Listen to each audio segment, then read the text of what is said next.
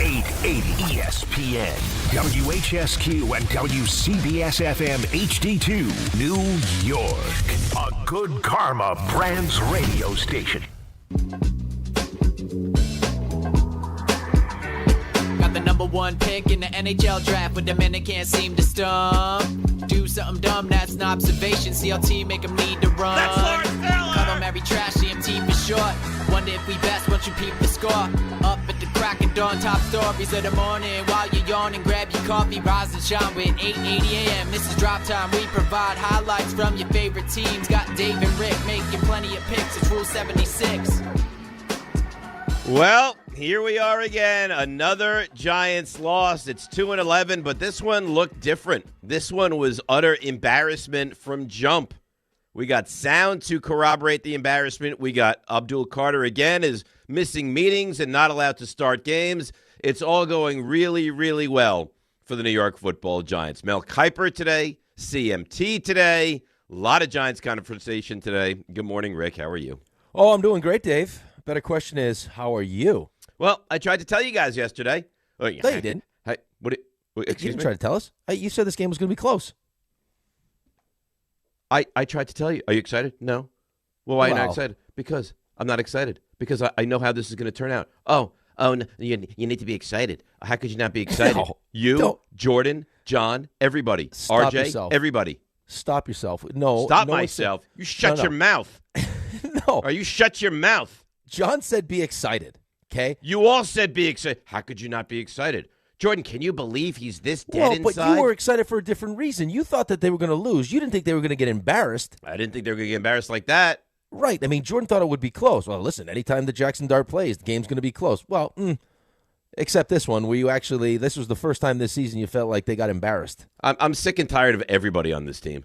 All of them. Jackson Dart, Abdul Carter, the coaches, all of them. Everybody. I mean, Jackson Dart is just like, I'm going to take massive punishment, and I don't care. So one of two things. Either he's a dumb person or he's just very selfish. And you can tell me which one it is. Aha. I don't think he's dumb. Okay? Then he's And selfish. I don't think his intention is to be selfish. But it is. But it is.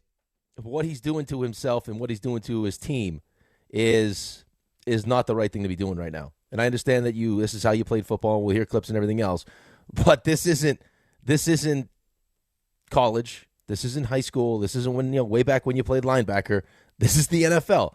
And when you're playing a team against the Patriots, who made it their mission last night to punish the Giants, and number one on that list was going to be Jackson Dart, they were going to take every opportunity with you coming back from a concussion to take shots. And that's exactly what they did.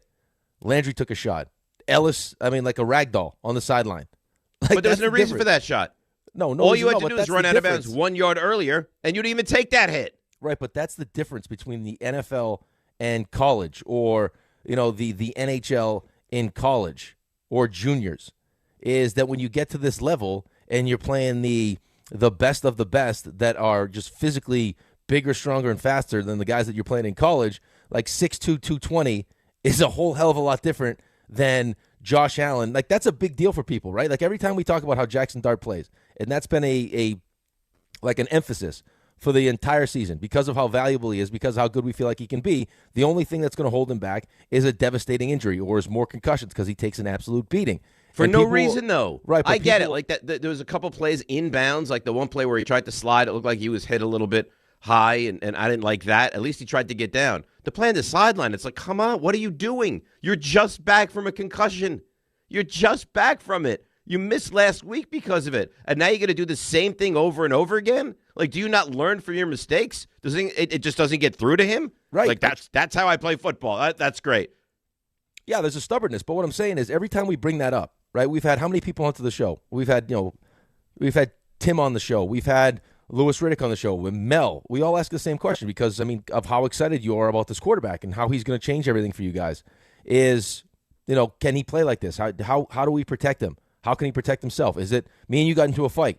Can a coach do it? Well, clearly it's a coach can't do it, because I don't know. It wasn't Brian Dable that was trying to get Jackson Dart killed. I think it's Jackson Dart that's trying to get Jackson Dart killed. They always talk about, well, he's not Josh Allen size. Well, is 2 inches and 20 pounds that big of a deal? Yeah, it is. It is. When you just watched what what Christian Ellis did to him on the sideline, like ragdolled him on Like the a sideline. ragdoll. Yes, there is a difference.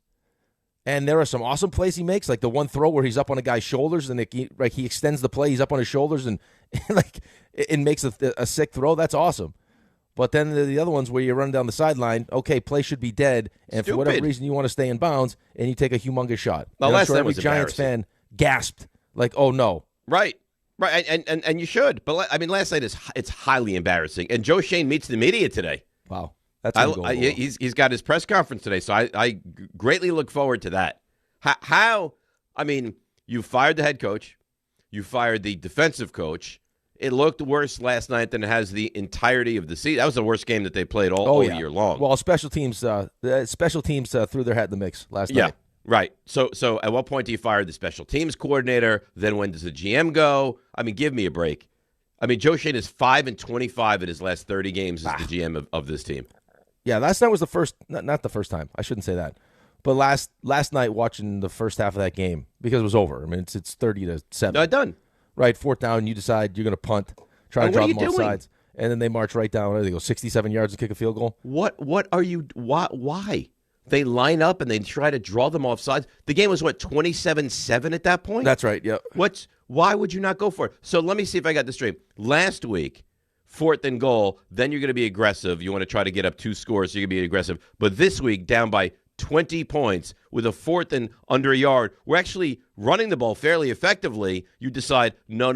Now let's punt it away. I hate this team. I give up. I'm so annoyed by this organization. It makes me sick.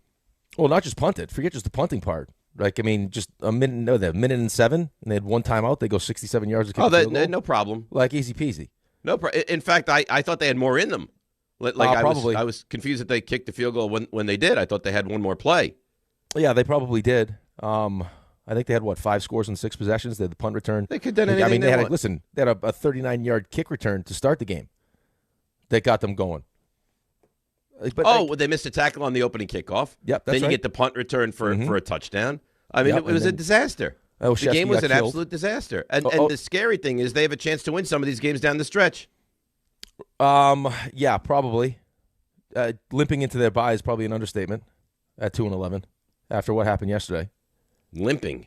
I mean, you got killed. You got beat up yesterday. Like you got dismantled on national television, right, for all the world to get to see. Because that's Giants football now. Well, but that hasn't been Giants football though. No, this was the worst.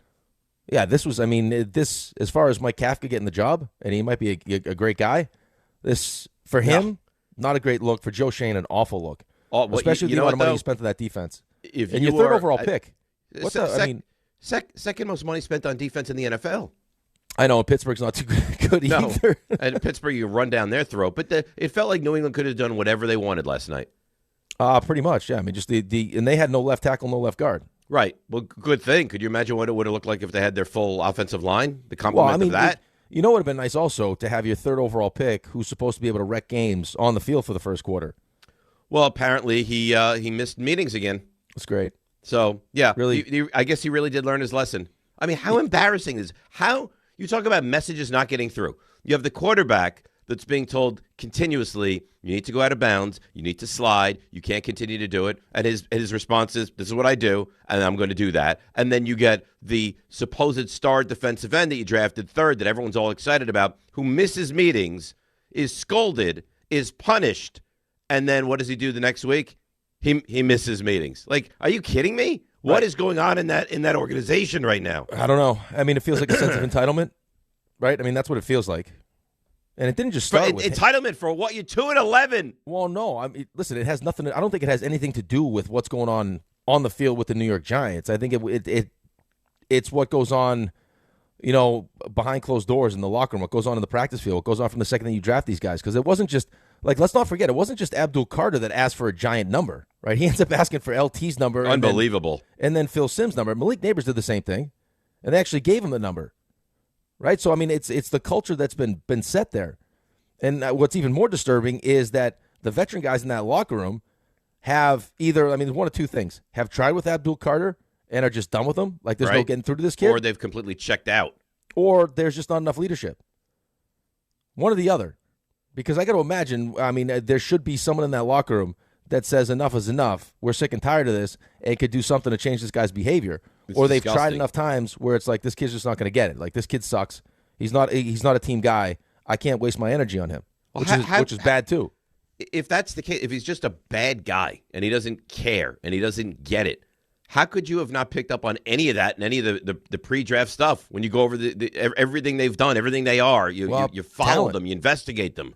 Talent, right? I mean, it's the same thing. I mean, there were those red flags about Malik Neighbors. And then Brian Dable said, I like dogs like that. Well, what's going to happen if we don't throw you the ball? Well, I'm going to be upset that I don't get – and then you've seen it. And that was something that they weren't willing to deal with. We'll go talent over maybe character.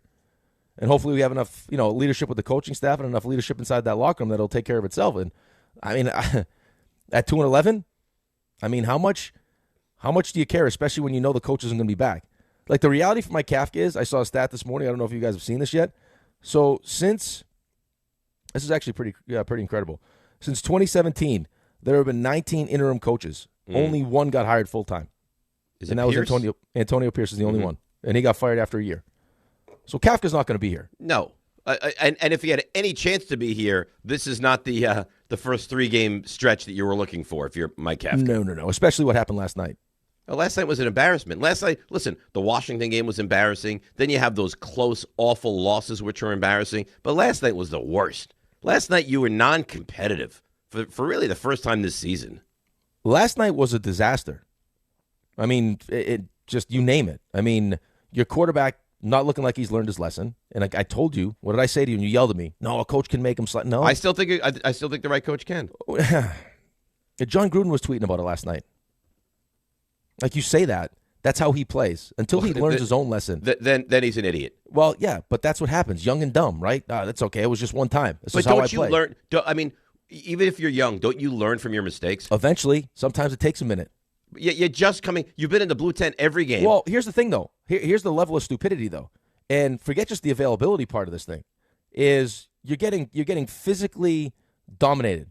Right? I mean, just you name it, you were getting dominated last night on every side of the ball. Yep. You actually, it's supposed to be 3rd and 1, but because you took that hit and now you put your teammates in a weird spot because they can't tell if it was late or not. It wasn't late. And now they have to attack, and now you're in a 3rd and 16. Exactly right. So now drive's dead. Yeah. So Theo Johnson is attacking on the sideline, and I don't even blame him for that. No, you should. That's exactly what you would want. But now the drive's dead because you decided rather than step out of bounds. 16, you can't get that. Then Theo Johnson's dropping touchdowns later in the game, which was a beautiful pass. Was a beautiful pass. Yeah. I mean, that's, as far as he's concerned, I mean, are there things that he needs to get better at? Absolutely. Protecting yourself is at the top of that list. But the kid's going to be a really good quarterback. A really good quarterback. If you can eventually harness him, harness what he has, because the talent is there. But you got to play smarter football. Right. And now that's going to be, and that's where I think that, from top to bottom, though. I don't just mean the quarterback, because clearly there is a disconnect between the coaching staff and what they're trying to do as far as accountability and those things, and the players. Feels like the players are kind of just doing whatever they want. You're going to have to get someone in there that has, I would say, gravitas. Right, but I mean, see, here's the thing, though. I say experience, but then I watch what Ben Johnson's doing in Chicago, and you see the way the team's bought into him and how Caleb Williams is bought into him. Like, so I don't. It's just the right guy. You need a leader of men, is what you need. Yeah, right. But Ben Johnson was never a head coach in the NFL before. I mean, he was the hottest commodity, right? Like, whoever got Ben Johnson was going to be the team that won the offseason. Right. But you're right. You need someone that's going to come in there and change the culture. You need, listen, I don't know if it's going to be this guy, but you need someone who has the gravitas of a Mike Tomlin. Yes. That is highly, highly respected. The guys will listen to. Yeah, instant respect. And right now they don't have that. They don't have anybody in the locker room, it feels like. They don't have anybody on the coaching staff, it feels like. I mean, there's no respect. If you almost get yourself killed, you miss time with the concussion, and you turn around and do the exact same thing again, now it's on you. Yeah, look, I'm telling you, that was my first thought. Like, I mean, this whole, Brian Dable's trying to get the quarterback killed because he's trying to save his job. I was like, no. To me, it looks like Jackson Dart is trying to get himself killed the way he plays. And I think they only had one play last night where they had him, like an RPO, where they actually had the football in his hands, as far as I can remember. Only one time. See, but that's the thing with him, though. And I think that was the thing that John Gruden was trying to hammer home to him. And I'm sure, I would hope the coaching staff is. I think Kafka's a pretty smart guy and recognizes, if he wants to any chance of keeping this job, like he has to make sure that Jackson Dart protects himself, is the way you play the third downs that we know in order for us to be a good team, you need to pick up with your legs. There are going to be plenty of opportunities during the course of a game to take hits, right? Like, it's going to happen. That's just how you play, right? You're going to run the ball. It may not be design runs, but you're going to scramble, like you saw the play on the 2-point conversion, which was great, right? Like, there's not a lot of quarterbacks that can do that. Mm-hmm. Scrambles to his left, scrambles to his right, back to his left, back to his right, and makes a good throw to Slayton. You're going to get hit. We know that's football. We know that's how you play. What we're trying to avoid is the unnecessary hits. When you make a good play, you're up the sideline, and rather than just step out of bounds, you decide you want to stay in bounds, and you get hammered. So not only could you get hurt, now because your teammates feel like they have to protect you, which they should do that, now the drive is dead. Right. So you're 2-10. Does it really matter if you have a 3rd and 3 or a 3rd and 1? Does it? I mean, in the grand scheme of things, does it matter? Mind, no. No, I know, but in his know what? You got to get out of that mindset. You have to. What's in your best interest? To get knocked out and in the blue tent again? No. I mean, could you imagine?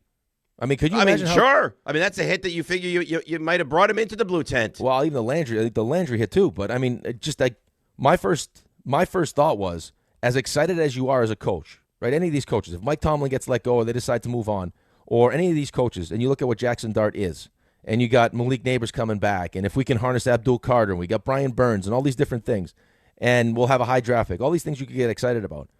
I mean, how much does that change if all of a sudden now, fresh out of concussion protocol, he's back on the field after 2 weeks off, boom, another concussion? It all changes. Like, that changes. That would change my perspective. I think it changes now anyway. Realizing that this kid, and we'll hear sound from him in the next segment and move on and hear what he has to say and Kafka has to say. But I don't know how you could be pleased with his decision making right now. I don't know how that's possible. You're not. I mean, there's not a lot to be pleased about. I mean, you're not pleased about special teams. I don't know what the hell your kicker was doing. I've never seen anything like that in my entire life. Ever.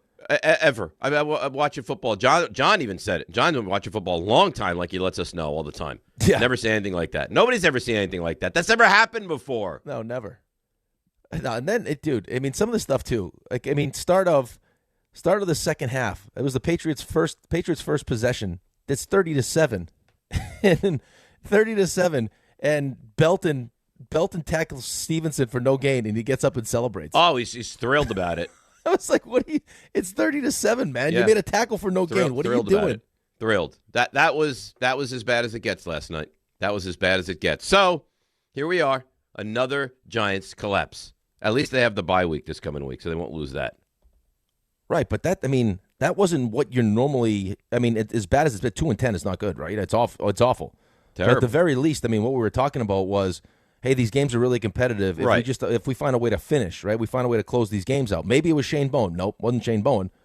I mean, that was the whole team from top to bottom, coaching staff included. I mean, special teams, you name it. I don't know what happened with the whole helmet-to-helmet thing. Like, I don't know when that rule changed. But well, they were saying last night, and that he's a runner. Was dirty, man. I mean, now he's a runner. Dude, his helmet, he broke his helmet. Right, logo but he went in to intentionally hit him helmet-to-helmet. It's what it looked like. That was really dirty. It was very dangerous. They went out last night, and they were hitting. And they made a point. Because you saw it on that Theo Johnson play as well, where there was a personal foul, like they went helmet-to-helmet. They were. I thought they were borderline dirty last night. Right, but they were going to. I mean, they wanted to take your will on national TV. And they did. And that's exactly what they did. The Abdul Carter thing, man, if I'm in that locker room, would drive me crazy. If I'm Dexter I don't know Lawrence, how you let this guy get away with this. Brian Burns. Like, what is Brian Burns saying? I mean, he's got to be. You saw how upset he was. He's out there every play. No Thibodeau last night. Dexter Lawrence is clearly compromised. You don't have Abdul Carter, and this guy's out there every single play busting his ass. And that's how you repay him? Playing at that level, too. I would be furious. Furious. And you know what won't even be discussed today? Is that when Carter came to the game, he actually played pretty well. Right. I mean, he finally had his first full sack last night. I mean, he could be a good player. It's just he could be, but not like that. Not being that selfish.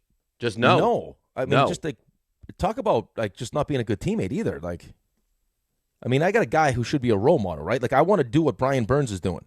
Unless you already think that, like, you're arrived already and you're going to be like, I'm just naturally going to be that good?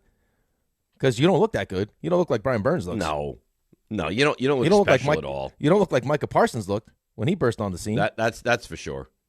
And that's who he was supposed to be.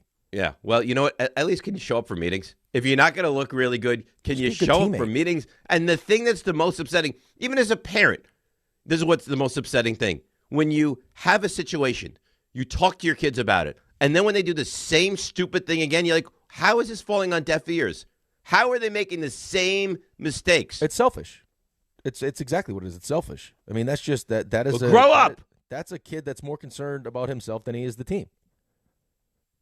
Like, I mean, you know how a good team should work. You're not like that. I mean, look at our team, right? It's not apples to apples, but like, I mean, there's a certain time I show up. There's a certain time RJ shows up. Ray shows up at a certain time. And then, like, if we felt like you showing up whenever you show up was a problem, we would say, hey, we'd like you here a little bit earlier, and you'd show up a little bit earlier. And then we'd have to praise you. Oh, my God, Dave's here at 5:50 to 5:42. Congratulations. But, I mean, hey, we said being a little bit earlier. What did you do? You came in a little bit earlier. That's what good teammates do. Right? I mean, that's how it's supposed to work. Not to mention the fact that, like, even a little piece of you, like, we're all like naturally a little bit selfish. Like, this season has not gone how you thought the season was going to go. Nope. Do you think any of that is due to the fact that maybe you're not taking all the stuff off the field as serious as you should be? I think it's pretty obvious. And Like, it'd be one usually- thing if you were dominating. Because I hear, Lawrence Taylor, you know what? Shut your Stop mouth. it. But here's the thing, though. This is the disconnect for me. If he was on the field doing what Micah Parsons does or doing what Brian Burns is doing right now. Then you have a longer leash. No, but no, don't even forget the leash. But like in your mind, when you're just like, I'm not going to change anything because I'm having great success. When you're going out and performing the way he's performing, you finally, what are we? You're 2-11, 13 games into this thing. You finally have your first full sack. Things aren't going the way you thought they would go. No. How are you going to keep doing the same thing? Because he's shouldn't selfish. He change it up a bit? Because he's selfish. Because they're a selfish team. Because they're a bad football team. Because they're a bad organization. They're 2-11 again. They're 2-11. Yeah, that was an ugly 11th. And somehow you're gonna potentially keep this GM employed. That's got to change. Oh, you can't.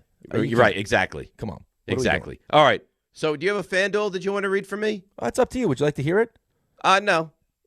Come on. Maybe. All right. Fine. Read your cheer you up. FanDuel. Tell me about spreads. All right, here's some spreads. So FanDuel's the number one sportsbook for same-game parlays. We all know how John loves same-game parlays. From points and rebounds to threes and assists, FanDuel's the best place to combine your favorite picks into a same-game parlay or track every live stat. All in one, easy-to-use app. Almost rhymes. And right now is the perfect time to join because new customers get $150 in bonus bets if your first $5 bet wins. So bet on the players you love the way you want. Head to FanDuel.com/Rick to sign up today. FanDuel, the official sports betting partner of the NBA. Must be 21 and older and physically present in New York. First online real money wager only. $5 first deposit required. Bonus issued as non-withdrawable bonus bets that expire 7 days after receipt. Restrictions do apply. See terms at sportsbook.fanduel.com. For help with a gambling problem, call 1-877-8-HOPE-NY or text HOPE-NY at 4673669. Oh, that's really well done. I'm glad I said yes because that was just gorgeous. You saved the day is what you did, as you typically do. All right, so let's take a break. We'll come back, and we'll get to your calls. We'll get to some sound. We've got Mel. We've got CMT. Giants embarrassed themselves. Not only did they embarrass themselves yesterday, they do it for the nation to see. It's DNR with you right here on ESPN New York. Whether you're shopping, gaming, or streaming this Black Friday season, don't take slow for an answer. Get Optimum Fiber for the fastest, most reliable, and most consistent internet speeds, starting at $25 a month. Call 888-4-OPTIMUM or visit Optimum.com to switch. Act now and get a full year of Netflix, an unlimited mobile line, a $400 prepaid card, and more, all on us. Call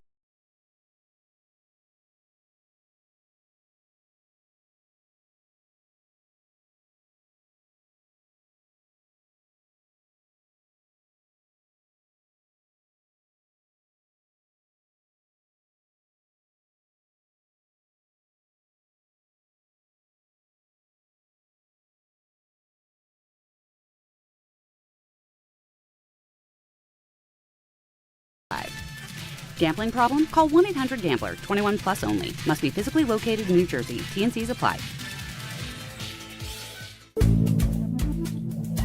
Good Karma Brands is proud to be an equal opportunity employer, providing equal employment, development, and advancement opportunities to all teammates and applicants. To learn more about careers with us, please send an email to talentacquisition@goodkarmabrands.com. That's talentacquisition@goodkarmabrands.com. Welcome back to Winter Hack Radio, the place for clever hacks to survive the season. Icy driveway? Well, try spreading sand or birdseed to help with traction. Snowy puppy paws? Well, grab a whisk, brush it off, done. Catch COVID-19? Well, just get... Actually, there's no hack for COVID-19. But if you test positive, prescription medications for COVID exist. Ask your doctor if they're right for you. Visit PfizerForAll.com to learn more. Sponsored by Pfizer. Quiet down, here she comes. Surprise! Your accountant just emailed to say your quarterly taxes are way higher than you were expecting. At Progressive, we know small business owners don't usually like surprises because they cost you money. But a good surprise that could save you money? Getting discounts with a commercial auto quote from Progressive. Also, your favorite employee is leaving. They're going to pursue their dream of being a veterinarian. Surprise yourself. See if you can save in as little as 8 minutes at ProgressiveCommercial.com. Progressive Casualty Insurance Company and Affiliates. Discounts not available in all states or situations. Hey! My dad is bringing home the best birthday cake ever! It was my 5th birthday, and my dad was bringing home the cake. Should have been here a half hour ago. The cake never made it, and neither did my dad. 911, what's your emergency? That was the day a drunk driver killed my dad. Daddy? Impaired drivers take lives. Think. Sponsored by the New York State Governor's Traffic Safety Committee. Aired in cooperation with the New York State Broadcasters Association.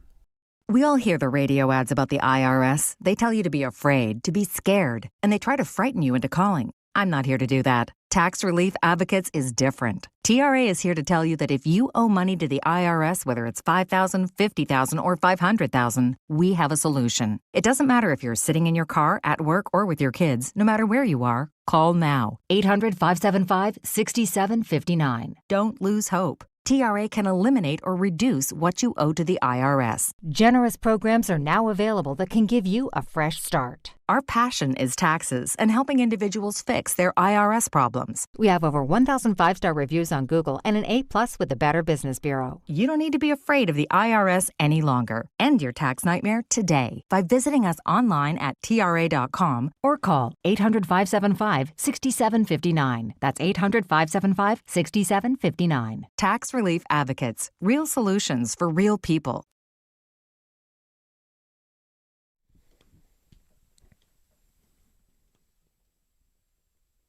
Ray, you're really not a great guy. You know that? Why? It's Brittany. Because I know what he's doing. Hit me one more time. Giants take a massive abuse. I see what he's doing. Yeah, I like it. You know, good. You know, Ray, get yourself all excited.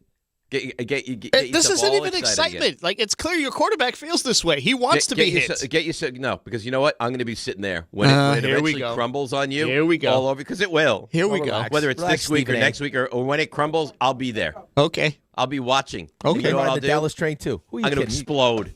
I'm going to come screaming down the pike. You've been riding the Dallas train too. I haven't done anything to you. You'll probably take Dallas on Thursday. He will. Yeah, he will. Of course he will. He's riding the momentum. Why wouldn't you? I might take Dallas on Thursday. Take the Cowboys. The Cowboys +3. You get points. Ray, you get points. Their offensive line's still a mess. +3? Well, it was 3.5. Wow. I had seen 3 most recently, but you guys might know better. Oh no, it was. I think it opened 3.5. It opened 3.5, and now it's down to 3. It got bet to 3. Yeah. You know Ray's going to take it. I mean, Amon-Ra's trying to play. I don't know. Yeah, who's stopping George Pickens and CeeDee Lamb? Nobody. Ray, they just put their corner on IR. You have the MVP quarterback. You're sitting here with an above 500 record. I mean, you're playing with momentum. How could you not? It's a shame the hole they put themselves going places. Mr. Thursday night. Relax. There's a chance you still take Dallas on Thursday. Me? Yeah. No, I'm not taking Dallas on Thursday. Why? Because I'm not. Interesting. Because I'm not the devil. That's why. You don't. So you'd rather be. I'd rather dress up as you than take Dallas on Thursday. Yes. Okay. You want to just end it now, and you can just dress up as me? No. Save ourselves the trouble? No, Mr. Captain Ty, no. All right? I'm 2.5 games behind you. Hey, winning and losing's easy.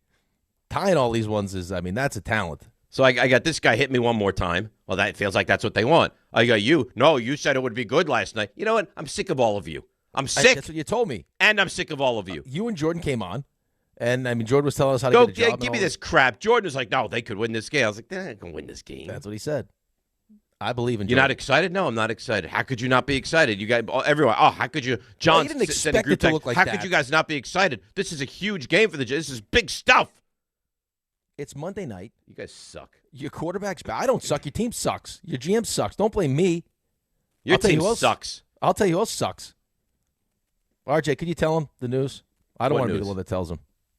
I think and you got the nerve to say I'm the bad guy. I think it's RJ. I think it's RJ that needs to tell you. RJ, what do you want to tell me? Well, yeah. I'll start with the good news. Yeah. Well, there's great news, good news, and then there's just really bad news. Oh, I like all right, let me hear the great. I like it great. when you do this way. So the great news is It's that like a CMT. Yeah, kind of. Yeah.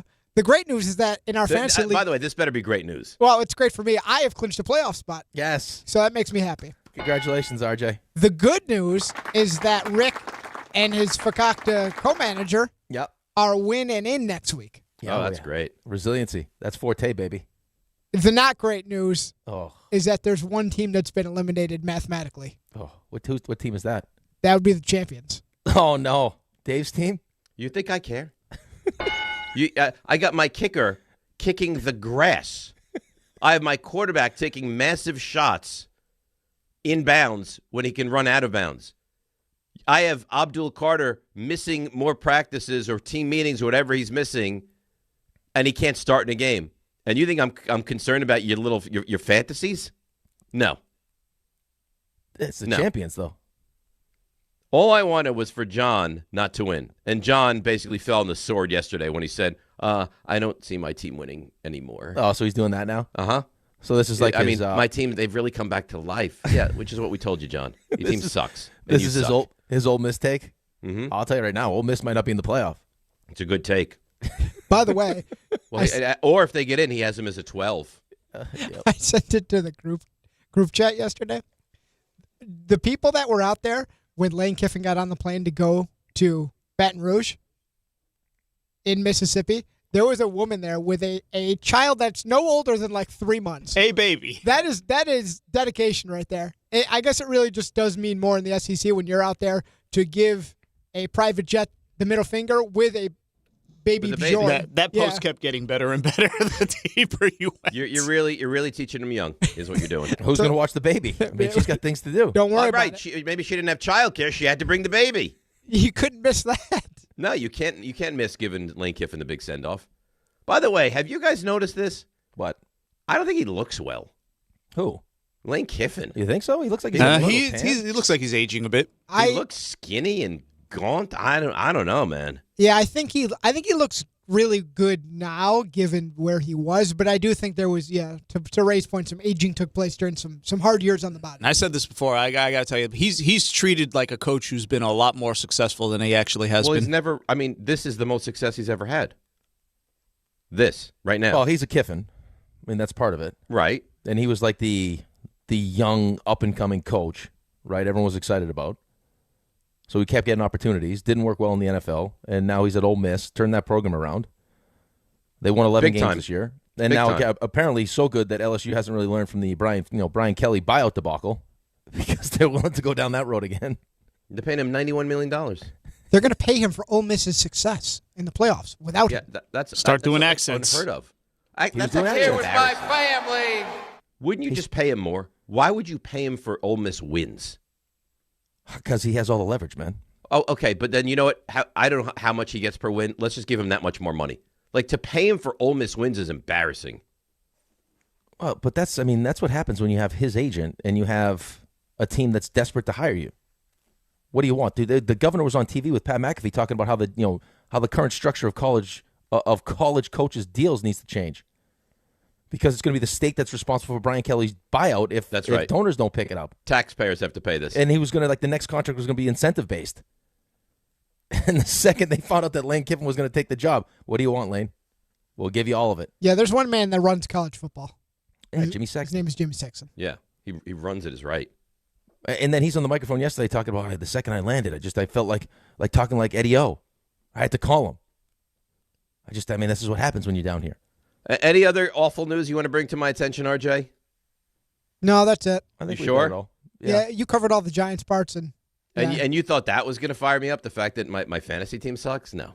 I thought there'd be a little emotion. No. Yeah, some pride attached to it. I mean, you still call your name for your team is still the champions. Well, we're the champions. Well, not really. From 2023. What's the old phrase? Once a champion, always a champion? Is that what it is? Yeah, that's exactly what it is. Okay. All right. Let me ask you this: how many championships do you have in this league, Rick? I don't have any, but it's like it'd be like, so then maybe Giants. you shouldn't be talking. It'd be like the when Giants you're talking calling to the champions. Champions right now. Have I won a championship as a Giant? Have I won a championship as a Giant? Sure. Have I won a championship with my fantasy team? Sure. Yeah, you've won champion. It feels like your fans can't be happy with you, though. No, at all. First team mathematically out. Yeah. Okay. Well, you know, we're playing for picks. And you just got physically dominated by me. I'm the one that knocked you out. Yeah, good for you. Sad. Congratulations. I'm sure it'll lead you to a championship. Now I want you to lose. Why? Because you're not a good guy. It's good for the show if I win. Oh, it's great for the show if you win. A guillotine league, I'm still rolling. Come on, man. How many teams in that guillotine are left? 5? 4. 4, and you're down to 1 of 4, huh? Yep. Well, now I don't want you to win. Come on. Nope, sorry. So that's how you. So you're Abdul Carter. So if it's not good for you, then I'd screw everybody else. Well, no. If Abdul Carter is mocking me, then yeah, I'd root against him too. You're mocking me. RJ brought it up. I didn't even know. Yeah, RJ brought it up because you're like, yeah, RJ, bring that up, make him go crazy. You think I don't hear what you say? Well, but he brought it up first. Huh? You little gremlin. He brought it up first. I didn't even know. You knew. I was just celebrating my win. Mm-hmm. Great. Congratulations to all of you. RJ RJ to making the playoffs, Rick to having a chance to make the playoffs, Ray for your great football team. Congratulations to all of you. You called the man a gremlin. Call me a gremlin. Well, I do you love know what? gremlins. Don't feed them after midnight. Don't get them wet. Who doesn't love Gizmo? Everybody loves Gizmo. Everyone loves Gizmo. Yep. Gremlin. That's what you're acting like right now. I'm not acting like a gremlin. Yeah, you are. RJ's acting like the gremlin. You're a mogwai is what you are. Let's get to the calls. Now we're late. Now we can't. Now look what you've done. You've thrown us all off kilter. I didn't do anything. Let's really break them down. That's great. I like to see you with some emotion is what I like. Okay, good. I hope I'm emoting for you. A little bit, yeah. Okay, good. You get what you want. Let's take a break. We'll come back. We'll get to your calls. We'll get to Dart, and I'm sure they'll bring something up to annoy me, which I'll have to get angry with. We'll do all that and more. DNR with you, ESPN New York. Listen.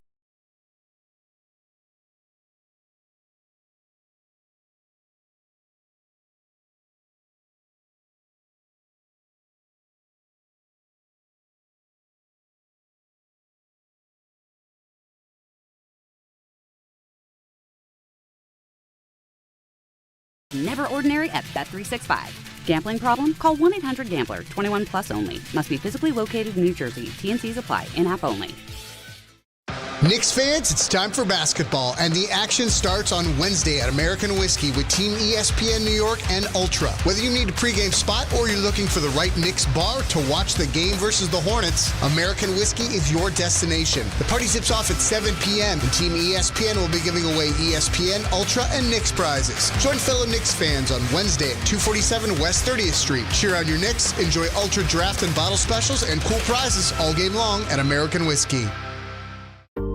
Every aspect of your business will operate better and faster with artificial intelligence. AI is a race, and companies that act first will win. Thrive Managed AI is your advantage over all your competitors. Thrive partners with you on a smart, secure AI strategy for your business. Then they deploy and manage it for you. Be first and win the race with Thrive Managed AI. Start with a complimentary strategy consultation at thrivenextgen.com/ESPN. That's thrivenextgen.com/ESPN. At AT&T, we guarantee our network so you can talk college football with your BFF while taking Buster to the vet. Hey, yeah, I can't believe he ate the whole thing of chicken wings. And I can't believe we're staging a comeback. Touchdown! Yes! Staying connected matters. That's why in the rare event of a network outage, you'll automatically get a bill credit for a full day's service. For wireless downtime lasting 60 minutes or more caused by a single incident impacting 10 or more towers, must be connected to impacted tower at onset of outage. Restrictions and exclusions apply. See att.com/guarantee for full details. Hey, I'm Mike Slater. My dad passed away at the age of 63. It's out of nowhere. Had a stroke. Super hard, obviously, for the whole family, but my dad had life insurance.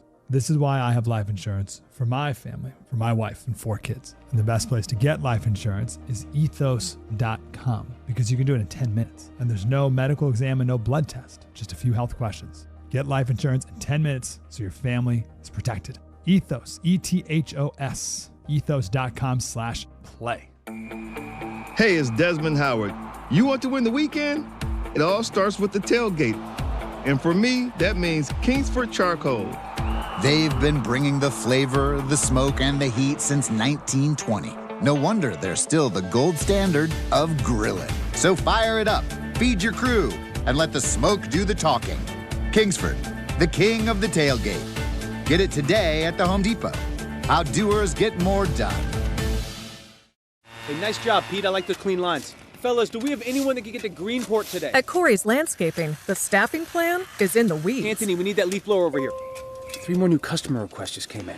Who wants to work some overtime? He needs to dig up quality landscapers, and fast. I need Indeed.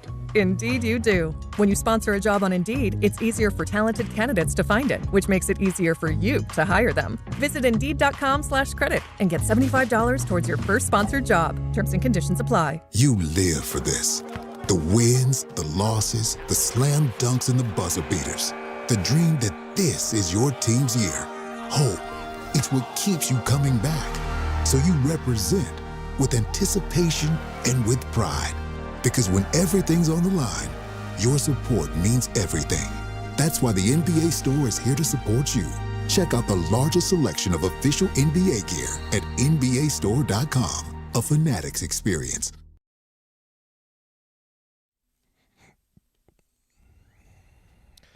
All right, DNR with you, ESPN New York. ESPN New York Holiday Party is back. Week from Friday. K-Show along with DHR bringing the holiday cheer to your mother's house in Garden City Park, Long Island on December the 12th. We're once again collecting unwrapped toy donations this year to benefit the Garden of Dreams Foundation. All kicks off at 1 o'clock next Friday, December the 12th, at your mother's house, brought to you by Amazon Pickup, Security Dodge, and Spiked Aid, and that is always a really, really fun time. 800-919-3776. I don't know what she can add that we haven't already said, but I'm sure it'll be in a lovelier way. And she is Robin in Dobbs Ferry. Good morning, Robin. Good morning. Good morning, guys. Nothing's lovely. I mean, can you explain to me what is going on with special teams? Are the Giants possessed? You know, it was 7 minutes into that second quarter, and as bad as it was after the Patriots punt return, we thought we would come away with a field goal to get it to 17-10. And then what was that? Was that like a Koo's foot plant, face plant? I mean, I don't even understand. And it just went from there. I mean, Rick, you were right. No one can protect Dart from himself. He's got to protect himself, and he's not going to. The whole team is selfish, it's not competitive, and, you know, it's just great because who's going to talk today? The man who's responsible for all this mess, Shane, what is he going to say? You know what's not keeping me from being happy about next year? That guy is still going to be there making the decision. I don't know about that, Robin. I don't know how you bring him back next season. How do you? I don't know how you. I mean, dear God, what is it going to take? You think a Tomlin's going to come here when that guy's making the decisions? There's nothing to be happy about. And like you guys, I'm sitting there watching that last night, and I'm like, how much worse does it have to get? They need discipline. They're not competitive. I mean, it turns your stomach. There's just nothing to be happy about. Anyway, that's my 2 cents today, guys. Take care. So they've killed Robin. Thanks. They've killed Robin. Yeah. Yep. So now she's done. She's dead. I can't wait to hear what Joe Shane says today. Well, what percentage of Giants fans do you think don't want Joe Shane back? 98%. 98%. Well, yes. I mean, I'm being serious too. Like, I think almost nobody. Right. So I think, I mean, if that's what you want, last night, the way that looked on Monday Night Football, is a step in the right direction for you. I mean, they said it has to equate to wins. That's what John Mara said. Well, and that wasn't forget even about wins. You weren't even competitive last night. I mean, who else you blame now? I mean, you blame the coaches. Dable's We've already gotten rid of the coaches. Shane Bowen's gone. Bowen's gone. Dable's gone. The Patriots, what else is there to do? The Patriots did exactly what I'm sure Mike Vrabel said to do. Is both teams are going into their bye, right? Patriots are rolling. We can't afford to have happen to us what just happened to the Rams, where maybe you took your foot off the gas a little bit. Hey, we'll just roll our helmets out there, and we're so talented that we'll just win. Yep. And you let Carolina believe that they could stick around.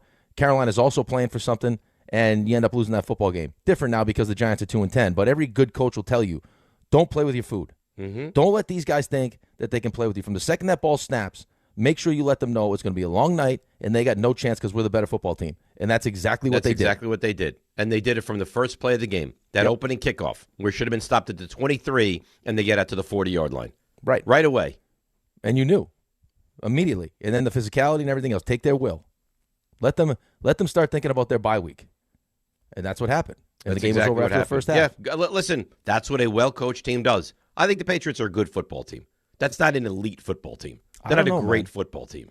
The way Drake May's playing right now, I mean, looks pretty comfortable back there. Yeah, and he should, and he's a terrific quarterback. But that you don't look at that as a great team, do you? They're good. I look like that looks to me right now like they have a quarterback playing at an MVP level. I don't think anyone in the league throws a better deep ball than he throws right now. That was a good catch on that long pass, too. I think they have enough weapons, and I think that they're well enough coached that in the midst of what's like a really weird season where the best teams don't feel like the best teams, like you have questions about Buffalo, you have questions about the Ravens, if Kansas City's going to make the playoffs, that for me right now, looking at you're picking this team to go? No, I'm not saying to go because it makes me sick to my stomach that they're back already. But like, if it's them or Denver, who do you trust more? I trust Drake May more than I trust Bo Nix. I trust Drake May more than I trust Bo Nix as well. I would say of that duo, whoever had home field, I would pick if that was the championship game. Right, and the way things are going right now, when you look at the schedule, it feels like the Patriots are probably going to have home field throughout the AFC until they get to the Super Bowl. Which is really incredible. Well, I mean, they got the right coach, they got the right offensive coordinator, they got the quarterback, and they went out and spent a boatload of money, and it seems like everyone they spent money on has worked. So they're bye, and then they're home to Buffalo. Yep. At Baltimore, a game the Ravens are going to desperately need to win. At the Jets, and home to Miami. Right, so there's 13 right there. At least 13. Right. At least 13. So, yeah, good on them. They've done a great job. And you know what? Just to give the Giants fan any modicum of hope, they did it like that. They were bad last year. They fired their coach last year. Right. It was almost like, hey, we got to hire someone before we hire Mike Vrabel because no one wants to replace, Bill Belichick. It's better to replace the guy that replaced Bill Belichick. Right. But, I mean, that's how you rebuild it. But the reason why the rebuild is as fast as the rebuild is because the quarterback. Well, you quarterback playing at an MVP level. You got the coach who sets the tone of the entire organization. Yep. And you spent big money and hit on all your free agents. Right, but you got the coach that's the CEO. And then, like we keep talking about with Brian Daboll, like part of the reason why he's not a coach anymore is because his staff wasn't great, right? Especially on the defensive side of the ball. Yeah, terrible. So who's Mike Vrabel bringing with him? How does Josh McDaniels sound? Okay, yeah, that sounds good. That'll work. I mean, maybe the preeminent offensive coordinator in the NFL. Not a head coach, but maybe the best offensive coordinator in the NFL. Jackson Dart, this will make Giants fans really pleased. This is just what I do. This is just how I play. I played like this my whole life. Like, you turn on my high school tape, you turn on my college tape. Like, it's not like a shocker to anybody. Like, it's how I've played. Felt like if you just watch the game, like, I did slide. I did avoid a lot of hits. So you're going to get hit. It's football. Oh, my God. I mean, are you kidding me? I played like this in Pee Wee football. I played like this in high school football. I played like this in college football. This is just how I play? No. I mean, I feel like wringing his neck. You can't be that stubborn and or that dumb. You didn't slide. You didn't get out of bounds. You took the punishment for no reason, and you need to adjust the way you play.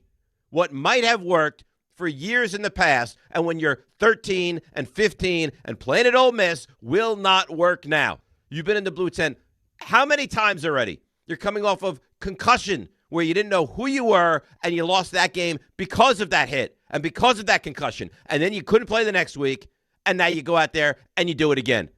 How maddening is this guy? Yeah, I mean, listen, I don't – and it's for him, it's just protecting himself. But there are other things that are obviously going to have to change also. But, I mean, every player that makes that jump from college to the NFL or from wherever you're at to the pro level – I mean, you don't, or you shouldn't at least, just keep playing the way you played in college or the way you played in Pee Wee football. Like, everything has to change. Like, even the best players. Like, Connor Bedard is one of the most hyped prospects in the history of the NHL, right? Like, he was supposed to be like Connor McDavid. Sure. Like, he had to change how he played.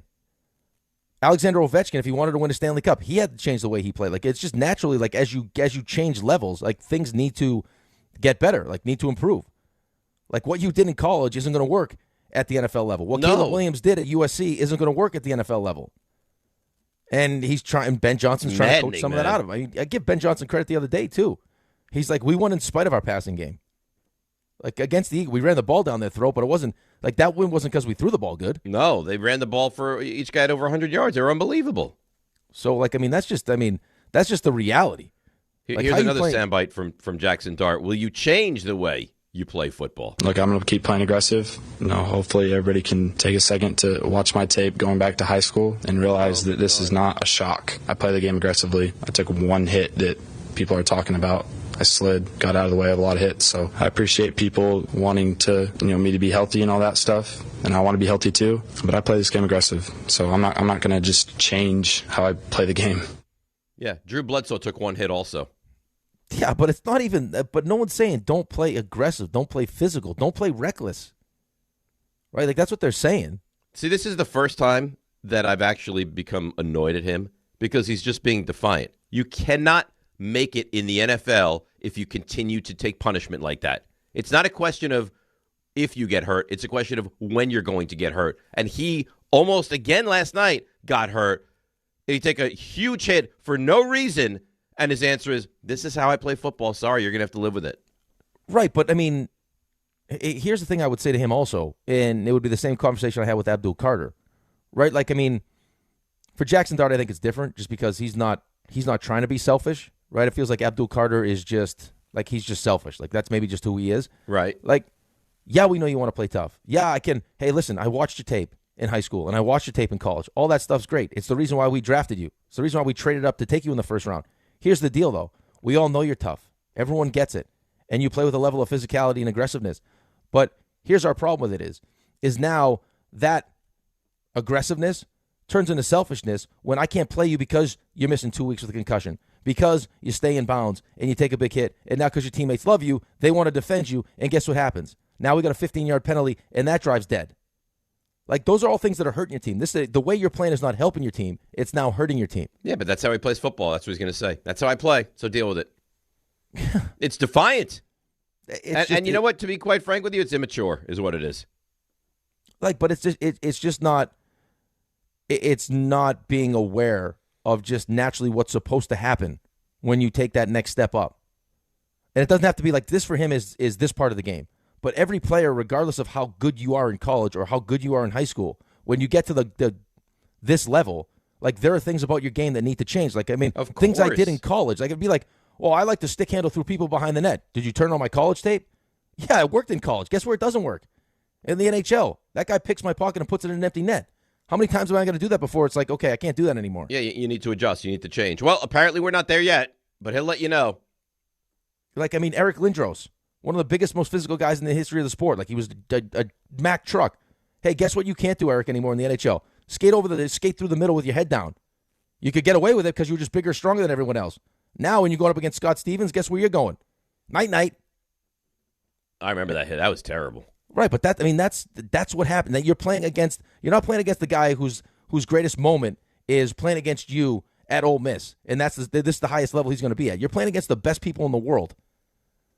That's focus last night was, hey, guess you what, get a guys? shot on him, you hit him. We'll have a better chance to win if guess who's not playing? Jackson Dart. And you think that's not going to be the recipe around the NFL? Every time you get a chance to take a shot, you take a shot. It's worth the 15-yard penalty. You take a shot at this kid, you hit this kid. Every single time. It's embarrassing. And if it cost you 15 yards, it cost you 15 yards. Quite frankly, those responses are embarrassing from him. It's immature. Is what it is. Very immature.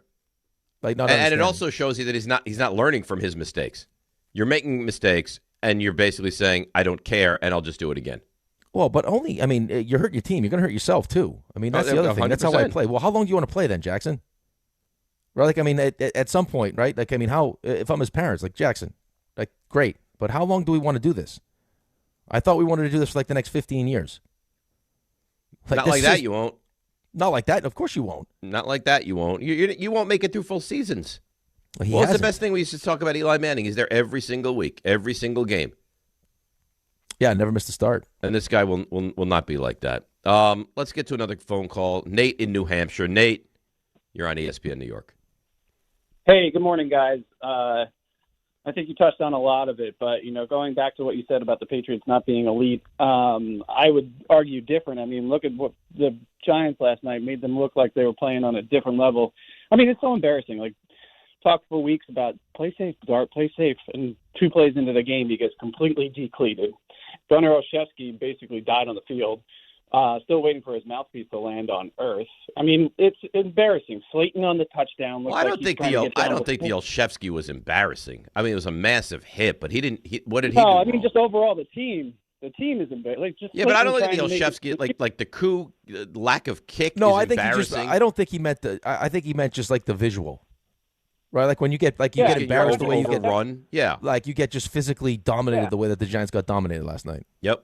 Yeah, I mean, look at Burns at halftime. He looks like he's completely done. Someone needs to get our can't-miss draft pick an air tag so that we know where to find him during walkthroughs through the week. It's a complete joke. And, I mean, our kicking disaster couldn't get any worse. I mean, you couldn't script this for, like, a Replacements movie. You think this is bad, and all of a sudden our kicker stubs his toe 8 inches before a ball that sits stationary on the ground. I mean, Troy Aikman and Joe Buck are laughing hysterically because that's all they can do. This is a complete disaster. I think even with all the rookies that we brought in, the only thing that we can hopefully do is bring in a coach with some clout.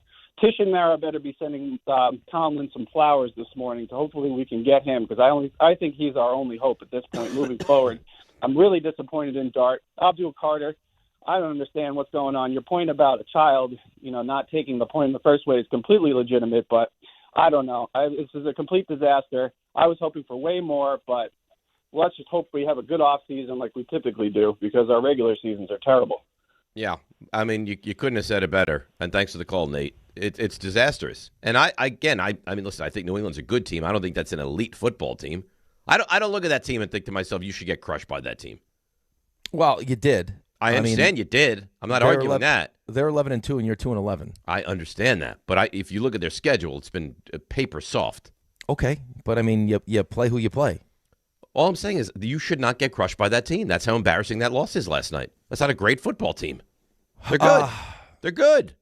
They're a good football team, and you're not. There's no shame in losing to that team. But there's shame in getting humiliated by that team. Right, but they did exactly what a good team is supposed to do. Yeah, they did. And they're playing a team that's 2-10. I mean, somehow you're going to have to bring someone in here that can relay the message to the guys in this locker room, the Abdul Carters of the world, Jackson Darts, that, I mean, it's the most important thing is the team, right? Like there'll be like, there is obviously, individual things that we all want to accomplish, but the goal is a team goal. And Jackson, we need you on the field to reach that team goal. Abdul Carter, we need you in meetings to reach that goal.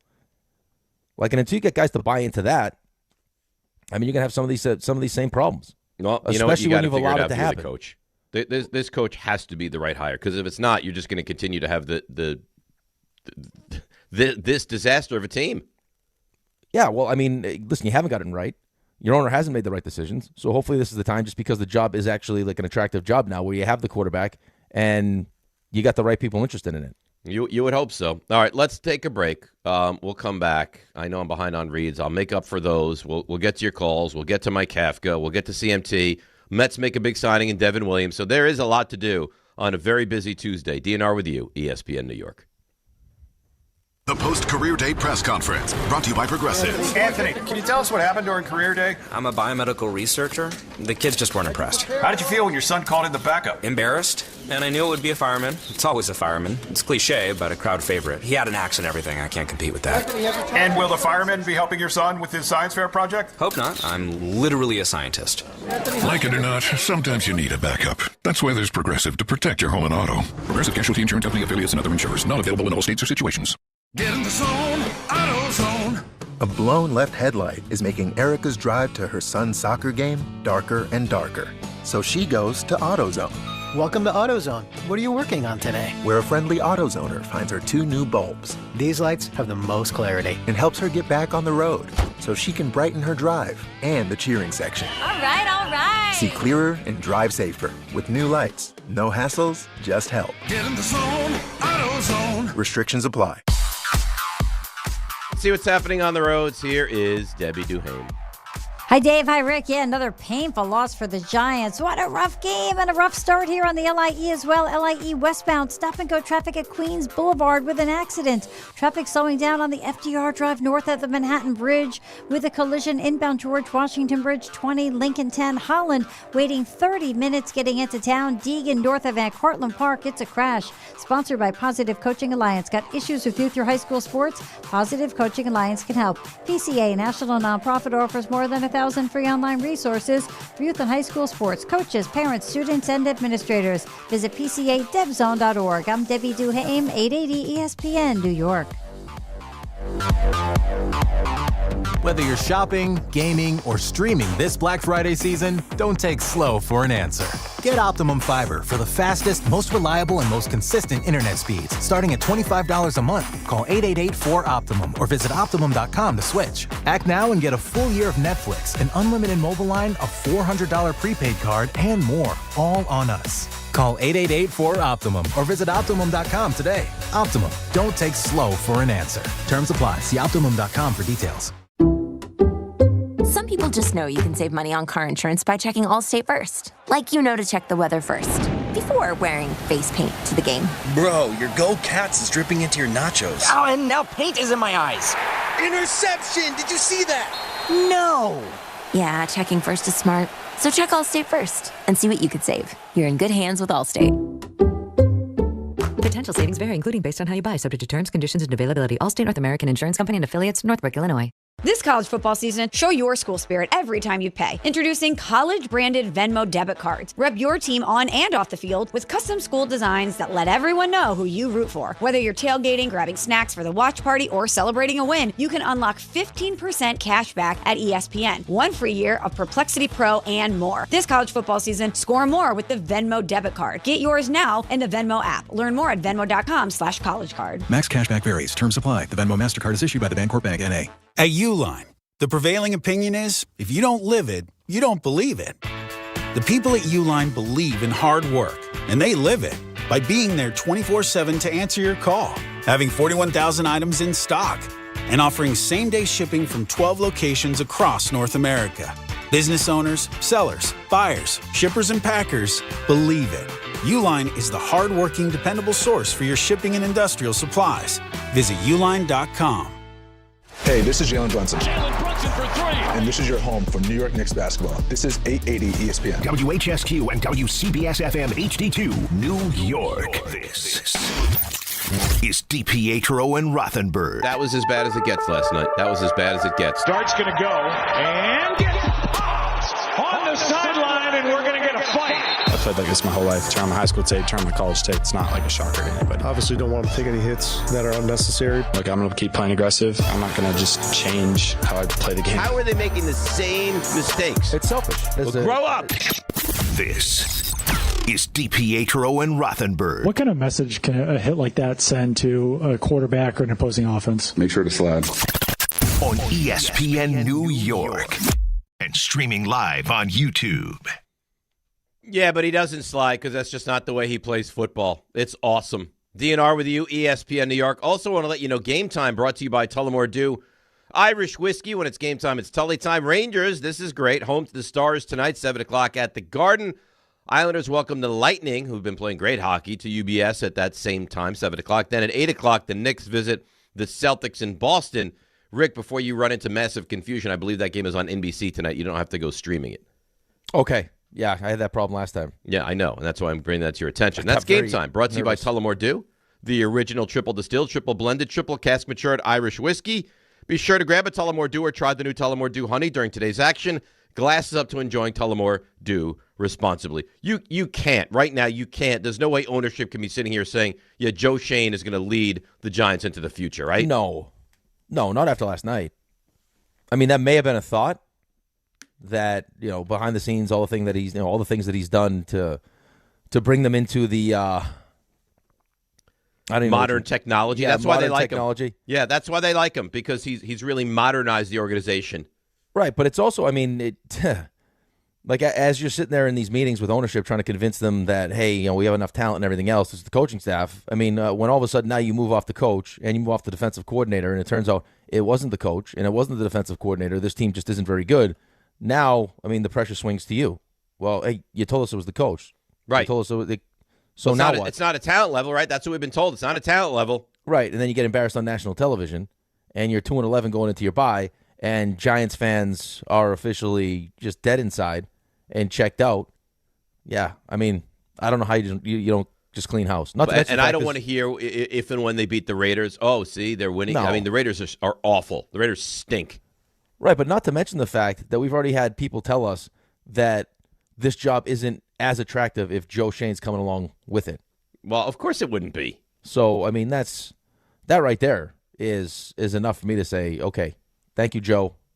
See you later. Thank you for what? I don't know. For having something. Thank you for what? Because for of how bad computers into the building? Well, because of how bad it was with Dave Gettleman, and you brought us up to speed, and now it's time to move on. So you've gone from fax machines to computers. Yeah. Thank you. Bye.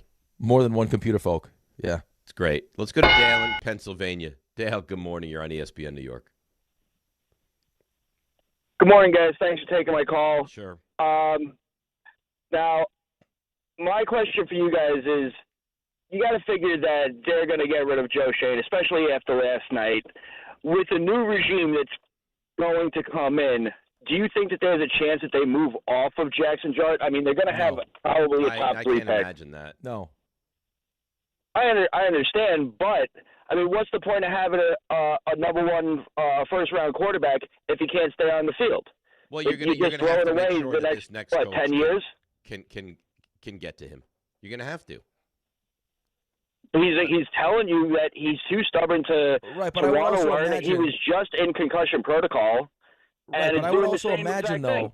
Yeah, but I would also imagine whoever that they hire to come in, part of the reason they're hiring them is to work with Jackson Dart. Yes, it has to be.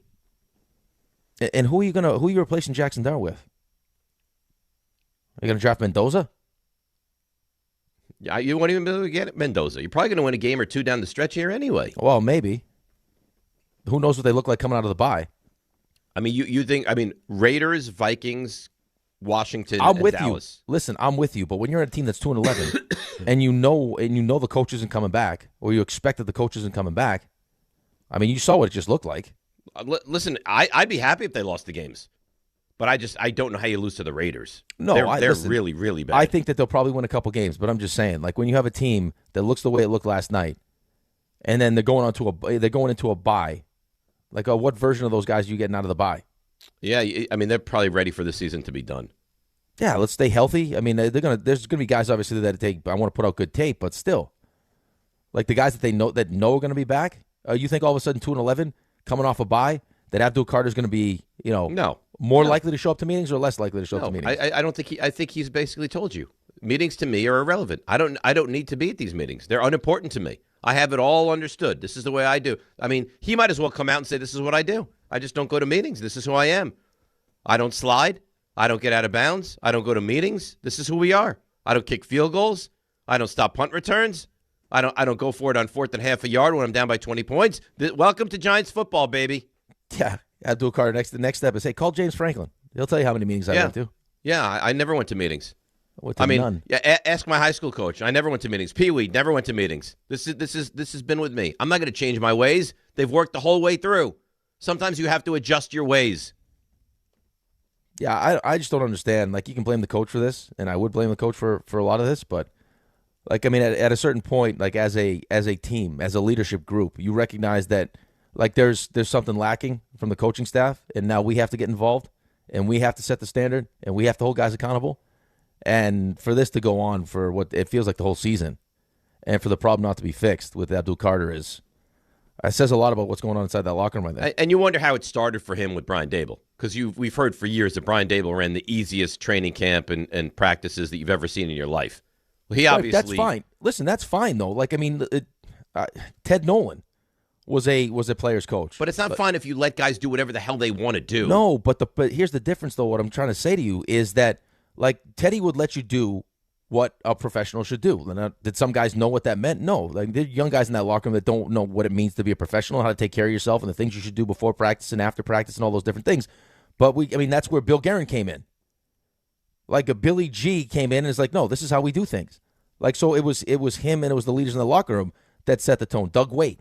Like, this is what we do. This is how we do it. Like, if we're not going to get it from the coach, we got to make sure that we send the messages as leaders. Somebody's got to send the message. I just don't know how many of those guys are on this, or they just are like, it's not even worth it with this guy. That's a bigger problem then. Like, this guy just doesn't get it. He's not even worth the time. It's just that we tried, and it's just he doesn't listen. Let's go to Danny, Long Island. Danny, good morning. How you doing? Good morning, guys. A couple of points. I was watching the game last night at work, and I had on a Manning cast at one point, and they were absolutely – you should have seen the look on their faces when Jackson took that hit. Like they had just seen a ghost. They were shocked by the stupidity of it. They all said it was a legal hit. Eli said, he lied to me. He told me he was going to be better. He was going to get out of bounds. They were absolutely shocked. What happens now is this is like the same thing when a player all of a sudden, like Derrick Henry, starts fumbling at the beginning of the year, who never fumbled. Now the thoughts in the head, and players go for the ball. If this guy in the team meetings now, this guy's not running out of bounds. You got to be very careful how you say it, of course. We had a defensive coordinator one time who got suspended, I believe. But, this guy doesn't protect himself, and you got a legal shot. You hit now all of a sudden you're looking for that. If that was Mahomes on the sideline, that linebacker would have assumed this guy's going to tiptoe out of bounds, and he wouldn't have been coming in with the velocity. Now you have this guy who's getting hit, and he's putting himself up there, so the thought's there. And the third and most unbelievable thought is that the Patriots are back. I may swerve into an abutment on the Southern State Parkway at the thought of looking at these New England Patriot fan, white clam chowder eating people with another solid run, and our teams in New York here can't get a winning season. It's beyond belief that we have to put up with this now. Like a couple of years ago, we were sick of seeing the Patriots in the Super Bowl. Now we may have that again. I mean, it's a different quarterback, but oh my God, I can't live. Danny, that's the amazing thing. And thanks for the call. With a totally different regime, you said you had the greatest coach and quarterback combination in the history of football. You won 6 championships. You move on, quarterback gone, coach gone. Mac Jones is going to be the quarterback of the future. That doesn't work out. You move on from him. You have a bad head coach. You fire him. You draft Drake May, and you're 11-2. Yeah, I mean that's what happens when you make good decisions. That's right. You got the right person in charge. They weren't going to move off of 3, right? You tried. They said no. I don't care what you offer. We love Drake May. Right, we love Drake May. Right, doesn't work with Gerard Mayo. Vrabel can't wait to take the job. He hires Josh McDaniels. They spent a boatload of money in the offseason. Yeah, and you hit on your free agents too. Right. But that's also another thing for the Giants that doesn't consistently right, but work. I think that also speaks to why Mike Vrabel is a successful head coach. Right? Like he knows the kind of players that he wants to bring in. And once he brings those players in, they understand what the expectation is, what the standard is. And if they don't, he lets them know real early. I mean, you just watch him on the sideline, man. Oh, come on. He's all over these guys. He tells them what to do. He now they say he's like soft and huggy, and he puts his arm around guys. They actually made a point. Like, this is year 1 for him, and he comes in with a resume and everything else. But like for him this quickly into his tenure as a head coach, for this group of players to have them all bought into the idea that, yeah, we want to win for each other, but you'll have veteran players on the team talking about, no, we want to also win for Dave. We also want to win for Vrabes. Like that. I thought they were trying to win for me. No, they don't want to win for you. Oh. Giants clearly don't want to win for you. No, obviously that's the last thing they want to do. To have that relationship with your players, especially the older players, I mean, that's exactly how you draw it up. That's how it's supposed to work. If you say, what would the Giants, what would the Jets, what do you want it to look like? Like that. Like you snap your fingers and you go from an awful football team having one great offseason, quarterback matures into the quarterback you'd hoped he would, and now all of a sudden you're the best team in the AFC. Maybe in football. Well, I mean, that's the roadmap. I mean, that's exactly what you'd want. I mean, Patriots are a great example for you of how you hope it works. Great example. They were talking about it on the broadcast last night. This is the game plan for what you want to try to do. Right. I just don't know. I mean, the only thing we don't know is who the coach and hopefully new GM is going to be. Correct. This is going to be an interesting offseason for the Giants. Mike Kafka, hear a little bit from him. Do you want Dart out of bounds before he takes huge hits like he did last night? Yeah, I mean, obviously don't want him to take any hits that are unnecessary, but he was working his way out of bounds. He's working his way out of bounds. Go out of bounds 1.5 yards earlier and you don't take that hit. Yeah, but especially know the situation that you're in right now. I mean, you saw it in the Chargers game. Did you watch that? Did you see that play? So the whole controversy with him and Max Crosby pushed him down. Yes, but they were jawing back and forth. Did you see what one of the Raiders did as he was running by? He purposely they knew he broke his hand, or they didn't know if he broke. I don't know if in the they moment knew he hurt his broke. hand. Yes. The guy comes running over as he's got his back turned to him and takes a swat at the hand. They're not dumb. Like, they know. Like, I'm sure it was part of the things that they've talked about. Listen, guy's coming back from a concussion. Anytime you get a chance to take a hit, to hit him, of course, hit him. One of the things that makes him great is how aggressive he is, how he can run the football. Make him think twice about it. He's not going to, though. Well, that's the problem. He's told you he's not. That's how he plays. It's a dangerous game he's playing right now. Well, it's not going to last for long. Is what's going to happen. Well, he would disagree with that. Okay, because this is how he does it. Okay, that's fine. He could disagree. I hope he's right. I would love for him to be able to play like that and not get hurt and have a long, storied, illustrious career. It won't happen. It's not possible. Guys can't play like that. It doesn't work. No, I would be interested to see what Bart said too, because I've heard Bart talk about it a couple different times. Like, that's even one of those ones. Like, hey, everyone's desperate to win. You know that there's a much better chance to win if Jackson Dart's not playing quarterback. Like, I mean, is it worth the 15 yards? Yeah, of course it's worth the 15 yards. Of course it is. And Theo Johnson, I don't even blame him at all. He did what he had to do. No, Your quarterback gets hit like that. You have to defend him. You have to. You have no choice. And now the drive's dead. Right? I mean, so that's right. Again, you almost got hurt, 3rd and 16, and you're not gonna get that. No. Yeah, that's great. Hockey fans, holiday shoppers, join DHR live from the NHL shop in Manhattan West Plaza, just a block from the Garden tonight, 3 to 6:30. They'll be talking all things NHL. And they're joined on site by hockey legend Mark Messier. All powered by Game 7 apparel and headwear as they launch their new assortment in the NHL Shop NYC. Don't miss Don, Hahn, and Rosenberg live tonight from the NHL Shop in Manhattan. That's nice good stuff. Yeah, that's nice. I like that a lot. Messier, I mean, he's got great stories, man. Oh, I could only imagine. What a life. I could only imagine. I have some stories I was told that weren't directly from him, and it's just, I mean, the time he had in New York City. What a life. He ran the city. Yeah. When you come here and the Rangers haven't won in 52, 3, then 4 years, and you break the curse and you guarantee that you're going to do it, you're a forever legend. Yeah. I mean, plus what he did in Edmonton. Right. Some of those Edmonton stories. Maybe the greatest captain in sports history. That's what he's known as. He's known as the captain. That's right. All right, let's take a break. We'll come back and we'll really unpack the Giants. We got to get to the Mets as well. You think he lets Abdul Carter miss meetings? No. I think he pummels them. Probably. Yeah, I do. I'm being serious. I think he the first time, this is not how we do it. The second time, he probably pummels them. There's probably a message being sent in practice. Absolutely, 100%. That's not the way we handle our business. Let's take a break. We'll come back and so much more to do. DNR with you, ESPN New York. At Uline, the prevailing opinion is, if you don't live it, you don't believe it. The people at Uline believe in hard work, and they live it by being there 24/7 to answer your call, having 41,000 items in stock, and offering same-day shipping from 12 locations across North America. Business owners, sellers, buyers, shippers, and packers believe it. Uline is the hard-working, dependable source for your shipping and industrial supplies. Visit uline.com. Carmelo Anthony here for DraftKings Sportsbook. An 82-game season, that's a grind. Trust me, I already know about that. The Emirates NBA Cup turns it up even more, and DraftKings Sportsbook lets you feel that fire every night. New customers, bet $5 and get $200 in bonus bets if your bet wins.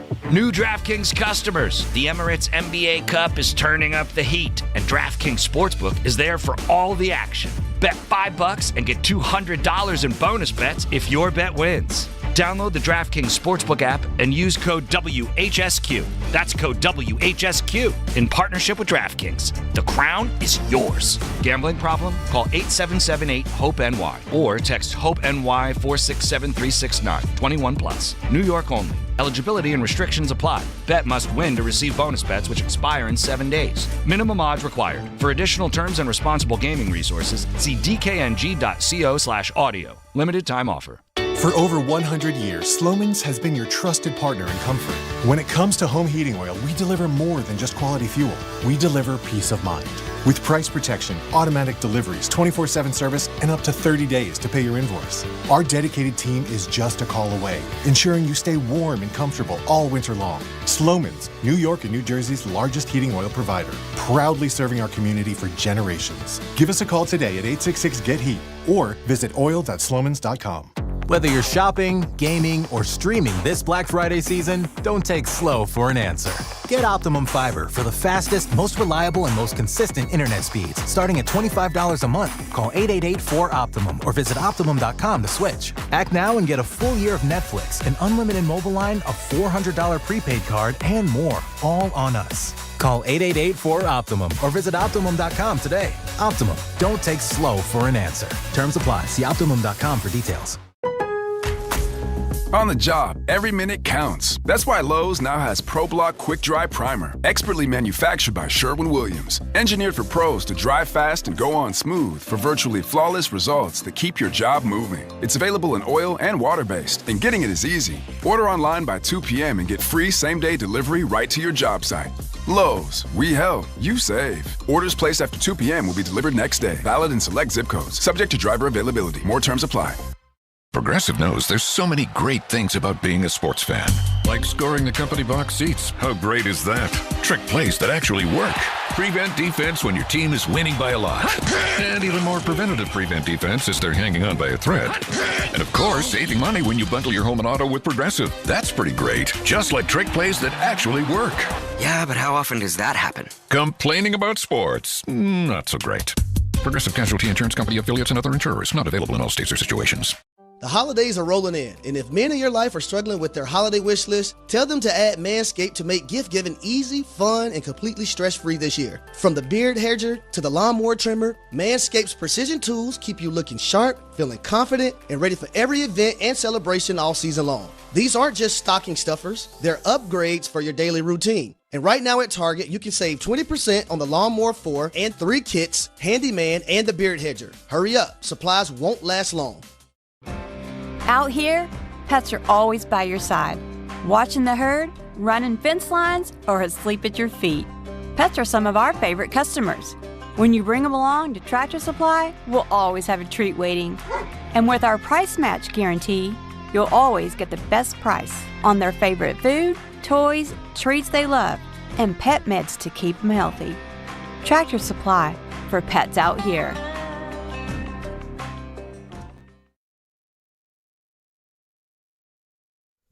It does. It goes on, and the losing just continues week after week after week. All right, so my buddy Pat Leonard puts out some numbers and information last night.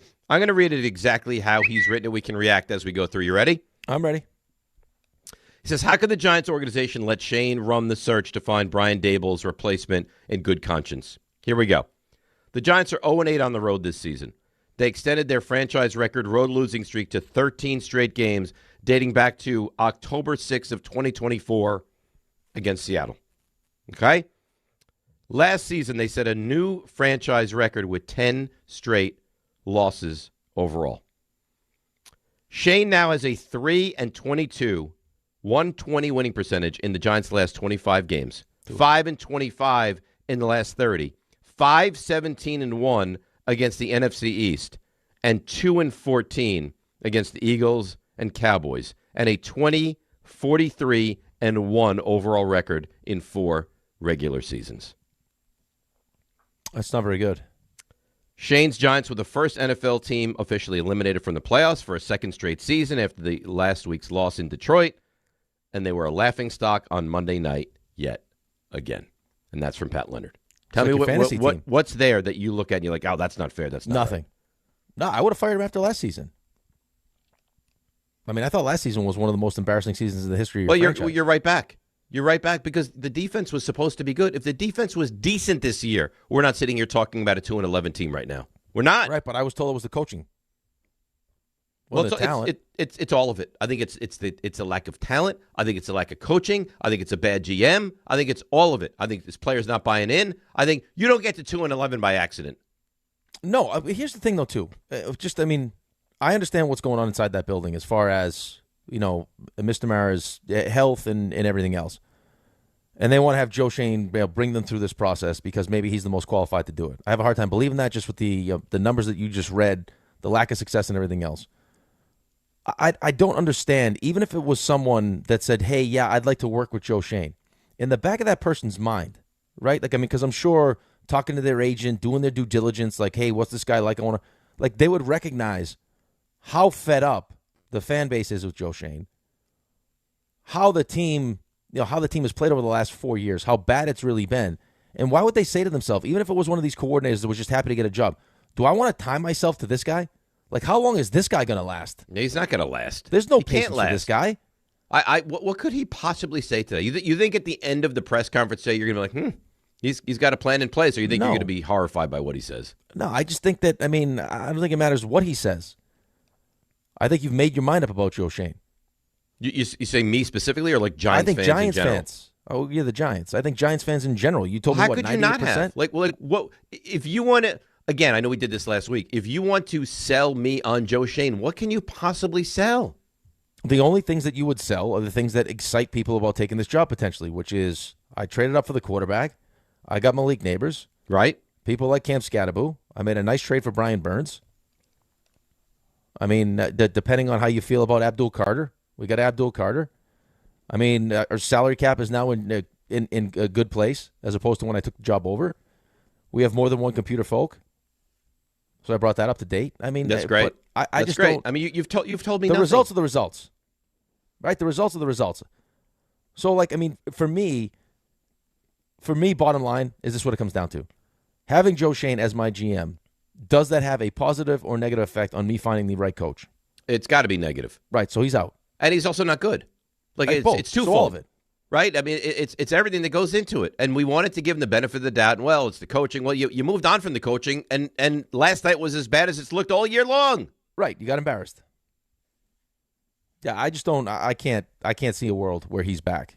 He can't be. Because I can't imagine a coach that the coach that I want wants to work with Joe Schoen. I want Mike Tomlin. That's who I want. Right, I think a lot of people want Mike Tomlin. But why would you tie yourself to that? Even if it's one of these up and coming coordinators that you like. Like that guy, I mean, the reason why that guy is up for the Giants job is because he's doing a great job at where he's at. And I don't care where that's in Green Bay, wherever that ends up being, right? That guy's Seattle. doing a really good job. Mm-hmm. So, like, when given the opportunity through the coaching cycle to have the Giants job, which sounds great because it's Jackson Dart, it's Malik Neighbors, all the things that I mentioned, or another job where there's actually some stability at the GM position. Like, right. You could be great, but how long is that GM going to survive if you have one big, hey, reality is we're not going to be awesome next year. Maybe we have some struggles. Well, the only thing is, and maybe he is, I don't know, is Jeff Hafley, like, is he knocking, our team's knocking down his door to get him in the building? Right, but, I mean, if it's not this year, like, I mean, Ben Johnson waited to the perfect situation, right? Because Ben Johnson said to himself, I'm going to continue, I'm getting paid a good deal of money. Right. Right, because they want to keep me. I'm going to wait for the perfect job. I'm going to keep having success here in Detroit. So when I get the perfect job, I'm going to take the perfect job. Like, he's like, Micah Parsons isn't going anywhere. The defense in Green Bay is not going anywhere. Right? Do I want to now, I mean, could his thought be, I come in, clearly I'm the right guy, Jackson Dart has success, and then I have the power now? So if I don't want to work with Joe Schoen eventually, I can say, hey, let's move on from Joe Schoen? The patience for Joe Schoen is worn out. It's done. It's done. Why would you keep him? It's not like this guy has Super Bowl championships and has led teams. He's done nothing. He led an organization to a playoff berth where, quite frankly, you got lucky to get into the postseason. You're winning games that you probably should have lost. He had no expectation, though. He gave every excuse. That wasn't in the even book his team. Right, but he gave every excuse in the book before the season started as to why the team wasn't going to be good. And that wasn't even his team. Right. He didn't build that team. He inherited that team. And the thought was they're going to be awful, and they weren't. And we're excited by this duo. And that is clearly not the case anymore. So why would you possibly keep him? I have no idea. I can't answer that. I don't know why you kept him last year. Well, but you did. And now you're into another year. And it's another failed season. And it's more reason to think that he's just not good at his job. And now you're going to keep him again? Well, and we're going to get, Jackson Dart's got to slide, and Abdul Carter's got to show up. But it goes from the top down. You're getting lost in the minutia when you think about those things. The big picture is that this GM is just not good at his job. It's been 4 years. Right? I mean, that's 20-43-1. Right, it's been 4 years. I mean, you're still dealing with the same stuff. I mean, the kicking is still an issue. Like, there are certain things that every year continue to be an issue. that haven't been cleaned up. Yeah, I'm with you, man. I don't know why. I don't know why you would believe, or why you would, like, if I'm ownership, why I think that I would keep him. You can't. You can't. There's no way. Let's go to Joe in Ocean Gate. Joe, I'm sure you're in a great mood this morning. You're welcome on ESPN New York. Go ahead. Now what happened to Joe? Hello. Great. Oh, this is not the first time this has happened back with Joe. Joe's back. No, he's not. Oh, I thought I heard him. No, there's no Joe. I definitely Joe. heard something, but he's gone now. But I thought he was making an attempt to talk.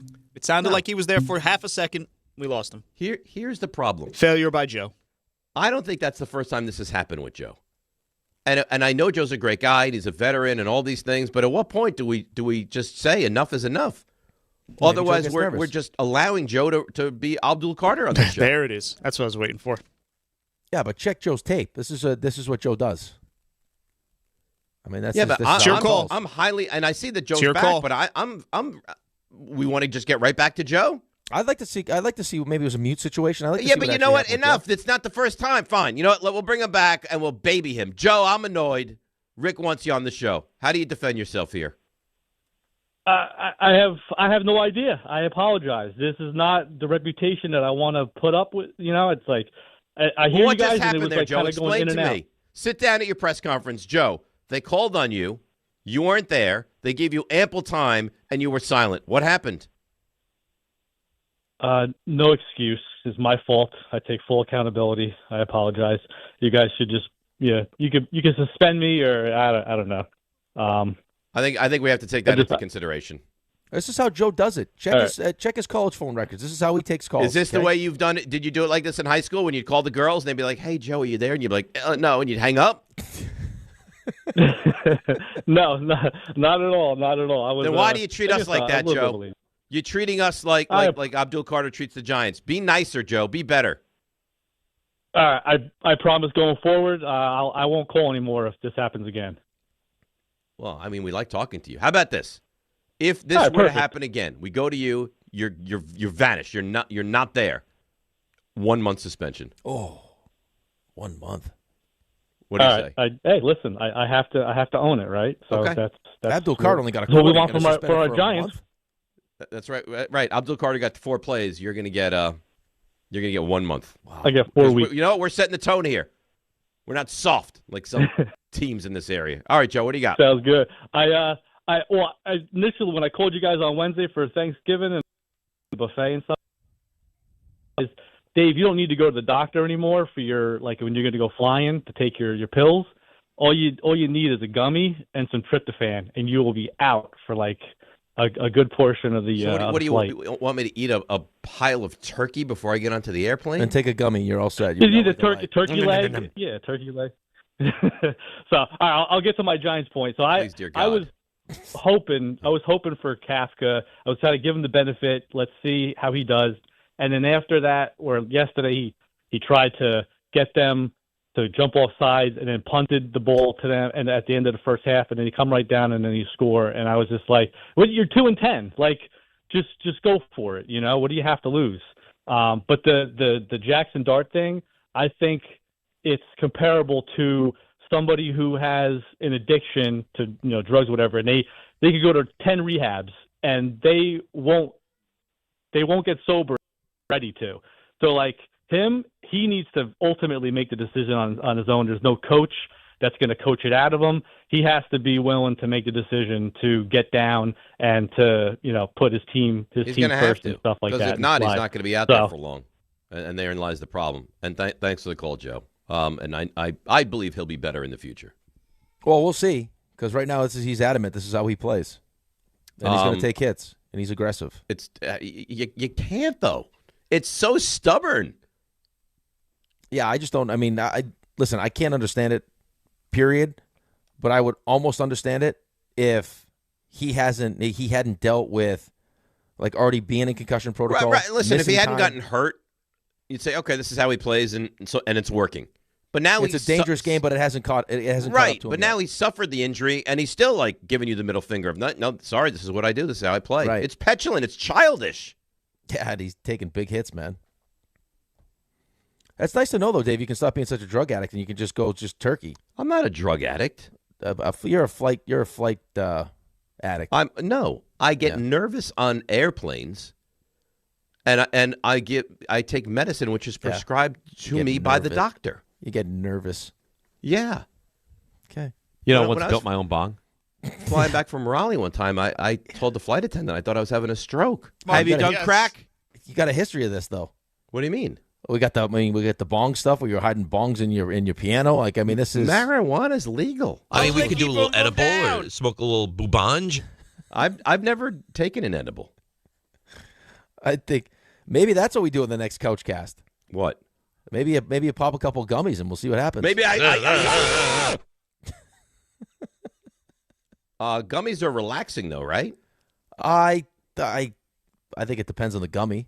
Oh, they're like motivating gummies? And I think it depends on how Hey, you baby, react. let's go. I'm on gummies. How you react. Sherry's in one today. I can Oh, guarantee yeah. that. Oh, she's going to get some later. I'll tell you that. More Jackson Dart, which will frustrate you. We'll hear that next. And we'll get to CMT. And we've got Mel Kiper. Oh, it's all happening on DNR, ESPN New York. Friends, it's football season, the best time of the year. You should be out there tailgating, cheering on your team, and enjoying every Sunday. But if you're dealing with neck pain, back pain, sciatica, or nerve pain, even getting off the couch can feel like a challenge. You don't have to live like that. There's help. Dr. Jay Shaw at Sandwell Pain is New Jersey's top pain specialist. He's Ivy League trained, double board certified, and is dedicated to helping you get back in the game. Here's what makes the difference. No surgery, no scars, no long recovery, no pain medication. Just precise, non-surgical image-guided procedures that deliver real results. Dr. Shaw treats neck pain, back pain, joint pain, migraines, nerve pain, and sciatica with a plan that's customized for you. Same-day and next-day appointments are available, and with offices in Woodbridge, Livingston, and Inglewood, relief is always close. So don't let pain keep you on the sidelines this season. Visit SandwellPain.com to call, text, or book online. Most major insurances are accepted. That's SandwellPain.com. Relief is closer than you think, and it starts today. We are proud to serve our country, to serve our local communities, to wear the uniform, to be a soldier, to serve abroad when and where duty calls. We are ready to stand with our brothers and sisters to defend, to serve, to fight. We're always ready, we're always there. We are the New York Army National Guard. Sponsored by the New York Army National Guard.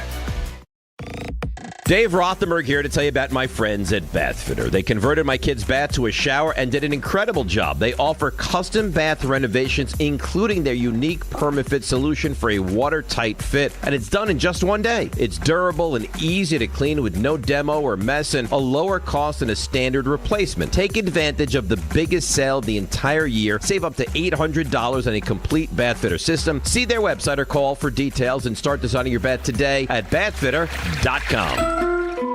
This college football season, show your school spirit every time you pay. Introducing college-branded Venmo debit cards. Rep your team on and off the field with custom designs that let everyone know who you're rooting for. Whether you're tailgating, grabbing snacks for the watch party, or celebrating a win, you can unlock 15% cash back at ESPN, 1 free year of Perplexity Pro, and more. This college football season, score more with the Venmo debit card. Get yours now in the Venmo app. Learn more at venmo.com/collegecard. Max cashback varies. Terms apply. The Venmo MasterCard is issued by the Bancorp Bank N.A. This is the story of the one. As the purchasing manager at a manufacturing plant, she knows the only thing more important than having the right safety gear is having it there when you need it. That's why she partners with Grainger for auto reordering, so her team members can count on her to have cut-resistant gloves on hand, and each shift can run safely and efficiently. Call 1-800-GRAINGER, click Grainger.com, or just stop by. Grainger, for the ones who get it done. The holidays are rolling in, and if men in your life are struggling with their holiday wish list, tell them to add Manscaped to make gift giving easy, fun, and completely stress-free this year. From the beard hedger to the lawnmower trimmer, Manscaped's precision tools keep you looking sharp, feeling confident, and ready for every event and celebration all season long. These aren't just stocking stuffers, they're upgrades for your daily routine. And right now at Target, you can save 20% on the Lawnmower 4 and 3 kits, Handyman, and the beard hedger. Hurry up, supplies won't last long. Out here, pets are always by your side, watching the herd, running fence lines, or asleep at your feet. Pets are some of our favorite customers. When you bring them along to Tractor Supply, we'll always have a treat waiting. And with our price match guarantee, you'll always get the best price on their favorite food, toys, treats they love, and pet meds to keep them healthy. Tractor Supply, for pets out here. ESPN New York is throwing a holiday party you don't want to miss. Join us Friday, December 12th at your mother's house in Garden City Park. We'll be broadcasting the Michael K. Show live from 1 to 3, followed by Don, Hahn, and Rosenberg from 3 to 7, all while supporting a great cause. Bring a toy to benefit the Garden of Dreams Foundation and help make the season brighter for local kids in need. It's the ESPN New York Holiday Party, Friday, December 12th, brought to you by Spike Dade, Security Dodge, Amazon Pickup, and ESPN New York.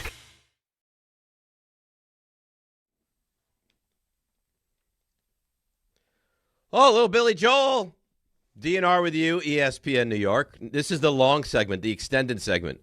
This is where we make our money. You ready for this? This is my favorite segment. I love this segment. This is it? Yeah, I mean, this is no commercials. I got CMT, I got Mel. You name it, we got it. You name it, we got it. You think Mel ate over 10,000 calories on Thanksgiving Day? Probably. Yeah, I mean, he's eating whole. I mean, I weighed in yesterday. Oh, by the way, what was it? 4.1 pounds up. Oh, so you're close, almost 5. Yeah, that's fine. It's a nice couple days. Yeah, but now we're back. Yesterday, I mean, especially not feeling well, very easy to eat well. Yeah, I didn't even feel like eating yesterday. I had a lot of soup yesterday. Oh, delicious. Yeah. Yeah, Cass made a nice soup yesterday, too. I didn't eat it, but really? It smelled delicious. And we're getting, what are we getting today? A polar vortex? I don't know. What is that about? Ask RJ. He's the weather guy. RJ, you understand what's this polar vortex? What's this about?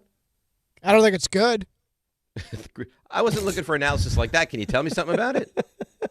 Means winter has come at last. I don't know what to tell you.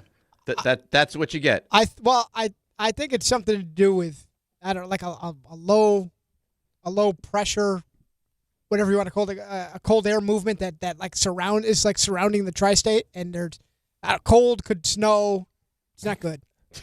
It's not good. You told me to ask him, huh, Rick? That's a weather report right there. The funny thing is, like what RJ just said, that could be an actual weather report. That was it right there. That was really good. Can't feel good. RJ, maybe you need to start doing some SUNY Cortland meteorology. I'm sure they have a nice meteorology department. Classes. Lee Goldberg went to Cornell. Wow. Yeah, it was a fraternity brother of my buddies up there. Every morning, Lee Goldberg on his dorm door would have the weather forecast for the day. Oh, that's nice. Is that true? Hey, Lee. He would let you know what to expect for the day. Unlike RJ, who tells you it's not good. Yeah, there's air pressure and there's cold. What do you mean there's air pressure? It's cold air. What do they call that? You see it on the screen when it has... A large area of low pressure and cold air surrounding both of the Earth's poles always exists near the poles weekends of the summer. See, I'm surrounding it. I just can't nail it down. Either way, it could snow today. Thanks for the update. There's a 50% this is the chance. highlight of this is the most fun I've had on the show the entire day. There's a 50% chance of snow in the next hour. This is not good. In the next hour? How much are we going to accumulate snow? I don't know. It's not good. It's not going to be good, though. It's not good. How much snow are we going to accumulate? I don't know. It's not good. You know what? You're ready for your debut on air, aren't you? Let's go to RJ Santillo with the weather. Everyone, it's not good. This is up to 6 inches in some areas. No way. This is what it says. Oh, my God. All right, let's get back to the calls because it's been really uplifting today. And there's another piece of sound from Jackson Dart, which will really make you feel great if you're a fan of the Giants. Jose on the west side. Jose, you're on ESPN New York. Hey, fellas, good morning. Good morning, Jose. So real quick, about the whole Dart thing. I mean, like I was telling RG, we've seen the tape. This is who he was in college. Now, I'm not condoning it. I'm just saying, the coaching staff and the organization knew that this is how he plays. Now, I think for us to change it as an organization, there's got to be some repercussion for his action. Either pull him out like they did with Carter. I know Abdul Carter is more of a discipline issue. But with him, have him by the coach, explain to him, hey, this is what Jameis Winston is in. Or Mike Tomlin said one time, we're not going to punish the organization to correct the player, but something needs to be done. So either like I said, pull him when he does something like that and explain to him, hey, we're thinking of the future, not just of the next play. It has to be of what's going on. Of you being in the field, the best ability is availability. And as skilled as he could be, and as he is, if he keeps going out there. Right, but Jose, exactly my point. So we have to correct what he's doing. Right, but he's already missed 2 games. But obviously, whatever is happening now is not getting through. It's just not. So you need to take a different tack. That's why I say pull him. And me thinking of the future, I say pull him because even though as much as I love the Giants and I want to win, we're playing for draft position. Well, it doesn't matter now. We're 2-10. Right, so like if you told me, and thanks for the call, Jose, if you told me you could pull him and it would be a teachable moment, what's the difference? Wins don't matter now. No, but I don't even know if pulling him teaches him anything, though. Like, how do you get through to him then? I don't know. Like, he's going to have to make that decision. He's already missed time. But he told you, I would believe that. But last night after the game, he's just like, no, this is what I do. This is how I play. So what do you think during the course of a game? So he takes that hit on the sideline. Now you pull him off for what? I don't know. I'm not saying that's the answer. I'm just saying I don't know. There has to be something. I'm hopeful that the next coach is a leader of men and he demands that you're not allowed to do this. And the kid can't argue with a Mike Tomlin or a John Harbaugh or somebody like that. Until he does, though. And then all he's gonna do is hurt himself. Right. So, but it has to be him that has to make the decision. It doesn't matter what a coach says. It doesn't matter. If you pull him from a game until it actually sinks in, until he receives the message that I can't play like this anymore. But why would I think he's going to receive the message where he's already missed time because of the way he plays, and he's like, "That's just how I play." Sorry, you can't feel good about it, but you have to. But you can't feel good about it, right? But you have to believe that hopefully he's smart enough to recognize. And if you show him enough, how can I believe that when he just told me the opposite? I can't sit here and tell you that you should. I can't. All I can hope is that it's not because of another concussion or another injury that he gets the message. It's because you stay on him and you keep showing him, hey, here's another example. Here's another example. This is not you playing aggressive. This is you playing reckless. This is just stupid. And then eventually he finally gets the message. I hope so. Here he is last night after the game saying, I'm just not a pocket passer. My body feels good. I got knocked out of a game against Chicago on a fluke play. You watch the hit, I lose control of the ball, and I don't brace myself because I'm trying to recatch the ball. It's not because of the hit. It's just because I lost the ball. So, just like any other league, like you take new steps, there's bigger, faster players, but my body feels good. So, I'm going to play aggressive. I feel like if I just turn into a complete pocket passer, that's just not how I want to play the game. I feel like there's an advantage to me using my legs. But no. See, now I'm getting annoyed because nobody is saying don't use your legs, and nobody is saying don't be athletic and do the things that makes you the really good player we think you can be in the NFL. We're just saying take a little bit of precaution and don't take these massive hits. Instead of running all the way up the sideline and getting hammered by Ellis, take a yard off, go out of bounds, and then if he does hit you, now it's a personal foul. Be smarter about things. Right. There's a way to do both. Right? There's a way to be who you are and not continue to take the risks that put you in jeopardy. Because, we all have to come to the conclusion that you on the field is much better than you off the field. Like, our chances to win with you on the field are much better than when you're missing games because of a concussion. Like, and again, it's not changing your game. It's no one's saying stay in the pocket and don't move. It's just pick your spots. Know when the play's dead. Know when it's time to get out of bounds. Know that it's not worth picking up this extra yard. Right, be smart. But the thing that drives me crazy, no one is saying become a pure pocket passer. No one is saying that. No, it sounds like it sounds like my kid. It's exactly what it sounds like. It's like you. It's like exactly what you would do. If John's like, Dave, hey, tone it back. You're talking a little bit too much. I won't talk then. Yeah, that's right. I just won't talk. Yeah, that's right. That's not what we're saying. That's how you solve the problem. No, well, then I'll just be a pocket passer. Nobody has ever said anything like that. You want your way. Like you're not taking it as constructive criticism. You're just taking it as criticism. This kid is stubborn, man. I'll tell you that. Which is amazing to me because he's already been hurt. Yeah, but it doesn't bother him. Doesn't faze him. He said he feels good. Feels great. Never better. Let's go. It was a fluke play. Yeah, but that happens. Nothing's perfect. How many times has he been in the tent? Right, but But these are not all fluke plays. Right, but that's the if other you're thing in the he'll say, 10 though. 3-4 times, it's not all fluke plays. Oh, right, but he'll be like, well, it wasn't my head. It was only my head once. 3 other times it was something different. Well, still, it's something. It doesn't have to be just your head. It happened in the preseason. You're preaching to the choir, man. I went through. And what's going to happen now is that the fan base is going to go from we love this kid to there's going to be some anger and annoyance surrounding him. Yeah, but I think there's always naturally, as a young kid, I think there's always naturally, and you've gone through this with your kids because we know everything, is that there's naturally going to be pushback, and eventually you recognize that what people are saying to you is in your best interest. They don't want to change you; they want to make you better, right? Like I went through this with the puck handling stuff.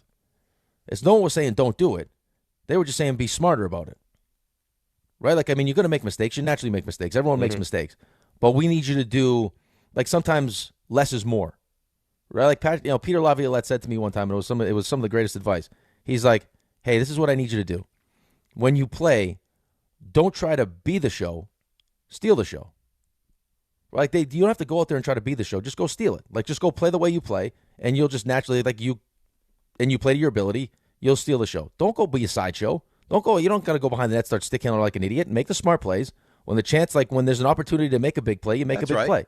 Now, if you're, fighting for the number 1 seed and there's a play that, crunch time of the game that you want to give a little bit more, that's different.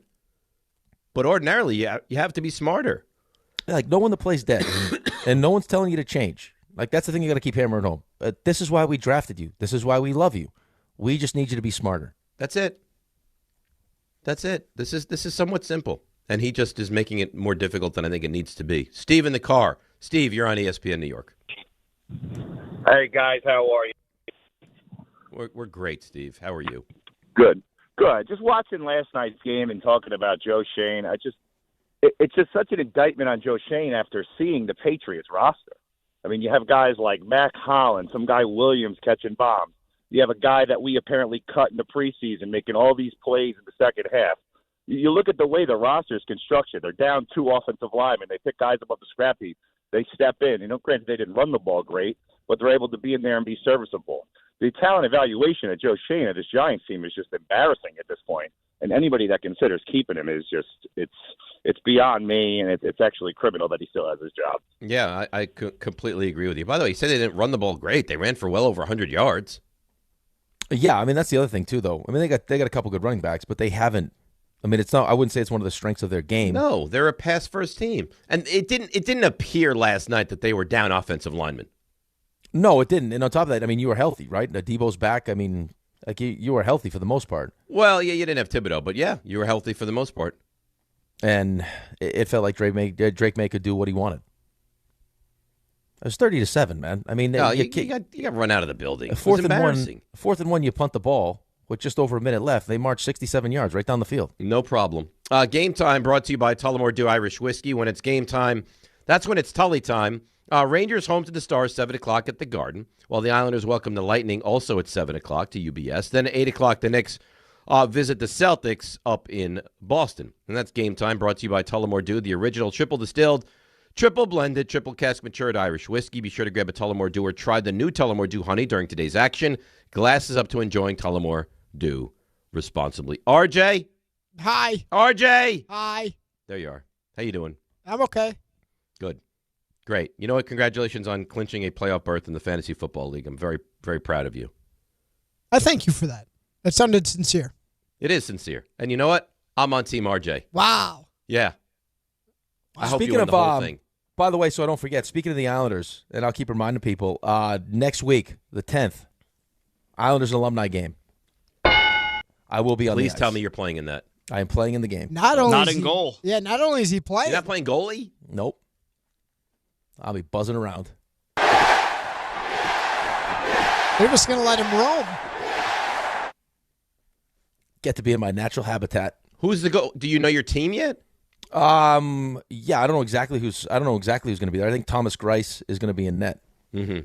Once I got that news. So did they asked you to play and said, please, whatever you do, we don't want you in goal? No, they didn't say that. No, it's going to be 2 20-minute periods. So if Greiser's back, he's going to play goal. Is this during a game? Before a game? What's the setup? It's a standalone event. We're playing. You've seen this. You've seen the show Shoresy. It's actually against the Shoresy cast. This is great. I did see that. Yeah. Like they're going to run them out there in intermission? Yeah, right. Well, Like I thought maybe it was before, like with Sparky. before a game. They're just going to throw the puck around. We just. Oh, you know what? Like I'm not doing this now. Like it would be unheard of at 5 o'clock for an 8 o'clock game for the alumni to play. Kind of. And please welcome to the ice. Oh, look, I get to ride the Zamboni. All right, I'm done. That's great. You'll be in an old man's game next week, and we'll. You know what they're going to do? They're going to let us. They're going to let us be clean the ice too in between whistles. Maybe you can try to shoot the puck. I hope you got some Shoresy pummel you. Commercial breaks. I hope Sanguine, whatever his name. I hope they destroy you. Jackwagon. I hope they do. They'll bring one of those boards out with the little hole in the bottom. You can try to shoot the puck through there. Yeah, I'm going to shoot a T-shirt cannon too. What do they think? 18 people at this game? Wow. 4 people? How many people show up for this? What a bad guy you are. I'm a bad guy. You give me a hard time. I mean, this guy. This is intermission kind of stuff. Standalone. Right. I won't. The Rangers are playing, or I'd go. I'd love to go. It'd be great. Yeah, you'd love it. See, Ray supports me. That's going out to Long Island. I hate going out to Long Island. UBS is beautiful, though. It's a beautiful arena. It's just a pain to get there for me. It's a pain for everyone. It's difficult to get there. Although, Ray, so I've heard you speak multiple times very highly of the food. Oh, the food at that place is elite. I've never been there. It's a great arena, though, right? It's a great arena. I mean, what better time than to come watch me play in an alumni game? When is this? Intermission. December 10th. Intermission on the 10th. Intermission on the 10th. I can't make it on the 10th. Why? It's tough. That's not. I mean, that's. Well, let me look. Actually, I cannot because I got a real problem next week. Why? What do you have next week? Sherry's going away. Uh-oh. Oh, no. For work. He's gonna. Oh, no. He may not survive. I have to run the house. Oh God. Yeah. Pray for the Rothenbergs. We got big troubles next week. Hey, bassoon, you get going. Got big troubles. All right, so I'm seeing that Cal's going to play. Cal Clutterbuck, Josh Bailey's going to play. Matt Molson's going to play. Webby's going to play. Matt Martin's playing. Radek Martinek's playing. Cairnsey's playing. Hickey's playing. Greiser in net. I got Trotz and Sean Bates behind the bench. Trotz is coming out. Wow. It's a nice lineup. We're rolling. Big blocking shots. I think Trotz wants to coach again. Trotz is maybe one of the nicer people you've ever met in your whole But life. who are we talking about? Barry Trotz? Barry Trotz, yes. I thought you were talking about Trottier. I thought you were talking about Trottier. I'm not talking about Barry Trotz. No, you said Trotz. Yeah, see? I was thrown off. Barry Trotz. Why would Barry Trotz be there? He's got a job in Nashville. That's why it was weird to me. No. Thank God I said that. He's got his own mess he's dealing with in Nashville. He's talking about Trottier. These guys think of Barry Trotz. No, you say Trotz. I don't think Trottier. I'm sorry. Well, that's a you issue. Big time. Yeah. That's a lineup, though. You guys should smash these Shoresy They're not guys. going to smash them. They should. Those are professionals on the other side. Are you nuts? I unleash Matt Martin just retired. He's still in great shape. Clutter dominated the Rangers alumni game. I think he had a hattie in that one. You guys need to win. Would you be embarrassed if you lost? Yeah. I'd be very embarrassed. Yeah, so 2 20-minute periods. I think there's going to be a shootout in between the periods. So it should be a nice night. It should be a nice night. A lot of the kids love that Shoresy show. We got a bunch of good guys coming back for this. I'm being told that Patrick Waugh's son is in Shoresy. Is that true? That's what I'm being told. Watch out. So they're doing a whole tour. So I think Shoresy's already played Detroit. Yeah, they was how do a they whole how do they list. do in these alumni games? Are they competitive? I didn't see what the score of the Detroit game was, but they're playing Toronto, Boston, L.A., us, Calgary, Edmonton, and Vancouver. So they got a nice little tour going. That is nice. It's a fun concept. I like it. RJ, Hi. how you doing? Good. How's the weather look, RJ? Don't ask him that. It's not great. Not great. So his kid was a professional player, played in the AHL. Yep. And now is on Shoresy. Oh, There was that famous incident, his kid. Infamous, cool. if you call it. Patty's got one of the best lines of all time, though. It's tough to hear him with the Stanley Cup. You got to do the Canadian accent where there's no plural. I can't hear him with the 2 Stanley Cup ring in my ear. RJ, if we can bypass the weather and get right to the CMT, that would be great. To Cuddle. I'm servicing 3 times as many people as he's able to get to. To marry. Not everyone can afford to take off work and pay whatever it costs to get a foursome. or to trash? Let the wild rumpus begin. That Want a meat stick? is the question. Someone said there's weather stuff to worry about. You really gave quite the weather update, you know that? That's high-level analysis. Mm-hmm. Really good. Alrighty, so we have discussed ad nauseum the amount of things that have gone wrong with the Giants. One cut we have not played yet that I think is worth playing is your guy, Abdul Carter. And he was simply asked, why were you benched? Your second time in 3 weeks. Still like what happened? Happens. What happened? I ain't gonna get into detail. Like I said, happens. Why, Abdul? Like, for asking me the same question, I just answered. You didn't answer it. You sound like Why, such Abdul? a jackass. Why? You sound like such a jackass. Yeah. Stuff happens. No, it doesn't continue to happen to guys that are committed to winning football. No, it doesn't. Yeah, Belief happens. He clearly doesn't get it. So, all that is to lead to the question, what is the most troubling thing about the Giants right this second? Yes. Yes. I'll tell you what, Abdul, your crappy attitude happens. That's what's happening right now. Would it be Abdul Carter's refusal to show up on time or do whatever it is that continues to get him benched? RJ, how come they can say that word on game day, but I can't say it on the YouTube? It's a good question. I mean, Yeah, when do you start to use it? you could say it. It'll be the only time you say So it. it's Carter and his ways. It's Dart and his lack of sliding. Yeah, And it's Shane maybe. and his Existence lack of with still the being Giants. here. Yeah. Wow, that was mean. Well, existed with the Giants. Yeah, you got it. Jackson Dart's refusal to slide, Abdul Carter's refusal to show up on time, or the fact that there's at least a chance that Joe Schoen is back next season. How does this guy get a duck into the stadium? I have no idea. I'm still trying to figure out what happened there. By the way, you're listening to DNR on WHSQ, WCBS FM HD2 in New York. We're accomplishing a lot right now. Yeah, we just got a lot done there. Legals, The duck, the ducks, legal. the weather, yeah. Shorzy. I like weather. So I'm marrying the one that bothers me the most. Yep. Joe Schoen and the possibility of him returning next year. That's I one think is answer the to this. biggest story. There's one answer to this question. And that's the one. Yeah, that's the one. I will Cuddle Carter. I will trash Dart. Although I wouldn't trash the Dart story, but in this trio, Agreed. I would trash the Dart. Across the board. I like that. Efficient. I think that was the answer and the only answer. Alrighty. We'll see where you land here. I think I know where Dave will land, but. So. Not in the playoffs. Cool. Well, we're going to get to that too, but not yet. So in the NFC, the Patriots also took a step back, and now they're firing on all cylinders again. Firing. So that's what this is? Just a step back for you guys? Mm-hmm. Just a small step.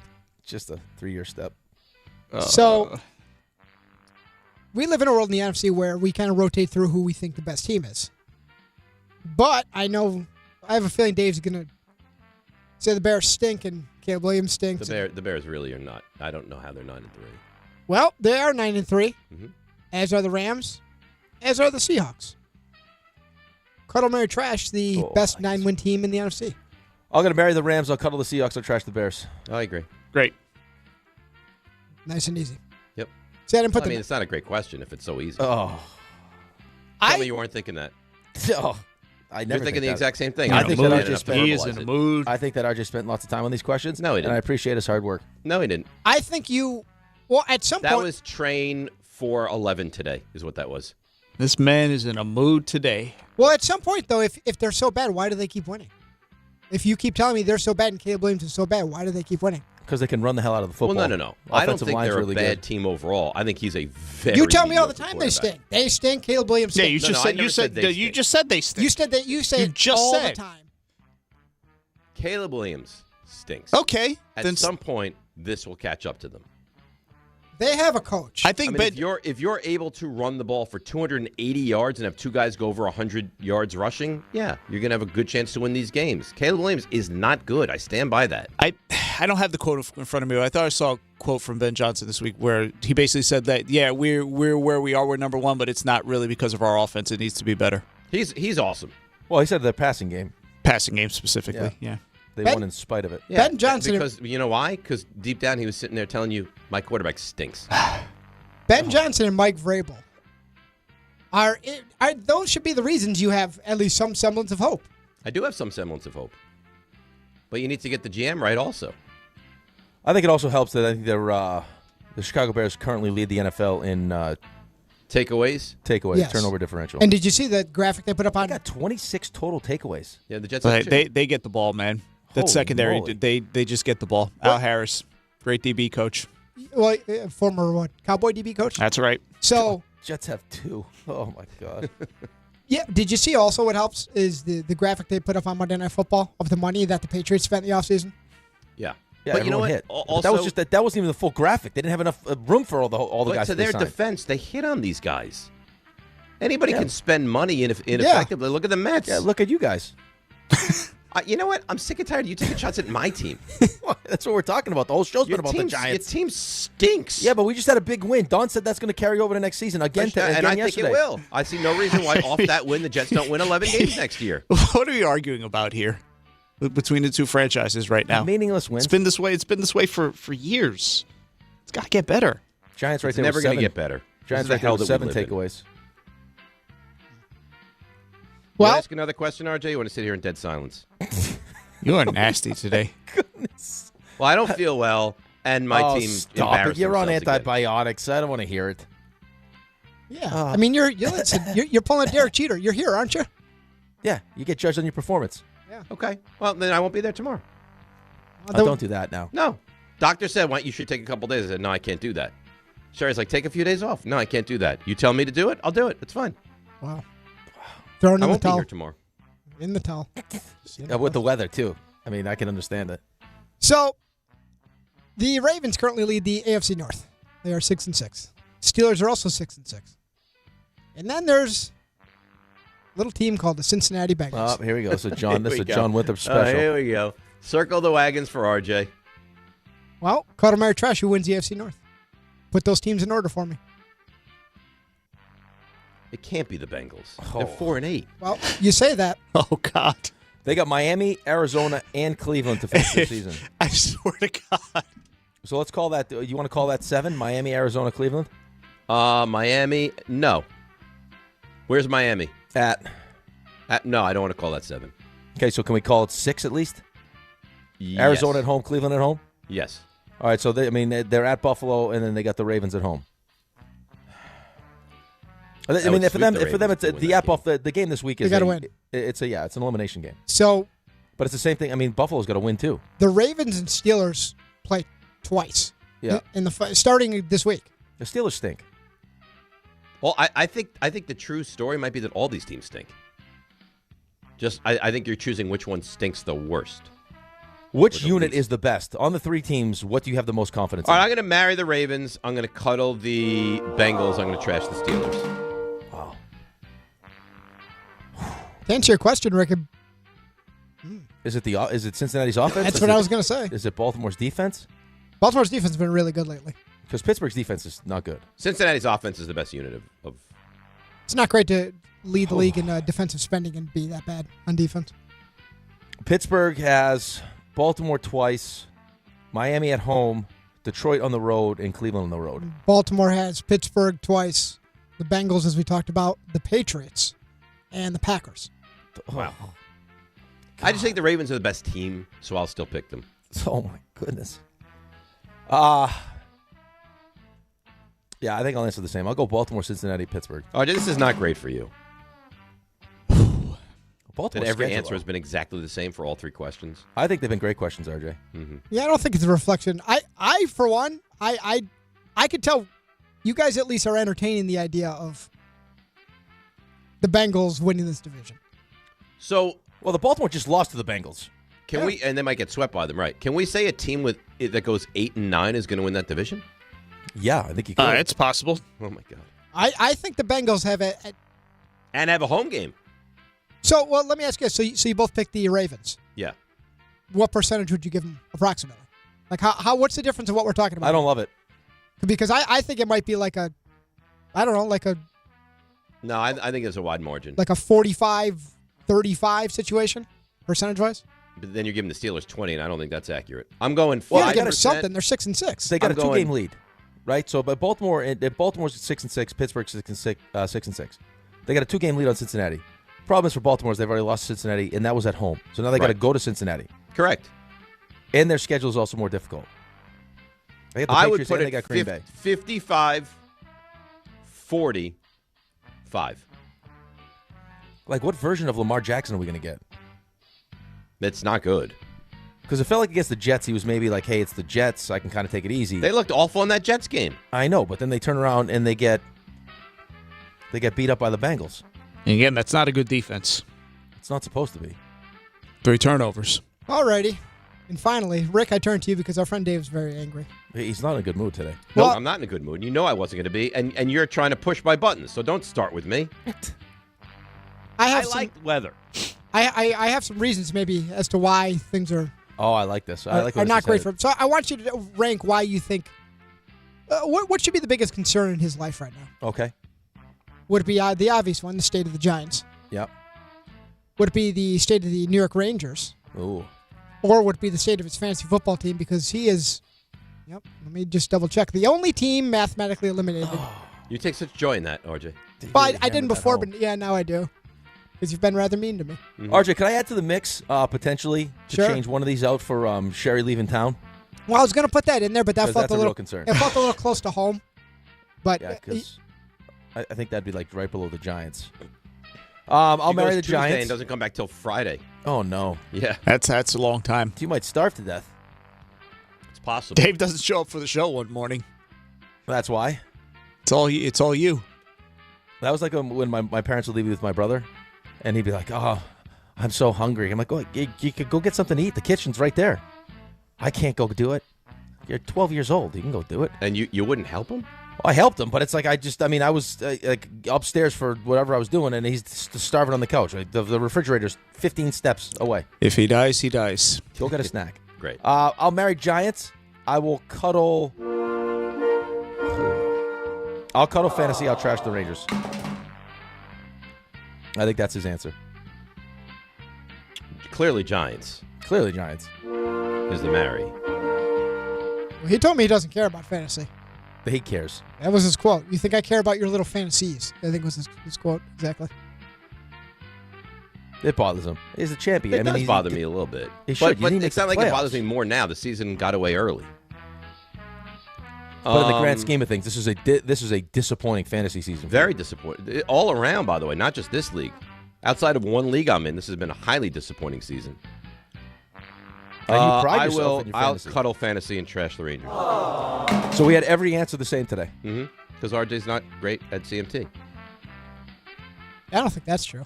Can I say something too, which I don't think is fair, and I don't know why they did this. Why would they put up on Get Up right now that he's been evaluated for 4 concussions this season? Because I don't believe that's true. I don't think it's accurate, right? Because I mean, didn't he say it's only been 1 concussion he's been evaluated for, and the others weren't concussions? What were the others? Well, they had Other the injuries. preseason one. Remember, they evaluated for that one in the preseason where he intentionally took that massive hit. I think they're counting that one. Obviously, They are counting. It says including preseason. I could have sworn what he said was that it wasn't that they weren't all for concussions when he went in the tent, but maybe he's lying. Well, what were they for then? Other injuries. You don't go to the tent always for concussions. Right. It could be something Hamstring. else. but- Remember, he was limping off the field with the hamstring. I mean, he's had other stuff that's happened to him. Well, let's Blue talk to Tent's not Mel a con- about this. Yeah, Blue- Time now for the Kiper Report, brought to you by the Perisman firm. Mel, hope you had a great Thanksgiving. Welcome back to the show. We're in a very bad mood off the Giants game last night. How are you? In a bad mood? Well, what's the bad mood about? Lots of things.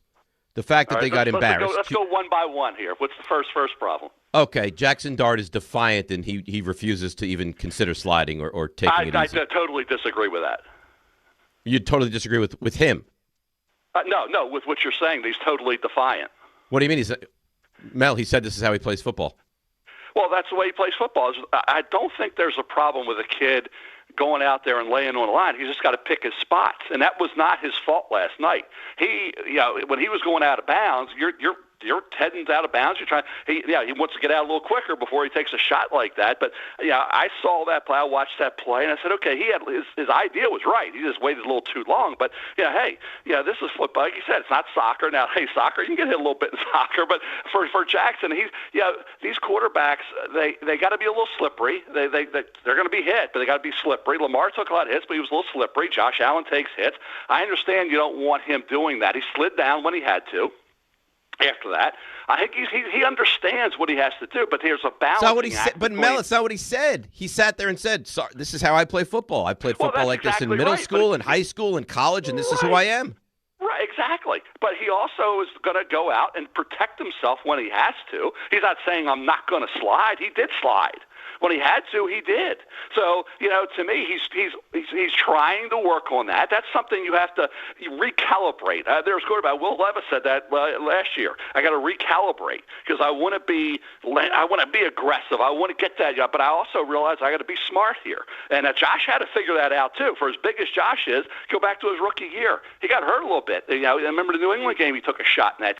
And in the Minnesota game, he's hurdling people. I talked about that. He still does what he does, but he realized too, that out of bounds is a safe place. That's a safe haven. So for Jackson, I don't think it's defiant. I think he's just saying, hey guys, I'm an aggressive football player, which was what we all want in our quarterback, to set the tone and not feel like you're different than everybody else, but be smart. Pick your spots. You're going to have to lay it on the line on a fourth down play, on a critical third down, late in the game drive, end of the half. There's times where you're going to have to get that yard. You're going to have to. Yeah, and that's fine. If there's one play that you have to go all in to try to get it, but it feels unnecessary other times. All right, listen, we disagree. Well, he's a rookie, and he's okay, a rookie, if you think he figures it out, that's great. Believe me, I have no problem with Jackson Dart at all. The kid's a baller all the way. Okay? All right, so we disagree on that. I don't like the way he's acting. You have no problem with it, fine. That's number one. We disagree. Number two is Abdul Carter, and the fact that now this is the second consecutive time he's missed meetings and hasn't been able to start in a game. Is that unacceptable? Yeah, I mean, Dexter Lawrence said something about the schedule's a little shaky a bit. I don't know what he's running through the schedule being a little shaky. I don't know what that is, but in terms of when it happens once, you learn from that. It happens again. Then you have to be sitting out. No, that's unacceptable. That's unacceptable, and that's why Kafka did what he did. At the end of the day, you can't have this. He's 22 years old. He's a young kid, but he's got to learn. He's a professional. You're getting paid. I don't care what your age is. You're getting paid. You're a professional. You got to do what you need to do as a professional. Everybody knows that. I have an 8-10 call. I'm not sleeping through this today. Okay, I'm 65. I didn't do it when I was. Guess what? I started when I was 18. I didn't do that. I didn't miss anything. So this notion of age is I was 18 when I started doing 25 radio shows a day, and I don't remember missing any. Okay, so at the end of the day, you can't. I remember missing any segments with ESPN when I was 22. So at the end of the day, no, there's no excuse for him doing this. I mean, you know what your schedule is. I don't care a little shaky. The schedule's the schedule, and you got to be there early. Coughlin was right about that. Never. I don't wait. I don't get up at 8:09 for an 8:10 show. Okay, this whole notion. Everybody has to figure it out, and I'm with you on that. There's no excuses for that. He's got this cannot. Hey, we keep saying cannot happen. This cannot be happening. Yeah, was this? Go ahead. No, I was just going to ask a follow up to that question, Mel. Was this something that you heard was an issue for him when he was at Penn State? No. And like I said, this is something that, again, once it happens one time, I get it. Everybody makes mistakes. Everybody can have a situation where something happens, and they whatever reason, I don't make it into that, but if for whatever reason, you miss whatever you're missing.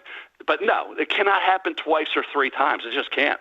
It's unacceptable. So we're 1-1. I agree with that. You disagree with the Dart. You agree with the Carter, and the third one we're sick over is the fact that Joe Schoen, 4 years now, and there's a thought that he might be back, and we just don't understand how he could possibly be back next season.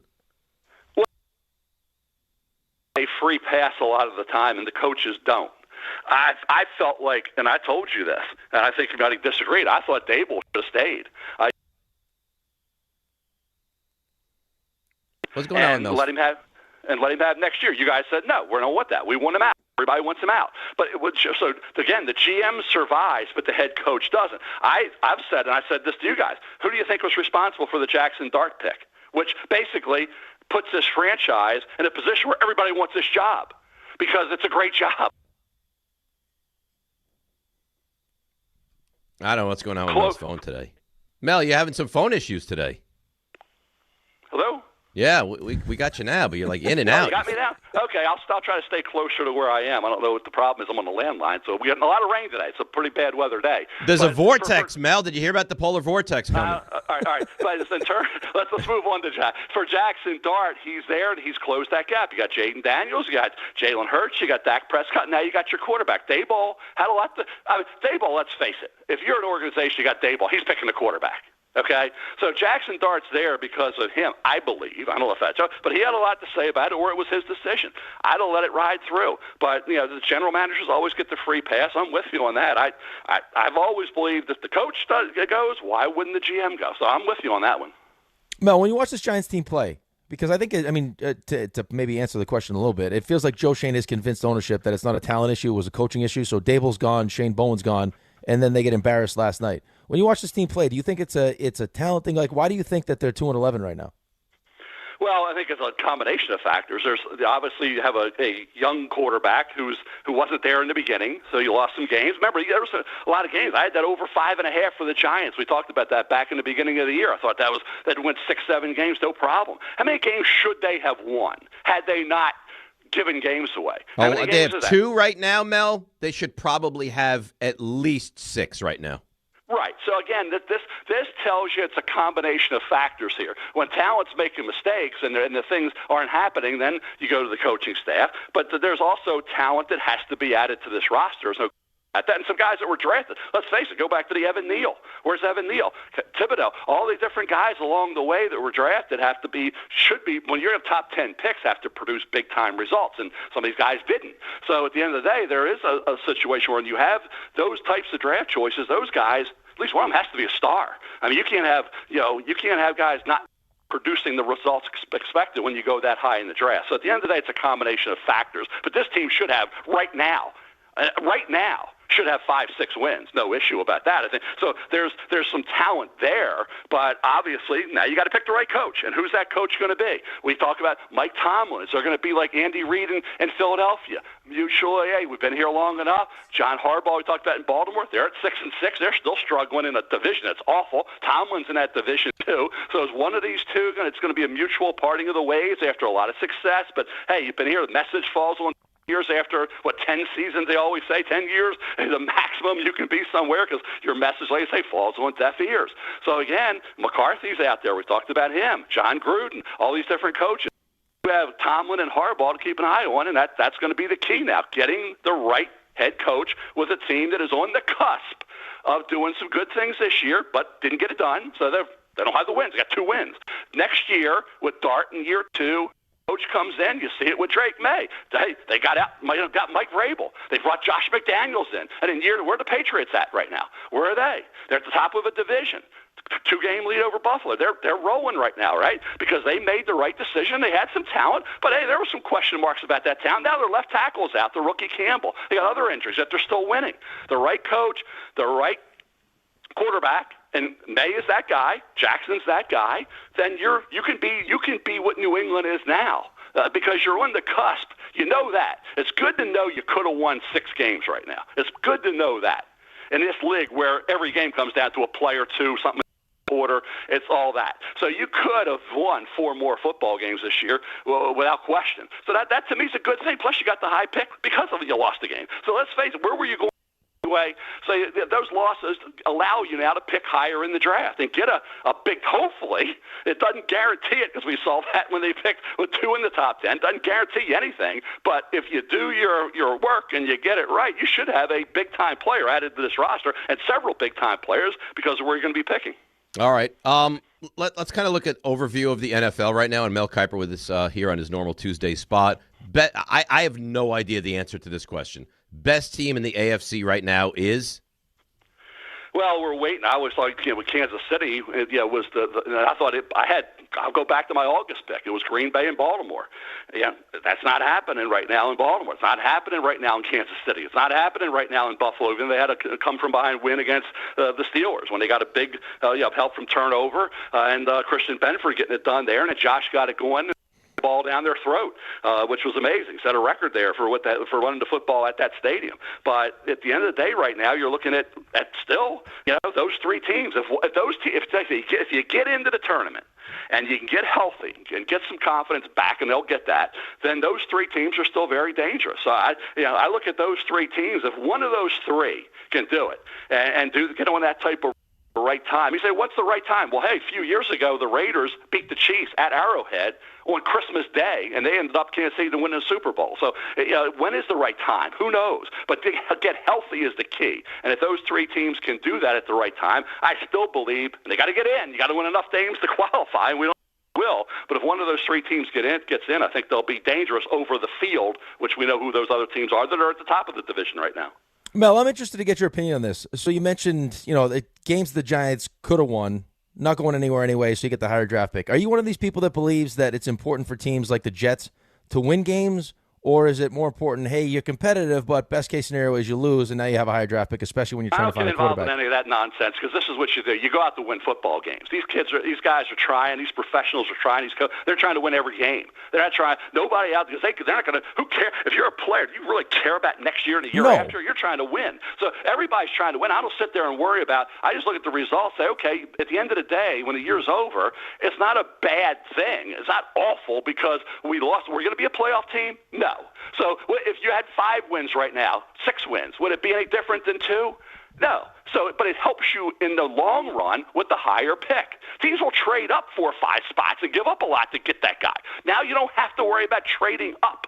Okay, it's costly to move up to the top 10, top 5. When you're up there, that saves you all that, right? So there's a plus for the losses, but you don't think that way. You evaluate it after it's over and say, okay, in the long run, we were on the cusp, could have won those games. That's a good thing. It means we're right there where we need to be.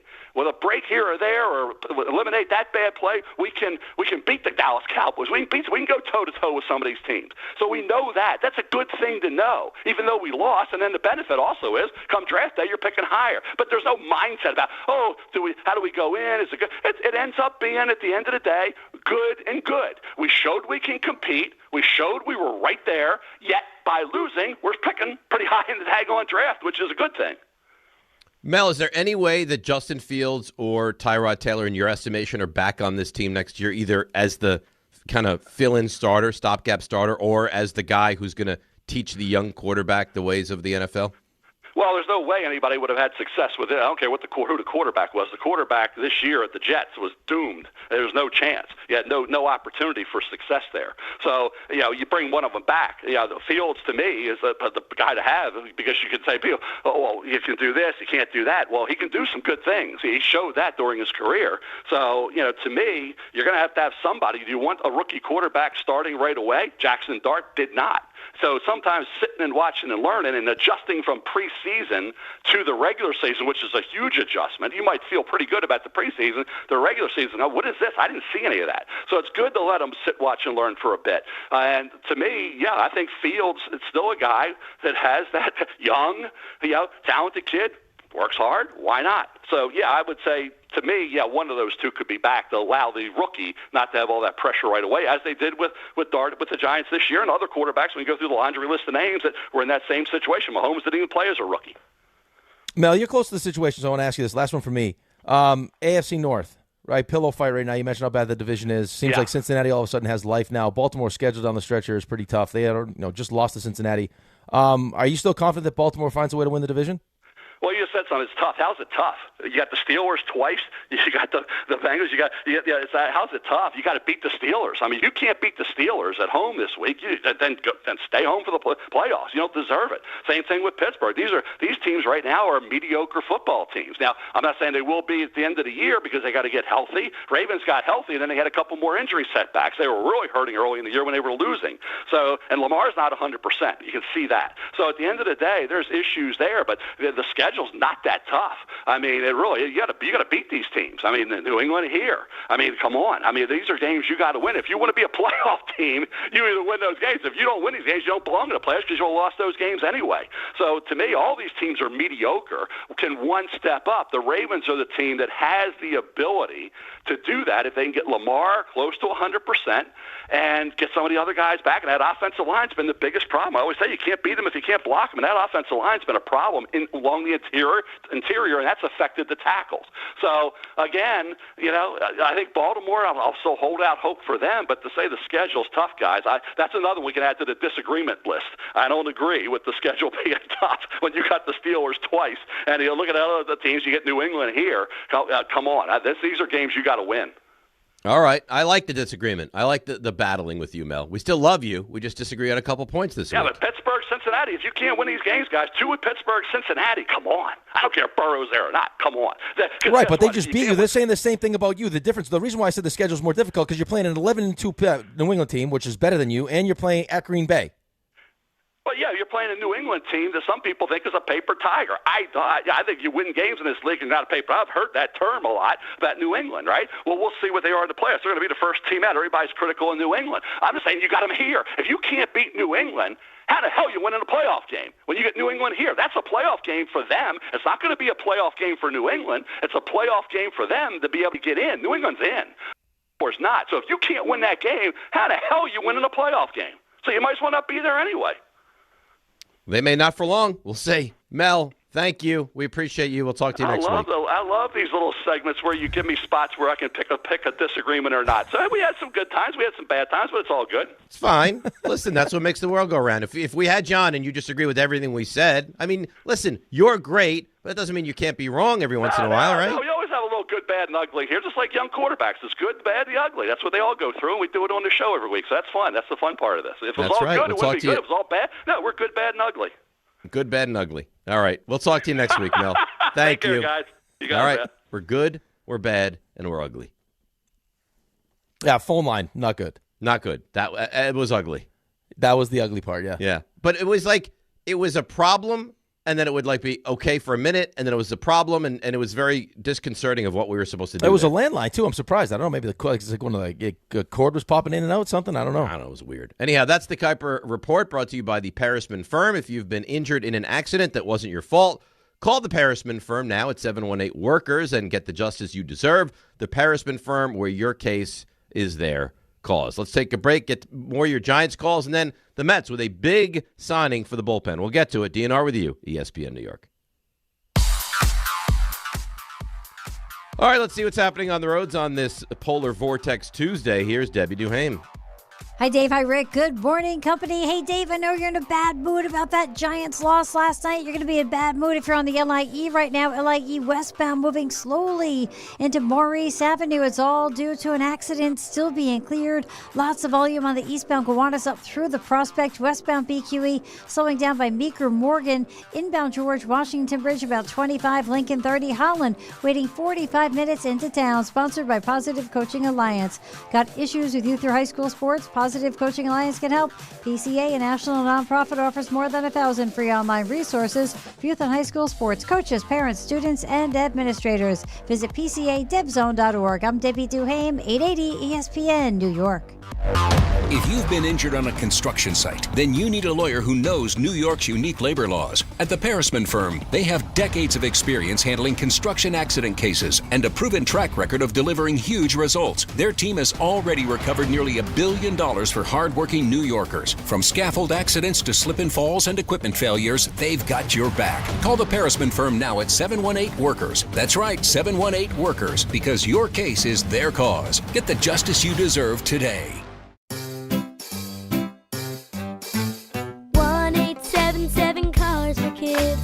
KARS Cars for Kids. 1-877 Cars for Kids. Donate your car today. 1-877 Cars for Kids. Donate your car today. Ready to get rid of that old car? Donate it to Cars for Kids. Call 1-877-CARS for Kids to reach a friendly live agent. Donation's super easy, and your car can be picked up as soon as tomorrow. Call us now, 1-877-CARS-FOR-KIDS. That's cars with a K to donate your car today. 1-877-CARS-FOR-KIDS. KARS Cars for Kids. 1-877-CARS-FOR-KIDS. Donate your car today. Hurry! It's your last chance to donate for 2025. Last chance! Donate now for a 2025 tax deduction. Carmelo Anthony here for DraftKings Sportsbook. An 82-game season, that's a grind. Trust me, I already know about that. The Emirates NBA Cup turns it up even more, and DraftKings Sportsbook lets you feel that fire every night.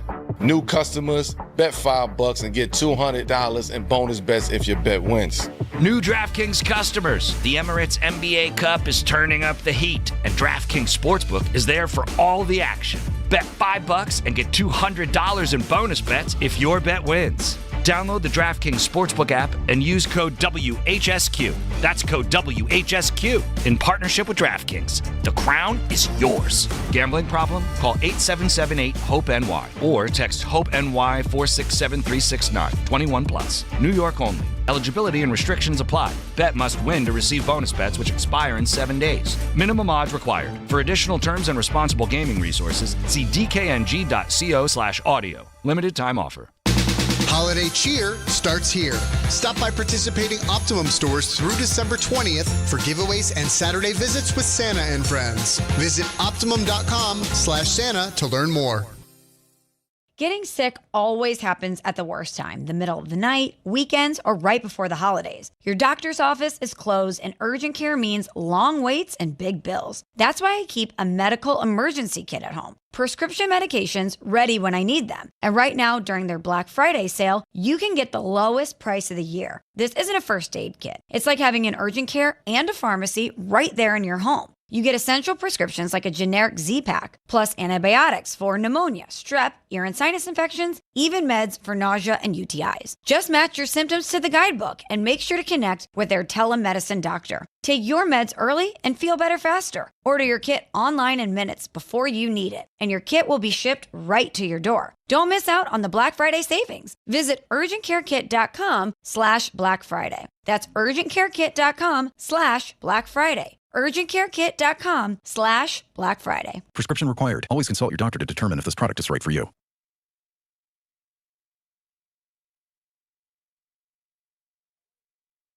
Meaning in this song, and then you're going to yell at me. What is this, Ray?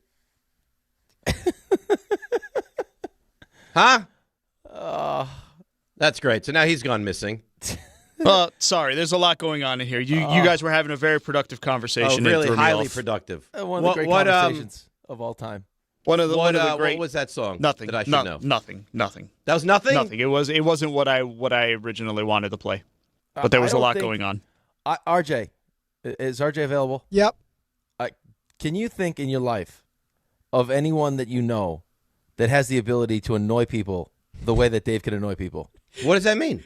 You're like a cyclone just sucking everyone in.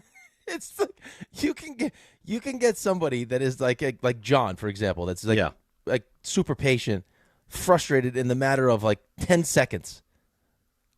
I never. The camera will adjust to that. I don't know what he's talking about. I've seen John in so many instances, like one-on-ones, show meetings, like talk in front of like dozens of people.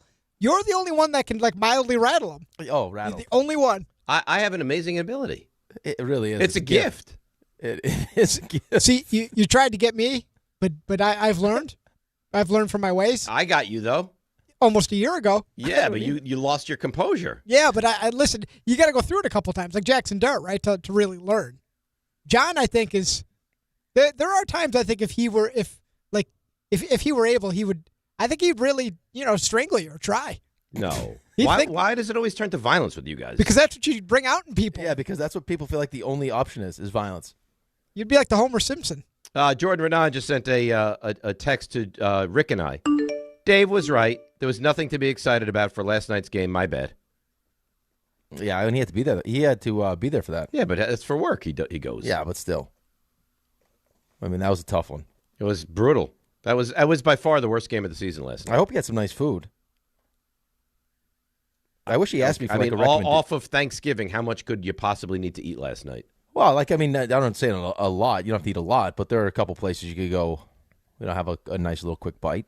What, you think he came back last night, or you think he's coming back now? I think he said he comes back next day. Next day? Yeah. But the difference is that's drivable, right? He must have driven to Foxborough. He might have. So I'm wondering, like, does he get out of there 2 o'clock, get back this I'm morning? sure No, he's listening to the show now, so maybe he'll text us. Why don't you ask him?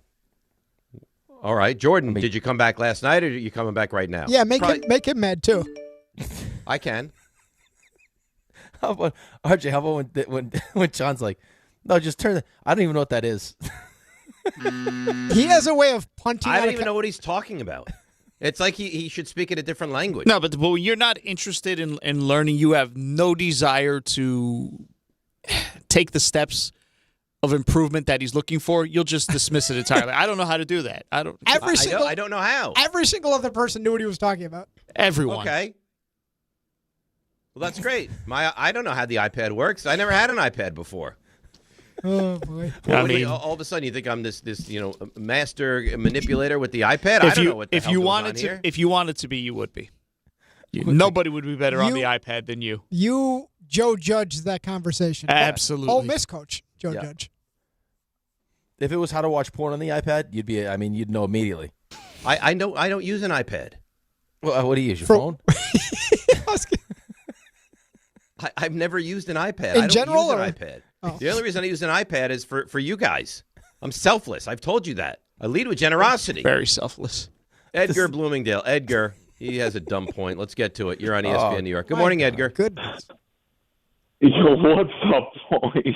You got Blu-ray DVD porn or what? What's up, Dave? Anyway. No, I haven't watched porn on a television in a very long time. One day you pulled out a Rocco Siffredi. I almost lost it on air. I flipped out. I was like, no way he said that. The guy's a genius. Yeah. Anyway, yo, the Young Ho Koo peanut meme with that kick. They could have put a 4-year-old and they would have hit the ball. Who does that? The Giants. The Giants kickers do. They almost got the Scottish Hammer killed. The Scottish Hammer almost got killed too in that play. Yeah, you're talking about a dynamic duo. Jackson Dart. I know you're going to the hair model. Yeah, terrible. You're going to disagree, but you got to sit Jackson. He can't take these shots. Why? It's over. It's over. It's over. Why? There's nothing to play for. What do you gain from sitting him? Why? What would be the point? No more headshots. That guy's him and Scatterbo in 3 years are going to be 1, 2, 7 apples. I mean, come on. They're both going to take massive headshots. That can't continue. It can't continue, but they're not going to sit him. That's a problem, but you can't just sit the guy for the rest of the season. Then how about if he gets concussed and then, you hear like that he can't play for the next whatever. Well, he can't keep going in the tent. He can't live in the tent. No, of course not. We all recognize that. The problem that Dave has with it is that he's just, he is defiant. And his answer is, this is how I play. Check my tape. This is who I am. Right. Like, we know. We watched you play. We understand how you play. But, some of that has to change a little bit. Like, again, there's a difference between being aggressive and being reckless. And I don't care what Mel says. Last night, he was not going out of bounds. He was trying to pick up the first down. Like, he could see it. And he's like, I'm going to get it. And he didn't get it. They took a huge Mel hit. also says he would like Justin Fields back on the Jets next season. Yeah, there was a couple things that he said. So, Mel, listen, I think Mel's great, and he's entitled to his opinion, but I think there's sometimes that his opinion is kind of off base. Yeah, I would ask him, like, what exactly does he do well? He's young, he's athletic. That's what he said. He's young. Which is something just because he's young, I don't want him as my quarterback. Right. Also feel like he's getting worse, not better. And by the way, experiment has not gone well. Yeah, and by the way, doesn't really feel comfortable like being thrown into games to do some gadget stuff. That's awesome. Yeah, but who are you to say no? Like, right. I don't want that. I don't. That's another great question. Listen, don't worry about it because that win against the Falcons will carry over into next season. RJ, this is a great text exchange. Can I read it to you quickly? Sure. So Rick says on the chat with me and Jordan, did you come back last night? Jordan replies, I'm driving now. Got back to the hotel. I didn't see driving now.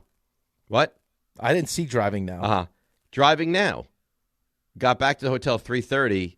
Have to get to the Giants facility for Shane's press conference. Rick's response, You driving? Jordan says, what else do you think driving now could possibly mean? Oh, boy. Yeah. It's that kind of day. Yeah. I missed it, okay? I'm trying to do a radio show and have a conversation on the phone with Jordan, all right? Yeah, it's all because you want to know whether he flew. Yeah, he flew last night. And I'm supposed to start manipulating the iPad. You know what? It's progress. At least you didn't. Mid-show, let me flip this baby around. At least he didn't call him at an inappropriate time. So you know what? That's progress. Right, that's true. He probably just showed up to Logan at around 1 a.m. and expected to fly out. By the way, don't turn the tables because the guy says I'm driving now, and you respond, I didn't see are you it. driving? When I asked the question, if I saw he was driving. All right. Listen, I'm not the one that said, what else does, quote, driving now mean? Yeah, and you saw I responded to that because he's being nasty. Rude. He looks down on you. Yeah, so I responded the way I know how to respond. Let's go to Kevin in Great Neck. Kevin, you're on ESPN New York. Hey, guys. Good morning. Good morning. There's a depressed Giants fan talking here. Hmm? I'm at the point of it's way past depression with this team. Like they need to just fire Joe Schoen today and call it quits. They've lost 13 straight road games. They fired the coach, fired the defensive coordinator. The players don't show up. I don't know what else they need to do. I don't know what John Mara is even thinking at this point. We agree. I don't know what more there is to say. I know that Mr. Mara's going through quite a personal health issue, so maybe it's not first and foremost on his mind, but I think that, like I said earlier when Rick asked the question, 98% of Giants fans would say that this guy's got to be gone. Yeah, I'd like to know actually how the process is happening, like what exactly Joe Schoen's been tasked with doing as part of the coaching search. Right? I mean, is it as simple as, hey, make some phone calls, give me a list, or is it that's what I told you, is what I had heard, is he was just going to give the list to the ownership and let ownership what do you need decide. Joe Schoen for, though, for that? I don't know. I mean, anyone could just give you a list, like, hey, here's who's available. I guess he was supposed to, like, vet them and do some back channel I mean, research. you could do that. I could task you with doing that. I'd be happy to do it. Yeah, I mean, your list would probably look a lot like Joe Schoen's list. Yeah, but I also wonder, is Joe Schoen willing to go to certain guys who don't kind of match up with him stylistic-wise? Right, but why even put yourself in that position if you're Giants ownership? But then who's going to do it? They have somebody on the staff that can do it. Yeah, I'm sure they do. They must. All right, let's take a break. Come back. We've spent the entire show on the Giants. We got to get into the Mets and their signing for the pen. We'll do that next. DNR with you, ESPN New York. Knicks fans, it's time for basketball, and the action starts on Wednesday at American Whiskey with Team ESPN New York and Ultra. Whether you need a pregame spot or you're looking for the right Knicks bar to watch the game versus the Hornets, American Whiskey is your destination. The party zips off at 7 p.m., and Team ESPN will be giving away ESPN, Ultra, and Knicks prizes. Join fellow Knicks fans on Wednesday at 247 West 30th Street. Cheer on your Knicks, enjoy Ultra draft and bottle specials, and cool prizes all game long at American Whiskey. I know that hiring can be challenging. You sort through tons of resumes and you get too many so-so applicants. You're just waiting for someone to match your role perfectly. Well, now, there's a place where you can meet them fast. ZipRecruiter. Need to hire right away. Start your search for strong candidates. The right fit awaits. Build your team. Build it sooner. Meet your match on ZipRecruiter. Just head to ZipRecruiter.com/ESPN right now to try it for free, and you're on your way to meeting your match. 4 out of 5 employers who post on ZipRecruiter get a quality candidate within the first day. So try it now. Go to ZipRecruiter.com/ESPN. Once again, that's ZipRecruiter.com/ESPN. Meet your match on ZipRecruiter. Try it free. FanDuel is the #1 sportsbook for same-game parlays. From points and rebounds to threes and assists, FanDuel is the best place to combine your favorite picks into a same-game parlay or track every stat live, all in one easy-to-use app. And right now is the perfect time to join, because new customers get $150 in bonus bets if your first $5 bet wins. So bet on the players you love the way you want. FanDuel is the best place to combine your favorite picks into a same-game parlay or track every stat live, all in one easy-to-use app. Head to FanDuel.com/K to sign up today. FanDuel, official sports betting partner of the NBA. 21 plus and physically present in New York. First online real money wager only. $5 first deposit required. Bonus issued as non-withdrawable bonus bets, which expire 7 days after receipt. Restrictions apply. See terms at sportsbook.fanduel.com. For help with a gambling problem, call 1-877-8-HOPE-NY or text HOPE-NY 467-369. Your ambition just met its match with Robinhood. Trade stocks and ETFs, options, futures, and crypto all on one platform. Get started today at Robinhood.com/yourmoney. Your money, your move. All investments involve risk, including loss of principal. Options, futures, and crypto trading carry significant risk and may not suit all investors. Securities offered through Robinhood Financial LLC, member SIPC. Futures trading is offered by Robinhood Derivatives LLC, not FDIC or SIPC protected. Crypto offered through Robinhood Crypto LLC, NMLS ID 1702840, not FDIC or SIPC protected. Portfolio management offered by Robinhood Strategies, an SEC registered advisor. Who knew caffeine could taste this good? With 5-Hour Energy Shots, caffeine just got a serious flavor upgrade. We're talking big flavor, from watermelon to strawberry, banana to sour apple, packed into a tiny 2-ounce bottle. You'll get as much caffeine as a 12-ounce premium cup of coffee with 0 sugar and 0 crash. And with 17 bold flavors to choose from, there's a shot for every mood. Find your favorite flavor in-store today or grab a variety pack online at 5hourenergy.com or on Amazon and give your caffeine a flavor upgrade. ESPN New York is throwing a holiday party you don't want to miss. Join us Friday, December 12th at your mother's house in Garden City Park. We'll be broadcasting the Michael K. Show live from 1 to 3, followed by Don, Hahn, and Rosenberg from 3 to 7, all while supporting a great cause. Bring a toy to benefit the Garden of Dreams Foundation and help make the season brighter for local kids in need. It's the ESPN New York Holiday Party, Friday, December 12th, brought to you by Spiked Aid, Security Dodge, Amazon Pickup, and ESPN New York.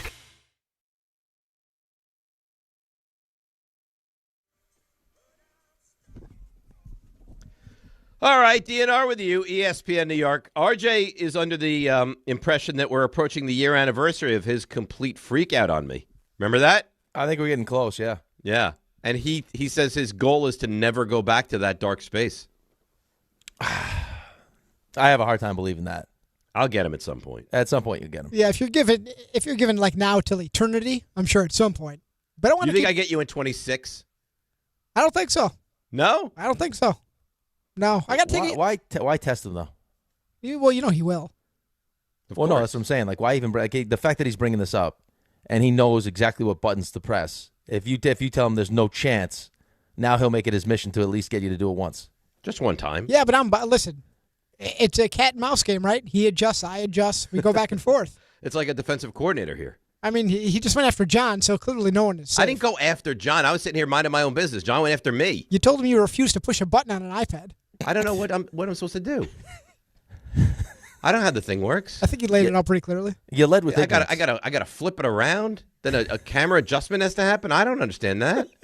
Will the camera adjust to that? I don't know. It's the selfie camera. I don't know what that is. I don't know what he's talking about. It's like if he's speaking another language to me. I don't know what that means either. I don't think anyone knows what that means. You made John. But it's provocative. But it's provocative. You made John make his frustrated noise. Whenever he gets frustrated, usually it's only for you. He'll just go, and he's gone. Yeah, he didn't come back this break. No, he's gone. That's right. I killed John. I mean, you think he wants to be in the pre-show meeting for 3 hours? No, he wants to hang in here for a couple minutes. Do you know what time I heard, and we'll get to Devin Williams in a second, Carlin got in today? 7:30. 7:30? Yeah. I don't think that was him, actually. No? How could you it was Carlin for established someone else? There was a bald-headed guy, and nice. we What made do a you mistake. mean? That was me. Carlin's he's a unique look. You've said and done some things today that I don't know if you bounce back from. Oh, I'll bounce back. All right. What'd you say? Is a unique shape? No, I didn't say that at all. I said he's got a unique look. How could you see someone and think, "Oh, that's Chris Carlin," and then realize later that wasn't Chris Carlin? You're making Don't it worse. blame me for that. It's getting worse. We got the guy in the office that looks like Brian Dable. Is that Dabe's? No, it's not. And RJ says he has a awkward interaction with this guy all the time. He said their only conversation is, "So, sorry about your job." It's not awkward at all. I said it's totally normal. That's bizarre. He's Brian That's Dable. The only interaction you have with this guy is that he looks like Brian Dable. Yeah, but he plays the bit. I don't think he wants to play the bit, though, RJ. I think he probably wants you to get to know him. You're making the poor guy uncomfortable, though. No, he's a big Giants fan. He's ready to move on from Dable. Sometimes he'll say nice things. Sometimes he'll say disparaging things about him. If that guy didn't look like Brian Dable, you would never converse with him. You don't know that. He's here very early. I do know that. I converse with everyone that's here nice and early. You would never converse with that nice I talk to gentleman. You don't even know what his name is. Andrew. I don't even know if that's true. It's true. His name is Andrew. And you guys wonder why people in the office like me more than you guys. Andrew Dable. See, now you're doing it. He looks just like Brian Dable. Right, but he's more than that. And RJ refuses to get to know him. That's right. I know everything about him. What's up, Dabes? What's his wife's name? Beth. You're lying. You don't know. I do know. How many children does he have? 1. What's his name or her name? Frank. Here's the thing. Dave would have no idea anyway. That could all be true. It's possible. I think it is true. All right, so I like this signing. I've heard a lot of Mets fans, this means they're going to lose Diaz. I don't think that's the case. I still think they're very much involved with Edwin Diaz. Do you like this 3-year, $51 million deal for Devin? Well, let me ask you a question first. Yep. Do you like this move still as much as you like it now if they don't bring back Diaz? I think it's probably – if this means they're not going to bring back Diaz, that would bother me. Right. So, I mean, that would bother me. Well, I mean, you just brought up Mets fans that don't like it because they're under the assumption that Diaz isn't coming back and that Devin Williams is going to be a closer. That's what Grassa said on Twitter last night. He's like, goodbye, Edwin Diaz. I don't think that's true. Do I love that? If that's the case, no, I don't love that. But if I tell you Devin Williams is your setup guy for Edwin Diaz, would you like that? I would like that a lot. Yeah. Yeah, but there's no guarantee that Diaz is coming back. I get it. Is it a good, I mean, is it nice to have this in your back pocket in case Edwin Diaz doesn't come back? Yeah, I guess so. I mean, the fact that he lost his job and then somehow, found a way to battle through the adversity in this market and kind of figure things out.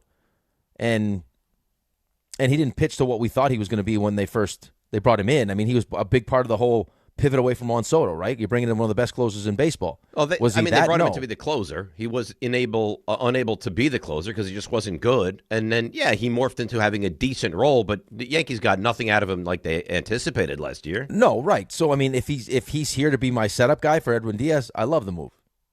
If we don't bring Edwin Diaz back and now I'm relying on Devin Williams to be my closer, right? Yeah, I would have some concerns about that. Yeah, I agree with that 100%. Now, I mean, the thing is, the Mets are willing to go to a certain point for Diaz. Are you really going to get, I don't want to say cheap because they're not a cheap organization anymore, but you're really going to stand in the way? If you're going to offer him 4 for $90 and he gets 4 for $95, like you're really going to let a little bit of money stand in the way of bringing back Edwin Diaz? I don't want to believe so, right? I mean, you want him back, he wants to be back, and you figure out what works. I mean, that's the best case scenario for us, to have Devin Williams in the 8th and Diaz in the 9th. Yeah, that'd be great. I mean, that's exactly what I want. And it's great that they're actually going to invest quite a bit of money, it looks like, into the bullpen. Well, they have to, though. Because it stunk last year. Dave, I mean, the season just period. I mean, what happened last year was an embarrassment. Oh, of the highest proportions. Right, we're sitting here talking about the Giants being embarrassed on Monday Night Football. I mean, what that season turned into. Right, and on top of the fact that, I mean, in the final game of the season, right, I mean, Cincinnati ends up losing and you can't win a baseball game. Well, because you stunk. So, I mean, to go from, hey, we have a chance to win a World Series, we just spent almost $800 million on Juan Soto, to win 83 games?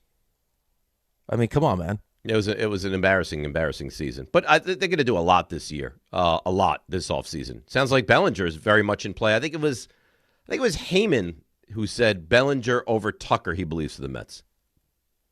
Well, that would make the most sense just as far as the versatility of it, right? I mean, the fact that we don't know what's happening with Pete, he's definitely going to have a much more robust market than he did last season, where it was like, hey, I mean, he didn't have what he wants.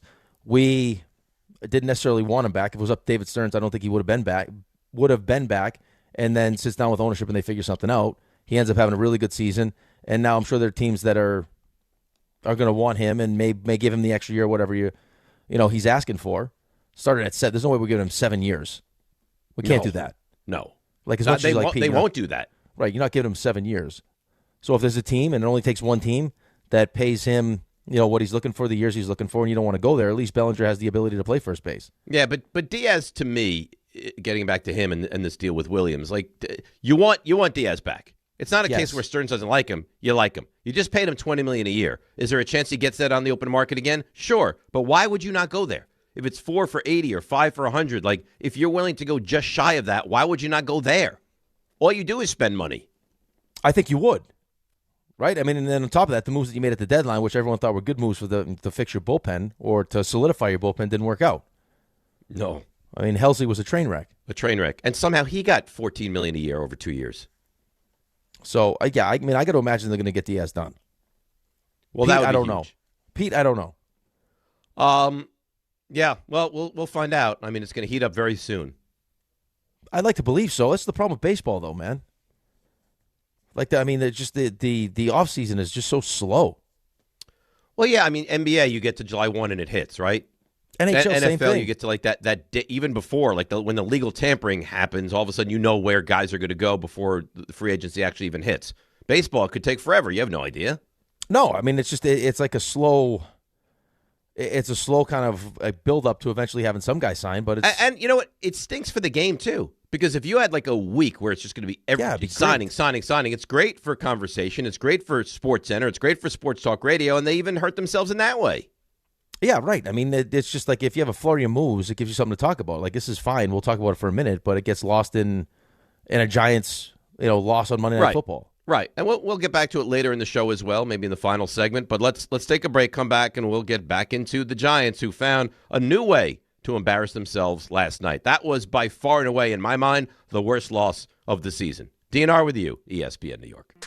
This fall, don't sit on the sideline because of pain. If you're tired of waking up stiff, fighting neck, back, or joint pain, and missing out on the things you love, it's time to take action. Call Dr. Jay Shaw at Sandwell Pain, New Jersey's top pain specialist. Dr. Shaw is an Ivy League trained, double board certified, and laser focused on one thing: getting you back in the game. Living pain-free, no surgery, no cuts, no downtime. Just precise image-guided treatments that deliver real results. Whether it's sciatica, nerve pain, migraine, or chronic joint pain, Dr. Shaw will personalize a non-surgical game plan just for you without pain medication. Same-day and next-day appointments are available with offices in Woodbridge, Livingston, and Inglewood. Most major insurances are accepted, so what are you waiting for? Don't let pain keep you out of the action this season. Visit Sandwell Pain to text, call, or book online. You'll wish you met Dr. Jay Shaw a lot sooner. Relief starts today, and victory over pain is closer than you think. Carmelo Anthony here for DraftKings Sportsbook.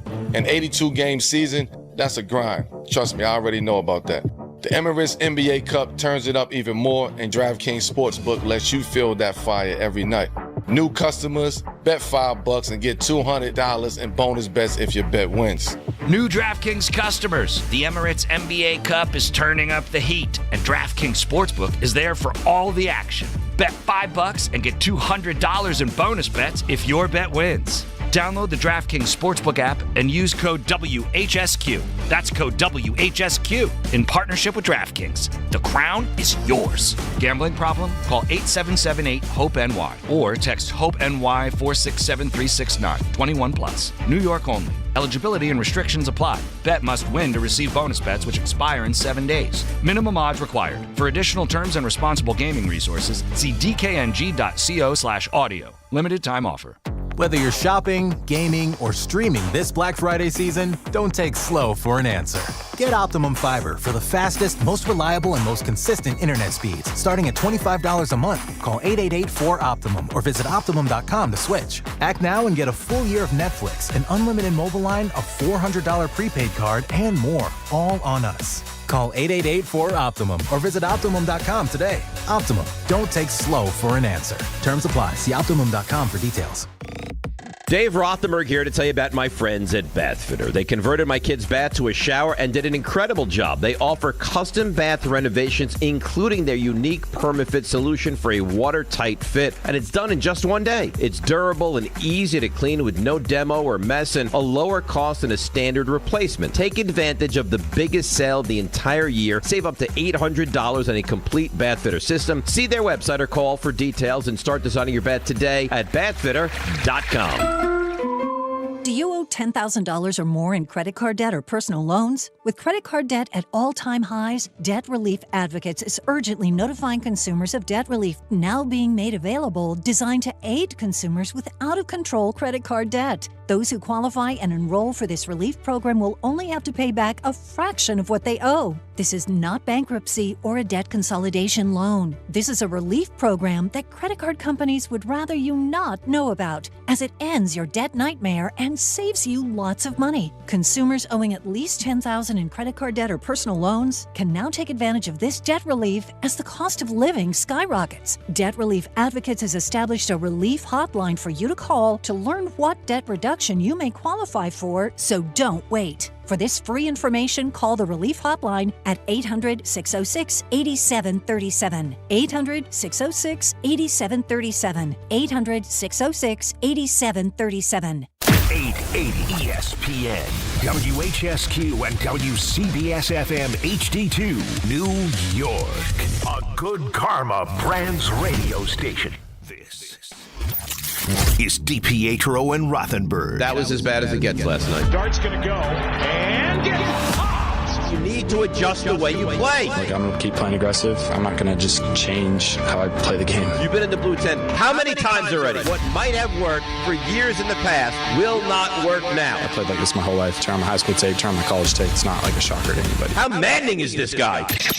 This is DiPietro and Rothenberg. If I just turn into a complete pocket passer, that's just not how I want to play the game.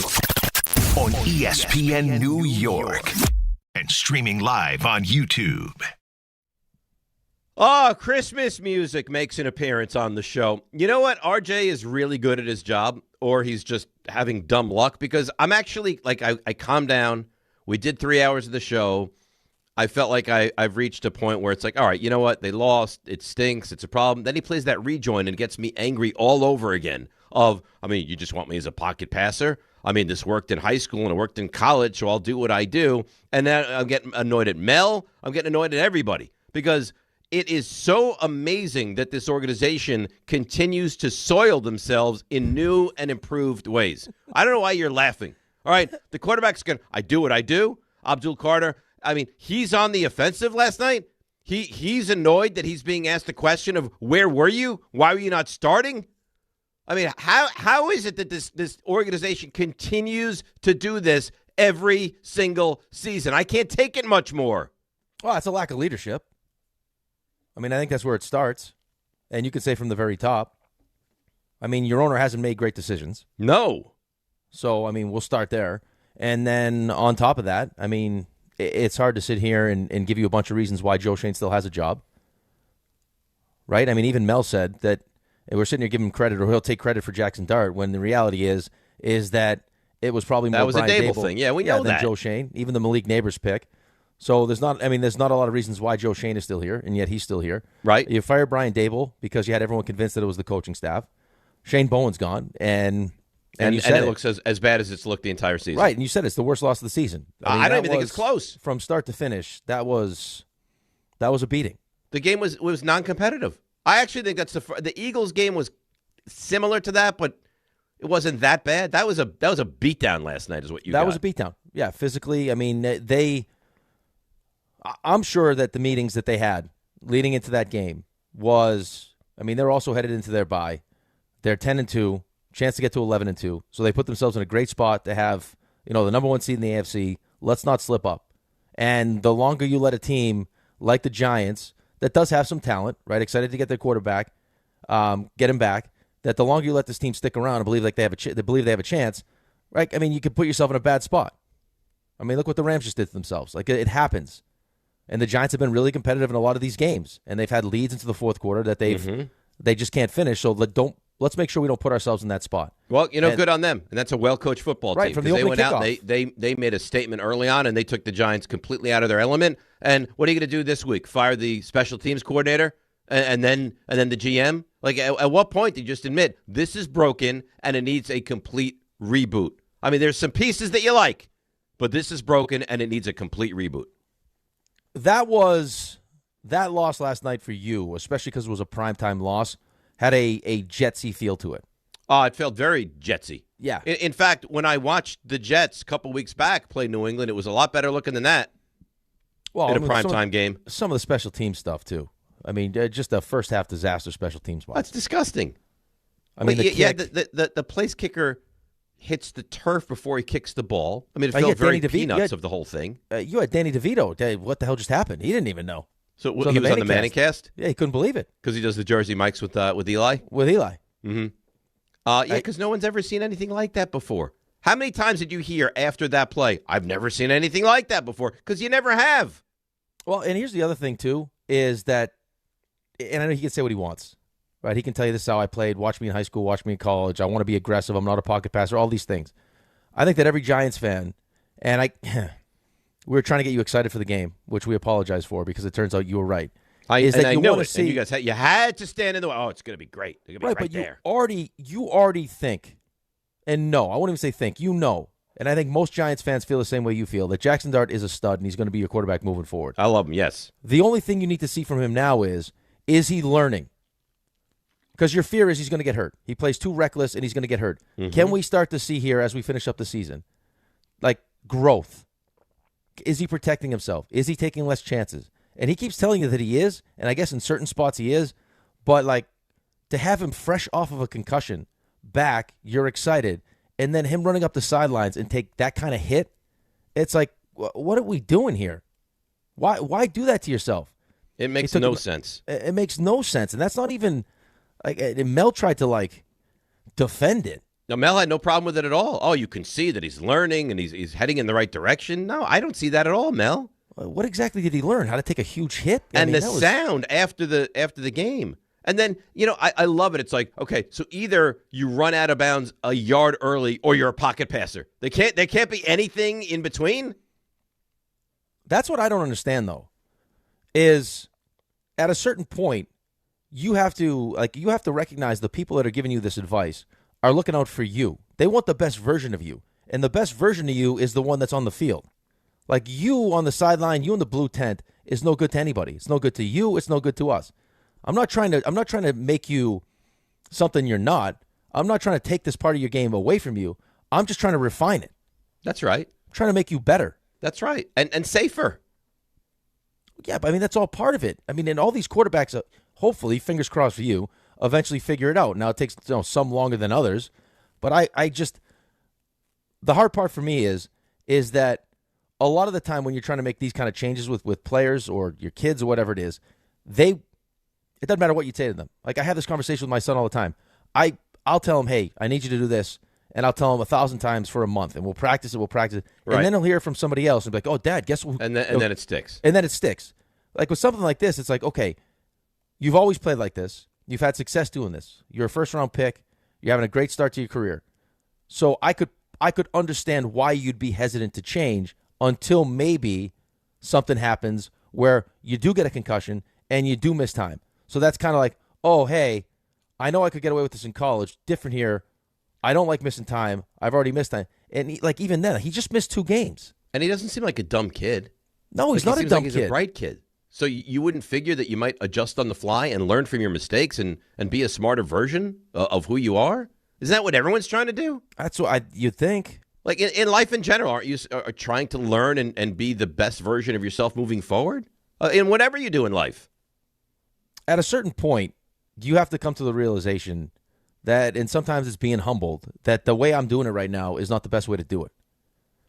Like, I mean, work smarter, not harder sometimes. Like, there's a better way to do it. I'm not going to it's not something that's going to be eliminated. I'm still going to do all the things that I normally do. Just, I'm going to have to find a better way to do it. Instead of taking a huge hit at the 36, don't take a hit at the 34. Right? Like, that's all I'm saying. Well, on top of it, I mean, not only did you just risk getting hurt, but now because your teammates are defending you, which they should, which I think is a great sign for a quarterback is they can't wait to come defend you, is now Theo Johnson takes a 15-yard penalty. Right. So now that drive is in essence done. Right. 3rd and 1 now turns into a 3rd and 16. Right. Exactly. Let's go to some of the calls. Let's hit up Steve Summit. Steve, good morning. You're on ESPN New York. Hey, good morning, guys. Thanks for taking my call. Sure. So we've spent a ton of time on Jackson Dart. Watching that game, to me, the story wasn't Jackson Dart or Jackson Dart taking hits. actually kind of saw him take a couple slides, do some stuff that wasn't that dumb. To me, the problem is the talent. Everybody else on the team stinks. He makes the right reads, and people don't make plays. He does what he's supposed to do. I saw everybody get beat physically. I saw talent disparities all over the field. This team just stinks. Like, I'm not sure that it's fair to blame Jackson Dart or to focus on Jackson Dart. I don't think anyone's blaming Jackson Dart, though. I mean, I think it's how much time do you want to spend sitting here talking about how guys stink? But I think that's important, and that goes back to the Joe Schoen but why waste your theory energy? of all this. Yeah, and I'm with you, but why waste your energy on that? Well, I think that's a part of it. I think there's three parts of last night's game. I think you get your ass kicked, and I think that goes on Joe Schoen's resume. I think Jackson Dart and the way he plays recklessly and kind of refuses to change. And I think Abdul Carter, who now this is a real problem because he was just benched and missed time because he missed a meeting, and then he did it again. Right, but I mean, I guess my point is the two things that you just mentioned, Jackson Dart and Abdul Carter, are huge pieces of your future moving forward. Right? Like, Abdul Carter is going to need to figure out what he wants and how important being a professional and how important being a Giant is. That has to change. He's a third overall pick. Right. And then Jackson Dart is your future. He's the only reason why you're excited about this team moving forward. So that's why there's been an emphasis on, hey, Jackson, we got to figure this thing out because if you get another concussion by the end of the season, if God forbid if he gets one of those hits turns into another concussion, and now fresh off a concussion, he gets another concussion, I mean, that has to change. If you're one of these potential coaches that looks at this job as a great job, I mean, you're starting to second guess. How good a job is this now? Without Jackson Dart? Is this kid going to learn? Because what happens if he doesn't learn? And I go there, and I think it's a great job, and then we start next season, and he's out again. And now it's 3 concussions. Right. And then he sits there and tells you, this is the way I play football. So, I mean, it's just there's the reason why we're focused on that. I mean, Theo Johnson's drop, it's a terrible drop. It should be a touchdown. But Theo Johnson isn't Jackson Dart, and he's an Abdul Carter. Theo Johnson is just good enough to make you crazy. He does drive you crazy, yes. Right? Like, because he's talented, and he makes plays, and then he makes awful plays. And then he'll have a drop like that. Yeah. Kind of like a less athletic Evan Ingram, it feels like. Yeah, I mean, I guess. Evan Ingram had a bad drop the other day for right, but Evan Ingram, you felt like there was like Evan Ingram just got to his ceiling. Like his ceiling was a higher ceiling than Theo Johnson's ceiling. Oh yeah, much higher. Yeah. Well, he's a first-round pick too, right? Yeah, so I mean, you had higher hopes. Yeah, but I think there's something there with Theo Johnson. He finds ways to frustrate you continuously. I don't know how. I'm sitting here thinking to myself, like, how exactly do you get through to Jackson Dart? I don't know. Because I guess you would just kind of do what John Gruden did, where you're kind of just showing him plays. And hey, like, this is one of those ones where it's third down and whatever, it's a must-have play. You scramble for a couple extra yards, I'm fine with it. This one here, where you're coming down the sideline, and instead of 3rd and 1, now it's going to be 3rd and 3, and you don't take a hit. Yeah, and we don't take a 15-yard penalty. Like that, let's get out of bounds. And I think there were a few times the caller just said that he was aware. And it was like, okay, rather than take a huge hit, I'm gonna dive. No, he dove head first, which is fine, and he got down. He didn't take the huge hit, and he did it a couple times. So you felt like in some areas, in some aspects, he was kind of learning, but then there's other times like, what are you doing? Right, but also recognize though that that now this is part of your reputation, that you aren't going to go out of bounds. So what do you think a defender's going to do in that spot? They're going to light you up. Right, they're going to light you up, and they're going to take every opportunity to light you up because they know that the Giants' best chance to win is with you playing quarterback. And then he, I feel great. Well, until you don't. Like, how long do you think that's going to last for? And it drives you crazy because you see some of these plays that he makes. A 2-point conversion. That's a great play. When he's up on, it looks like he's going to get sacked. He ends up jumping up. He's on, Chason's shoulders and makes a pass to Manhurts. And it's like, wow. I mean, that's a special play. And then the next play, the 4th and 1, they decide to punt it. And that's why I need you to stay healthy for me. Like, I would show him all those plays. This is why we need you on the field. You're more important to us than the extra 2 yards you might pick up. Yeah, it's very frustrating. Let's go to Ed in Newark. Ed, good morning. You're on ESPN New York. How are you? Hey, good morning, guys. Thanks for taking the call. I called almost 2 months ago, about a month and a half ago, and the conversation was around probably 2 months, around Aaron Glenn And should he be a one and done? I called and brought up Dable and stated that he needed to be fired just as much as Aaron Glenn, probably more so. But I also stated that it was a package deal. So if Dable goes, Schoen has to go, right? So now I didn't understand the move, and then to add insult to injury, the news is that Schoen will stick around and will be a part of hiring the new coach. And then we have yesterday's fiasco.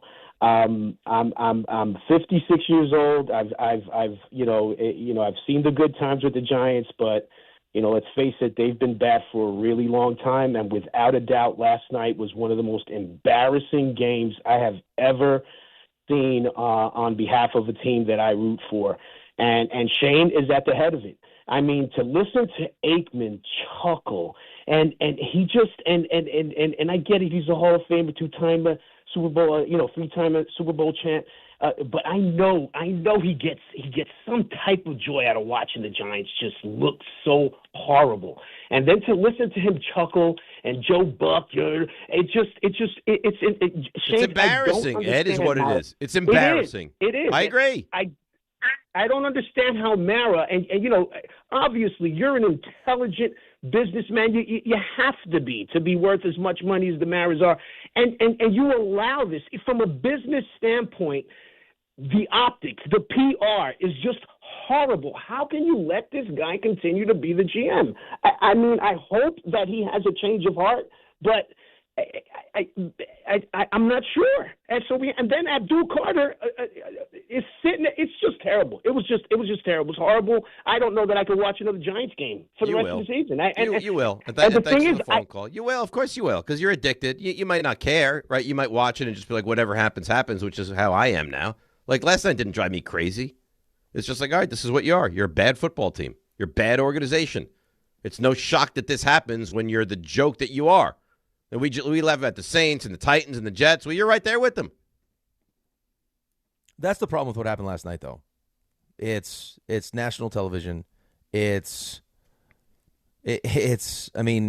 finding ways to not just lose, but embarrass yourself while you're losing. But maybe that's what you need.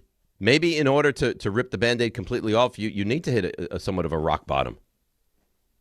Yeah, I'll be interested to see what it looks like once they come out of this bye, what the team looks like, what the engagement from the fan base is going to be like. I want to hear what Joe Schoen says today, man. I'm really looking forward to that. I mean, poor Jordan didn't get back to his hotel till 3:30 in the morning, and then flew back, and then is driving back. Let's go to Manny in Jersey. Manny, you're on ESPN New York. What's up, buddy? Hey, how's it going, guys? Good. So, don't kill me, but for months you guys have been using for Jackson Dart the words elite and great and, future of the team and everything like that. And personally, I think you guys really loosely.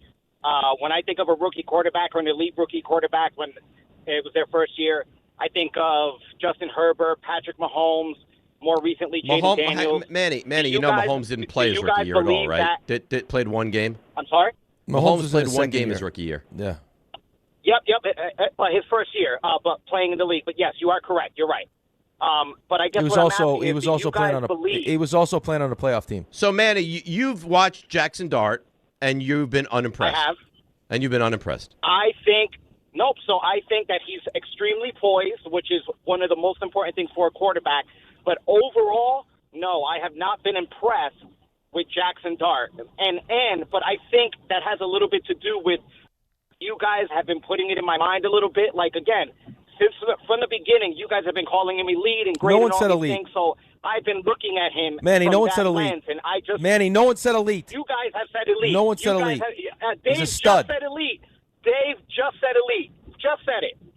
So I think Manny, he's a terrific quarterback, and I think everyone we've spoken to, and thanks for the call, everyone we've spoken to, is the Giants' job attractive? Oh yeah, why? Coaches love Jackson Dart. What more did you want from him in his rookie year? Well, not to mention the fact he's got no Malik Neighbors, and now no Cam Scatterbo. He's got Slayton. He's got Wan'Dale Robinson. He's got Theo Johnson, or his big receiving threats. What did you expect him to look like? I didn't expect him to look this good. Okay. So whether you say great, elite, looks better than you anticipated, he's going to be a good quarterback if he stays healthy in this league. I don't think there's two ways about it. He's When going did you to say be. elite? I don't know that I said elite. I don't think we've ever said elite, but I think he has been great. In context, for a rookie getting starts on this team with this lack of talent around him, I think he has been great. Yeah, I stand by that. Under the circumstances, especially. Great. I didn't expect this. No one expected this.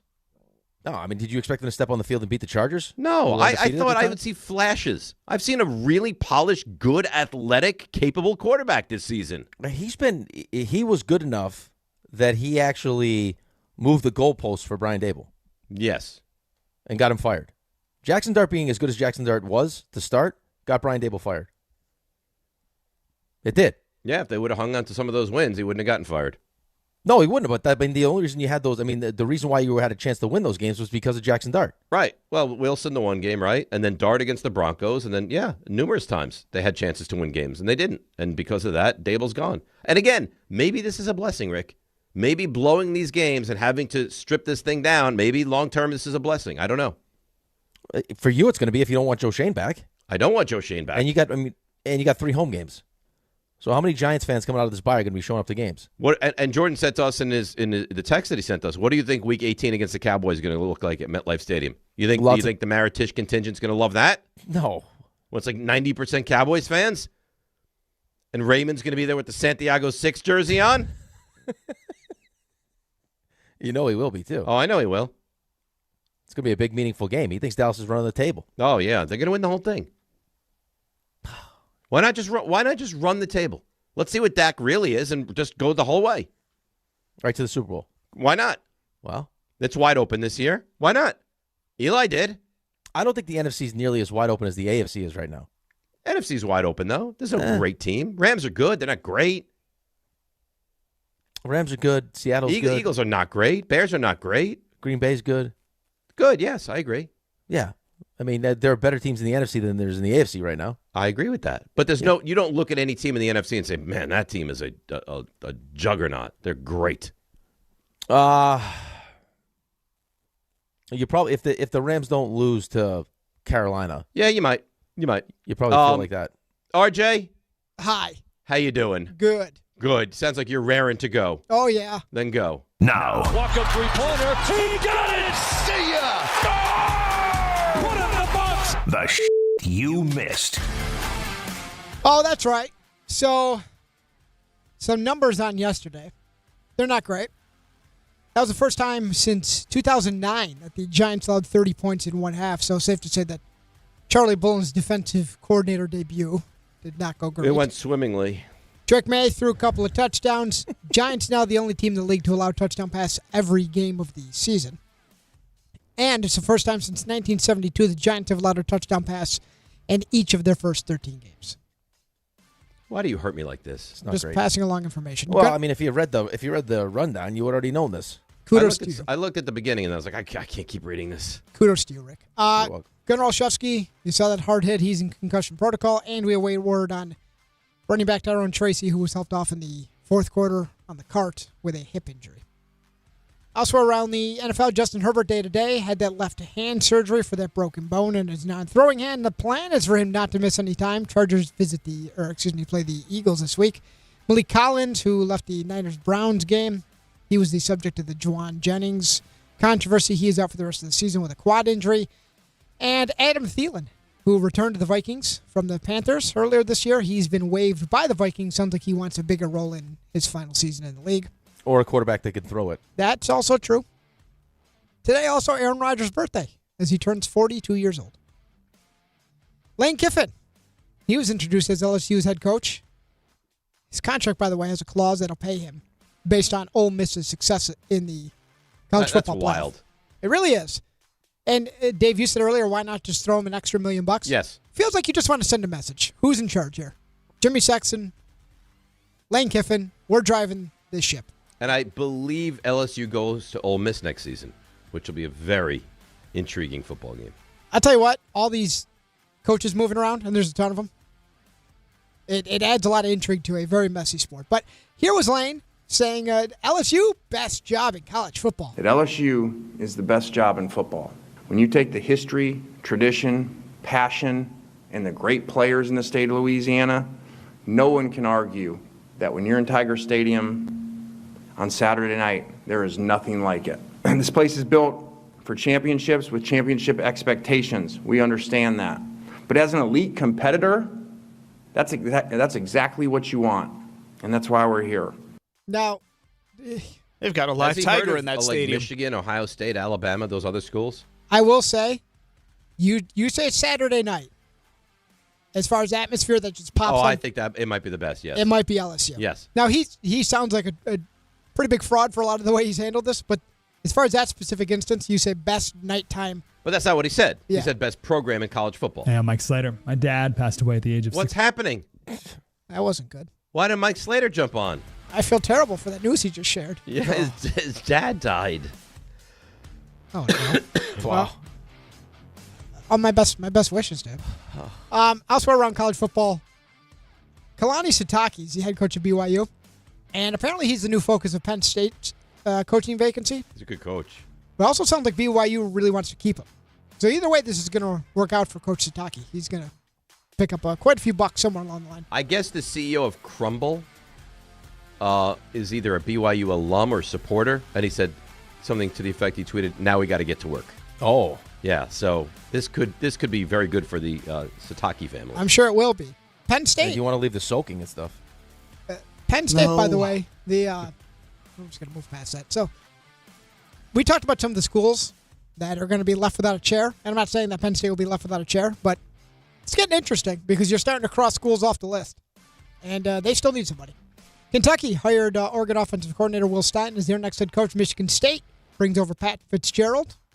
And UCLA is hiring James Madison's Bob Chesney as their next head coach. This is wild that all this is going on as we still await a college football, like conference title playoff games. schedule, right? College football is actually We need a madness. conference champion first in all these big conferences. By the way, Michael Porter, he scored 35. Noah Clowney had 18. Nets beat the Hornets. Good for them. Suns beat the Lakers. Devin Booker left that game with a right groin injury. Men's college hoops, Michigan rises up to number 3 in the latest AP poll. On the men's side, Purdue still number 1. St. John's all the way down to number 23. Vegas wasn't kind to them.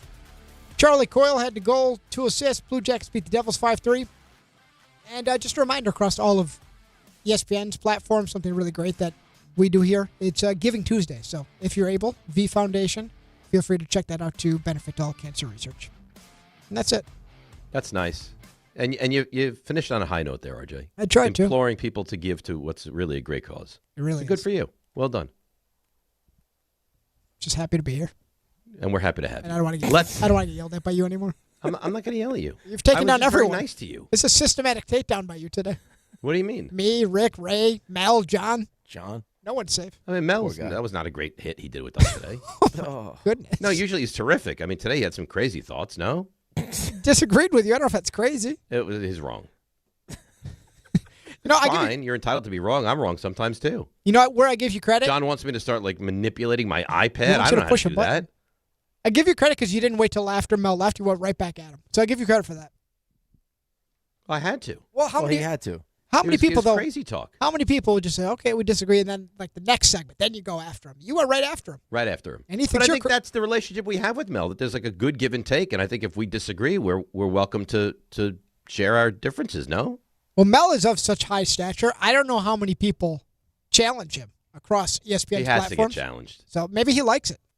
Maybe he does. Maybe it's like a fetish. Maybe. Yeah. Maybe. All right. All right, let's take a break. We'll come back. We'll get to more of your Giants calls. Maybe he'll hear a little bit from Carter and Dart and all the particulars and do a little Mets as well. It's DNR with you, ESPN New York. All right, let's see what's happening on the roads. Here is the great Debbie Duhame. Hi, Dave. Hi, Rick. Yeah, Jackson Dart's got to be careful on the field. And, hey, we've got to be careful on the roads today because of the bad weather coming in. Watch for delays right now. Jackie Robinson West at Cypress Hill Street. It's a collision. Traffic slowing down over the Hutch North at Orchard Beach Road in the Bronx with a crash. Garden State Parkway southbound into 138 in Kenilworth. A car fire heating things up. 7 trains suspended. Willets Point to Flushing, Maine. That's all due to some ongoing police department activity. Sponsored by Positive Coaching Alliance. Got issues with youth or high school sports? Positive Coaching Alliance can help. PCA, a national nonprofit, offers more than 1,000 free online resources for youth and high school sports, coaches, parents, students, and administrators. Visit PCADevZone.org. I'm Debbie Duhame, 880 ESPN, New York. Hey, I'm Mike Slater. My dad passed away at the age of 63. It's out of nowhere. Had a stroke. Super hard, obviously, for the whole family, but my dad had life insurance. This is why I have life insurance for my family, for my wife and 4 kids. And the best place to get life insurance is ethos.com because you can do it in 10 minutes. And there's no medical exam and no blood test, just a few health questions. Get life insurance in 10 minutes so your family is protected. Ethos, ETHOS, ethos.com/play. This college football moment is brought to you by ServPro. College football teams have moments they recovered from and made it like it never even happened. Like on October 2nd, 1993, when the University of California faced a 30-0 halftime deficit to Oregon. Cal went on a remarkable 42-11 run in the second half to capture a 42-41 victory, one of the largest comebacks in college football history. ServPro, like it never even happened. Bet 365.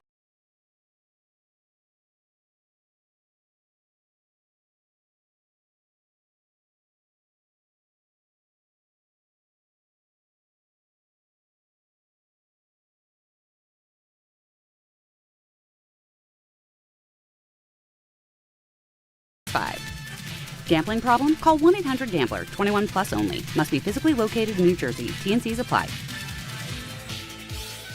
The holidays are here, and Amazon Pickup is your MVP of package pickup. Need that perfect gift like a brand new jersey for the big game? With Amazon Pickup, you can grab your order from secure Amazon lockers or counters near you on your schedule at no extra cost. It's fast, it's easy, and it keeps your holiday surprises tucked safely away. So whether you're running from work or heading to the holiday party, Amazon Pickup makes holiday shopping worry-free. Find your nearest Amazon Pickup location at amazon.com/pickupmvp. That's amazon.com/pickupmvp.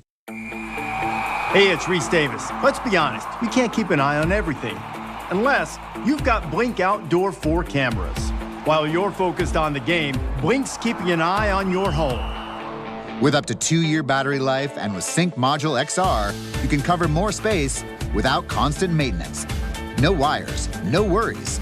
Blink helps keep an eye on what matters most. Get Blink today at the Home Depot.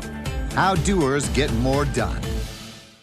Hey, fans! Welcome back to Fansville's Cheers and Tears. Oh. Okay, so like everybody deals with losing, right? To a rival on a last-second field goal. Whatever, it's fine. I'm totally fine. But I cope with losing with an ice-cold Dr. Pepper. Those 23 flavors are like so delicious. They totally wash away the pain of your college football team taking a big fat L. College football, it's a pepper thing.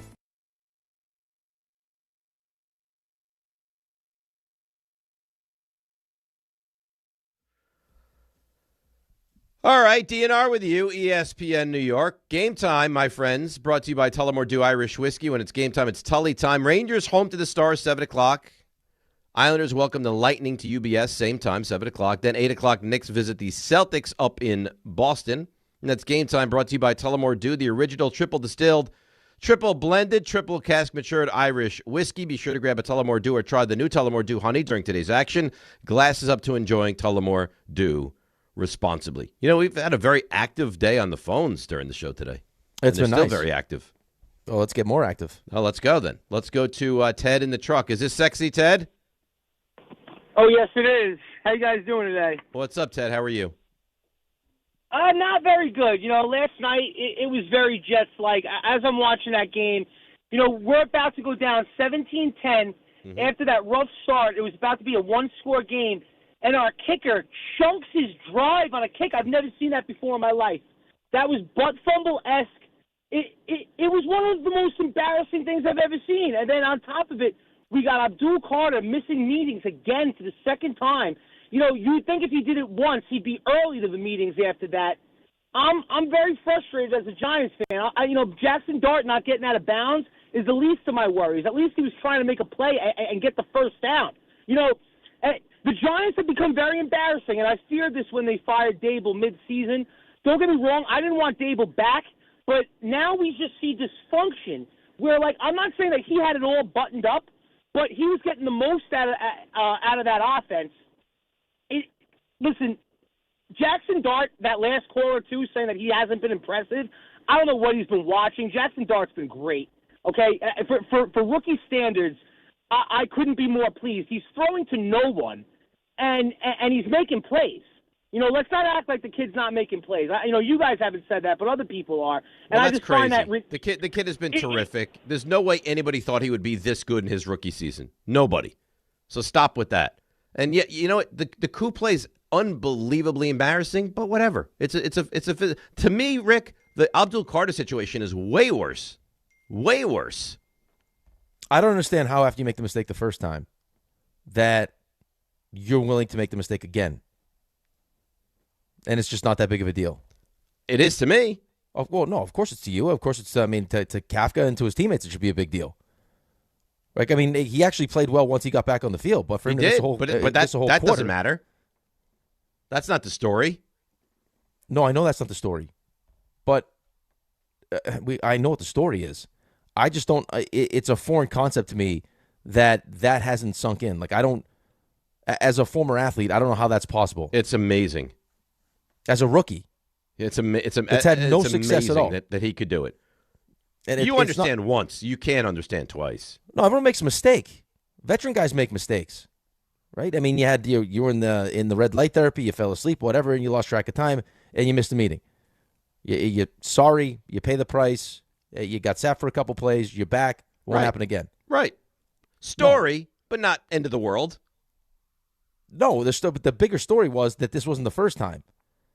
And now, okay, can this correct? Like, Dable wouldn't do it. Kafka does it. Hopefully this corrects the behavior. Oh, no. Does not correct the behavior. And now I got to sit him out a whole quarter. Brian Burns was asked, is Carter learning anything from these continued mistakes? I think it's just an honest mistake. He's human. He makes mistakes. At the end of the day, he does have to be a pro, and he does have to, take accountability, which he did for what happened. But I'm just trying to help him be the best he can and try to help him through his rookie campaign. That's all. He's not doing a very good job. He didn't take accountability, though. Campaign. But he didn't take accountability. He didn't take accountability, and he did the same thing again. Well, accountability would have been he apologized, they made a mistake, I got punished for my mistake, and it doesn't happen again. Right. Right. The only accountability he's taken is the punishment. That's it. And then he was combative. And then he's like, bleep happens.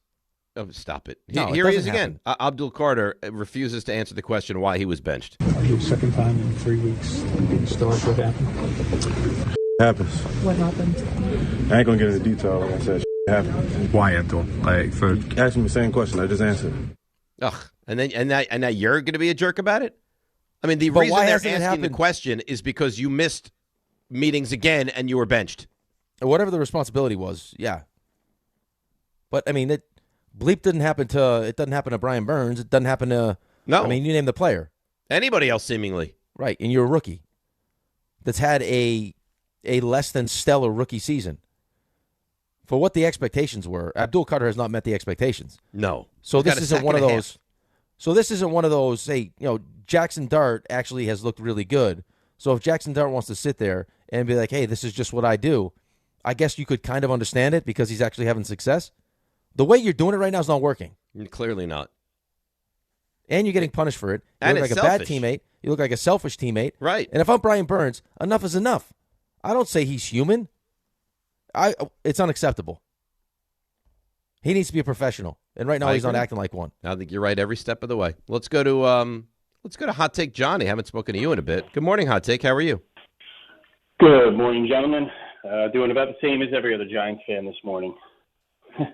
So I think the bigger picture here, people keep talking about talent, and not that that's not an issue, and not that Joe Schoen doesn't deserve to be gone at this point, but I think, as you guys are talking about with Carter, I think discipline is one of the biggest issues with this team. You can't tell me that once Dayball left, that is when Carter started missing meetings. From what I've heard from Johnny, what we've heard is that this was going on continuously.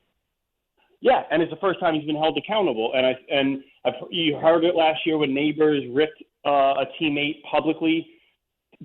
A reporter asked Dayball about it. Dayball said, well, he's right. And you can't have a rookie receiver ripping people. I think there's no discipline on the team off the field, so of course it's not going to show on the field. I think coaching is ultimately the biggest issue with this team. It has been, and you're seeing it just on the field constantly with just a lack of discipline from this team. You get a coach like Tomlin if he leaves. You get a coach disciplinarian. I think you'll see a lot of this change. Not to say they'll become great, but I think just coaching has been so bad for so long. It's just every little detail is just completely missed. And someone like Abdul Carter is just a perfect example of that. And thanks for the call, Johnny. Right now, if I told you whatever team continues to fall and soil themselves, would you take John Harbaugh or Mike Tomlin? I think you'd say yes, right? Yeah, absolutely. Yeah.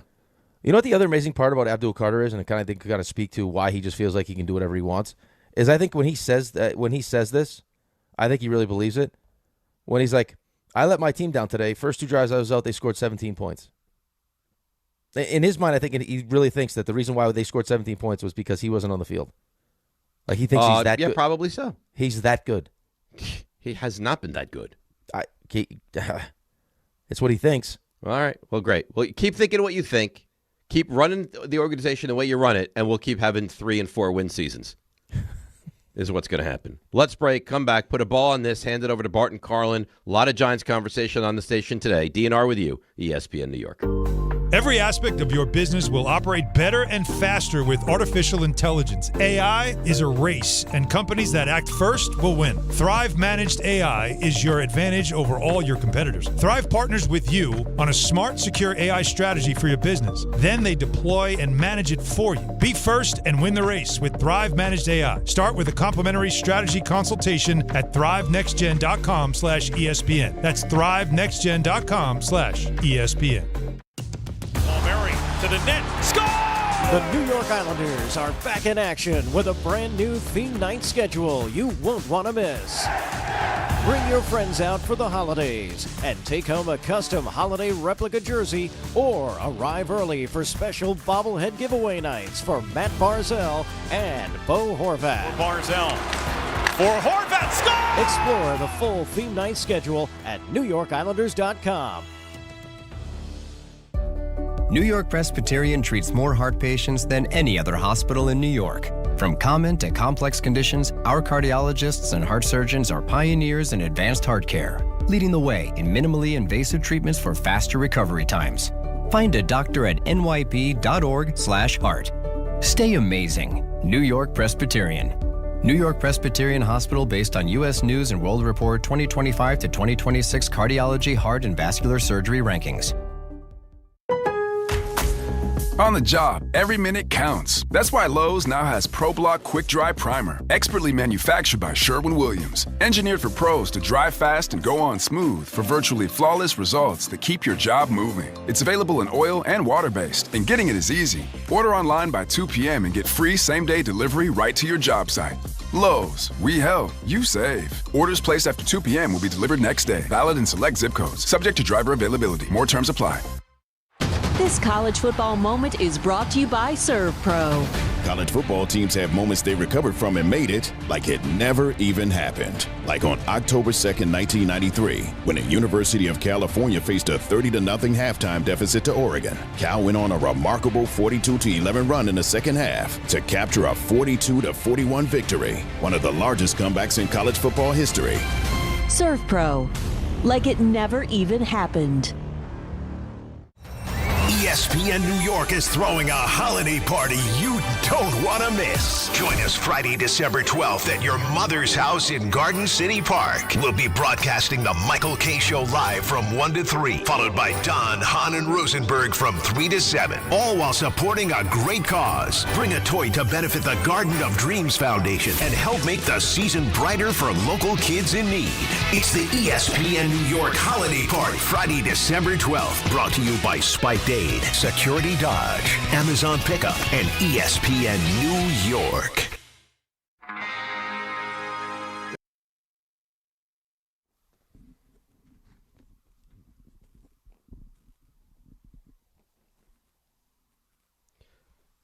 All right, DNR with you, ESPN New York. You can see Raymond just had the transformation.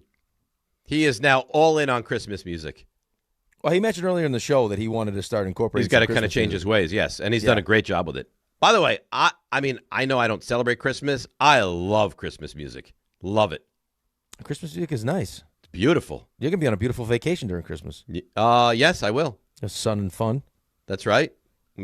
Come back a sun-kissed, just beautiful-looking person. Oh. Yeah. Are you going to go swim shirt or no? Yeah, of course. Why, though? It's my way. But don't you want to get your upper body nice and tanned? That would be nice. Wouldn't it be nice? It would be nice. But I'm fearful of the sun. No, but just like give yourself 20 minutes. Yeah, you know what? That's fair. Maybe I'll lie on the nice chair as they bring me a nice drink, and I'll take my shirt off for short bits of time. Yeah, just quick, like little intervals. Yes, I think that's good. I like that idea. It's a good idea. And then we get the full body. And then Sherry, oof. What do you mean full body? We get we get the upper body. Because usually your face looks nice, your arms, little leg tan because you got beautiful calves. But I'm saying we get the chest involved. Oh. I mean, Sherry's only human. Right. She won't be able to resist that. No chance. No chance. So Jesse Lapine, either way, he sends in the show picks and every show's percentages. So Kay has the best percentage. He's hitting at 48% of his picks. That's just him. It's just him. We are second, 71, 82, and 3. You know who comprises all three? You. We're hitting at 46%. Somehow DHR is 47 and 70. 40%. And Grassa, 14 and 22. 39%. What's impressive, too, is that it's 4 of us making picks. Yeah, but we're 11 games under. That's not impressive. Well, he's got my picks wrong anyway. I mean, he's got me 17, and he's got me 2 games under 500 when I'm 500. Who does? Jesse Lapine. How do you know he has you under 500? Because he also did one where he's got the individual leaderboard picks on the show. Yeah, he's got Raymond, RJ, and Don at 19 and 20. He's got for me 17, 19, and 3, which is wrong. I'm 18, and 3. That's right. Oh. So I would have the highest percentage. Yes, yes, you would. If it was individual, you would have the highest percentage at the station. Right. Which just shows you how difficult this is. Everyone that works at the station, not one person would be above 500. Is above 500. This is a tough. So how can you possibly be a professional gambler? Why would you want to be? I think if you could, it would be great. It would be great, but I just emotionally, I couldn't deal with it. No, we're doing this, and the punishment is to dress up in a costume like somebody. Could you imagine if you had real money bet on these games? Yeah, I can. If I had real money bet on the Arizona game, where the idiot drops the football before he scores a touchdown, and then they intercept the ball, and then somehow kick it into their own end zone, and they score another touchdown, I would have been institutionalized. Yeah, it's good times. Let's go to Brian in Rockville Center. Brian, you're on ESPN New York. Good morning, guys. I think everyone's kind of looking past that. This is a systemic issue with the Giants. Can't forget what Evan Neal did, a couple years ago after doing absolutely nothing on the field and being one of the biggest busts in Giants history. Right. He was making fun of the people that the hot dogs, people serving hot dogs. Flip the burgers, right? Wasn't that his thing? Yeah, Don LaGreca really enjoyed that comment. And then you have, obviously, Abdul Carter, who's done, once again, nothing. And he has a stone to go back at the reporter. That actually scared me when you just played that. Boo his sorry ass! Didn't the Evan Neal thing get you to... Didn't you say God was wrong with the Evan Neal thing? I don't remember. Maybe. Because he called you a she or a sheep? Oh, Evan Neal called me... You're wrong! Yeah. I was yelling at God. Go ahead, Brian. I'm not comparing Jackson Dart to any of this behavior at all, but he seems to not be listening to protect himself, too. And it may be a systemic thing where these rookies come in here and they are not disciplined enough, and they're kind of given a long leash, and they feel like they can do whatever they want, and it's an issue from the top. You're right. Everyone's right with everything they've said today. Thanks for the call. Shane, bad. The way Dart is handling himself is not great. Abdul Carter is a real problem. The organization is a disaster. The talent on this team is not good. Everything, the coaching, every single thing that's been pointed out all show long is 100% accurate. You just determine which one is the most important for you to discuss today. I also don't think that it's great that you don't have – it doesn't feel like you have a whole lot of leadership inside that locker room. I think there's some leadership, but I think that, I mean, at the time when we were going back and forth, and, you know, I was adamant that I do value, like when I'm building a team, I would value, like, even like financially, like I would put a price tag on what someone's leadership brings to the team and how important that is. Like the couple $1 million that you were haggling over with Saquon Barkley, what he means to that locker room, I pay the money. Oh, that's another thing from Shane. I mean, he died on the hill of we're going to move on from Saquon because we don't need to keep him here, and that blew up in your face worse than anything probably has in years. It was part of the embarrassment of last season, yeah. Right. So, I mean, how many more things do we need to see from this guy before we finally say enough is enough? I think we're there. We have to be. Yeah, I was enough is enough last season. Enough is enough last season. Now you're 2-11. You're blowing games all over the place. You said you told us if I can get the quarterback, this will all change. Well, now you have the quarterback. Everybody loves the quarterback, and it's still 2-11. It hasn't changed. It's the same crap that you see year after year. Yeah, I can't explain why he's still here. I can't. Well, he is. So we can't go back in time and say you should have fired him after last season, but you can look forward and say he's got to go now. He has to. There's no reason to fire him now, obviously. No, I don't mean now. I mean like at the end of the year. I can't think of a whole lot of positives to keep him. It's not helping you get the best coach. No. It's not. No. Because I can't imagine that the best coach wants to tie himself to Joe Schoen in the first place. You don't have the talent that you should have at this point at the end of 4 years of him being the GM. No, you really haven't established the culture. You don't win games. No, you don't win games. The idea that a rookie can come to the locker room and just act how he wants to act, and there's no real repercussions for it. Right, and now he's belligerent. Now he's the victim here. I mean, there should be an expert. Like the second you walk in that door, whatever you got away with in college is not what's going to happen in this locker room. So what's he going to say today? Today's going to be we're building in the right direction. Things are we're this close from having 6 wins. Like what could he possibly say today at his State of the Giants Union? If you want to point, I mean, that would be the best thing you could point to was the games that you could have won. Right. I mean, we should be sitting here with 6 wins, guys. So I understand that you're upset with 2-11, but that's not what it should be. His problem now, though, is that I think he had everyone in the front office convinced that was it was the talent wasn't the issue. It was the coaching. But now you got rid of the you've coach. changed that, and it's gotten worse. And last night looked worse. Right. Well, we'll find out. We'll react to what he says It's a tough today. day. We'll react to it tomorrow. It's a tough day to schedule a press conference, though, after what happened last night. And this was already planned. Oh. I mean, all they had to do was lose like 27-17 and be like, all right, whatever. New England's better. New England was favored. You think they would, but that? Ugh. Yeah, 1-possession game. Drake May goes on the field, scores. That's it. Even lose 27-17 would have been fine. But that was disgusting. It was jarring. Raymond? Hi. How you doing? I'm just happy to be here. We're happy to have you here. You got a busy night tonight, too, huh? Always busy. Always busy. You ready for the 3 stars? Oh, of course. Well, let's go. Today's 3 stars. Number 3. Listen, I know it's been a tough day for you, Dave. I mean, the Giants. I'm sick and tired of everybody on this team. All of them. Jackson Dart, Abdul Carter, the coaches, all of them. Everybody. And listen, I admit that I'm part of the issue back here because we know the show's at its best when you're fired up, and sometimes we push buttons and that leads you down a dark road. You think I don't hear what you say? Well, but he brought it up first. Huh? You little gremlin? I like the little gremlin at the end. By the way, this is as an aside, but that little text exchange with Jordan was a joy. Rick says on the chat with me and Jordan, did you come back last night? Jordan replies, I'm driving now. Got back to the hotel 3:30. Rick's response, you driving? Jordan says, what else do you think driving now could possibly mean? Can I imagine what nasty thing you said to him in response to that? Number 2. I'm sure it wasn't. Polar vortex is coming. Can we get a weather update? RJ, you understand what's this polar vortex? What's this about? I don't think it's good. I wasn't looking for analysis like that. Can you tell me something about it? All right, RJ's trying to give you some analysis. Listen, he tried. I think it's something to do with, I don't know, like a low pressure, whatever you want to call it, a cold air movement that like surrounding the tri-state, and Cold, could snow. It's not good. Listen, I don't think that's any different than your regular weather That was report. awful. I don't think that's any of the. Just throw out the buzzwords: pressure front, cold front, whatever you want to call it. Either it's way, not good. it could snow today. Thanks for You're up for the to update. speed.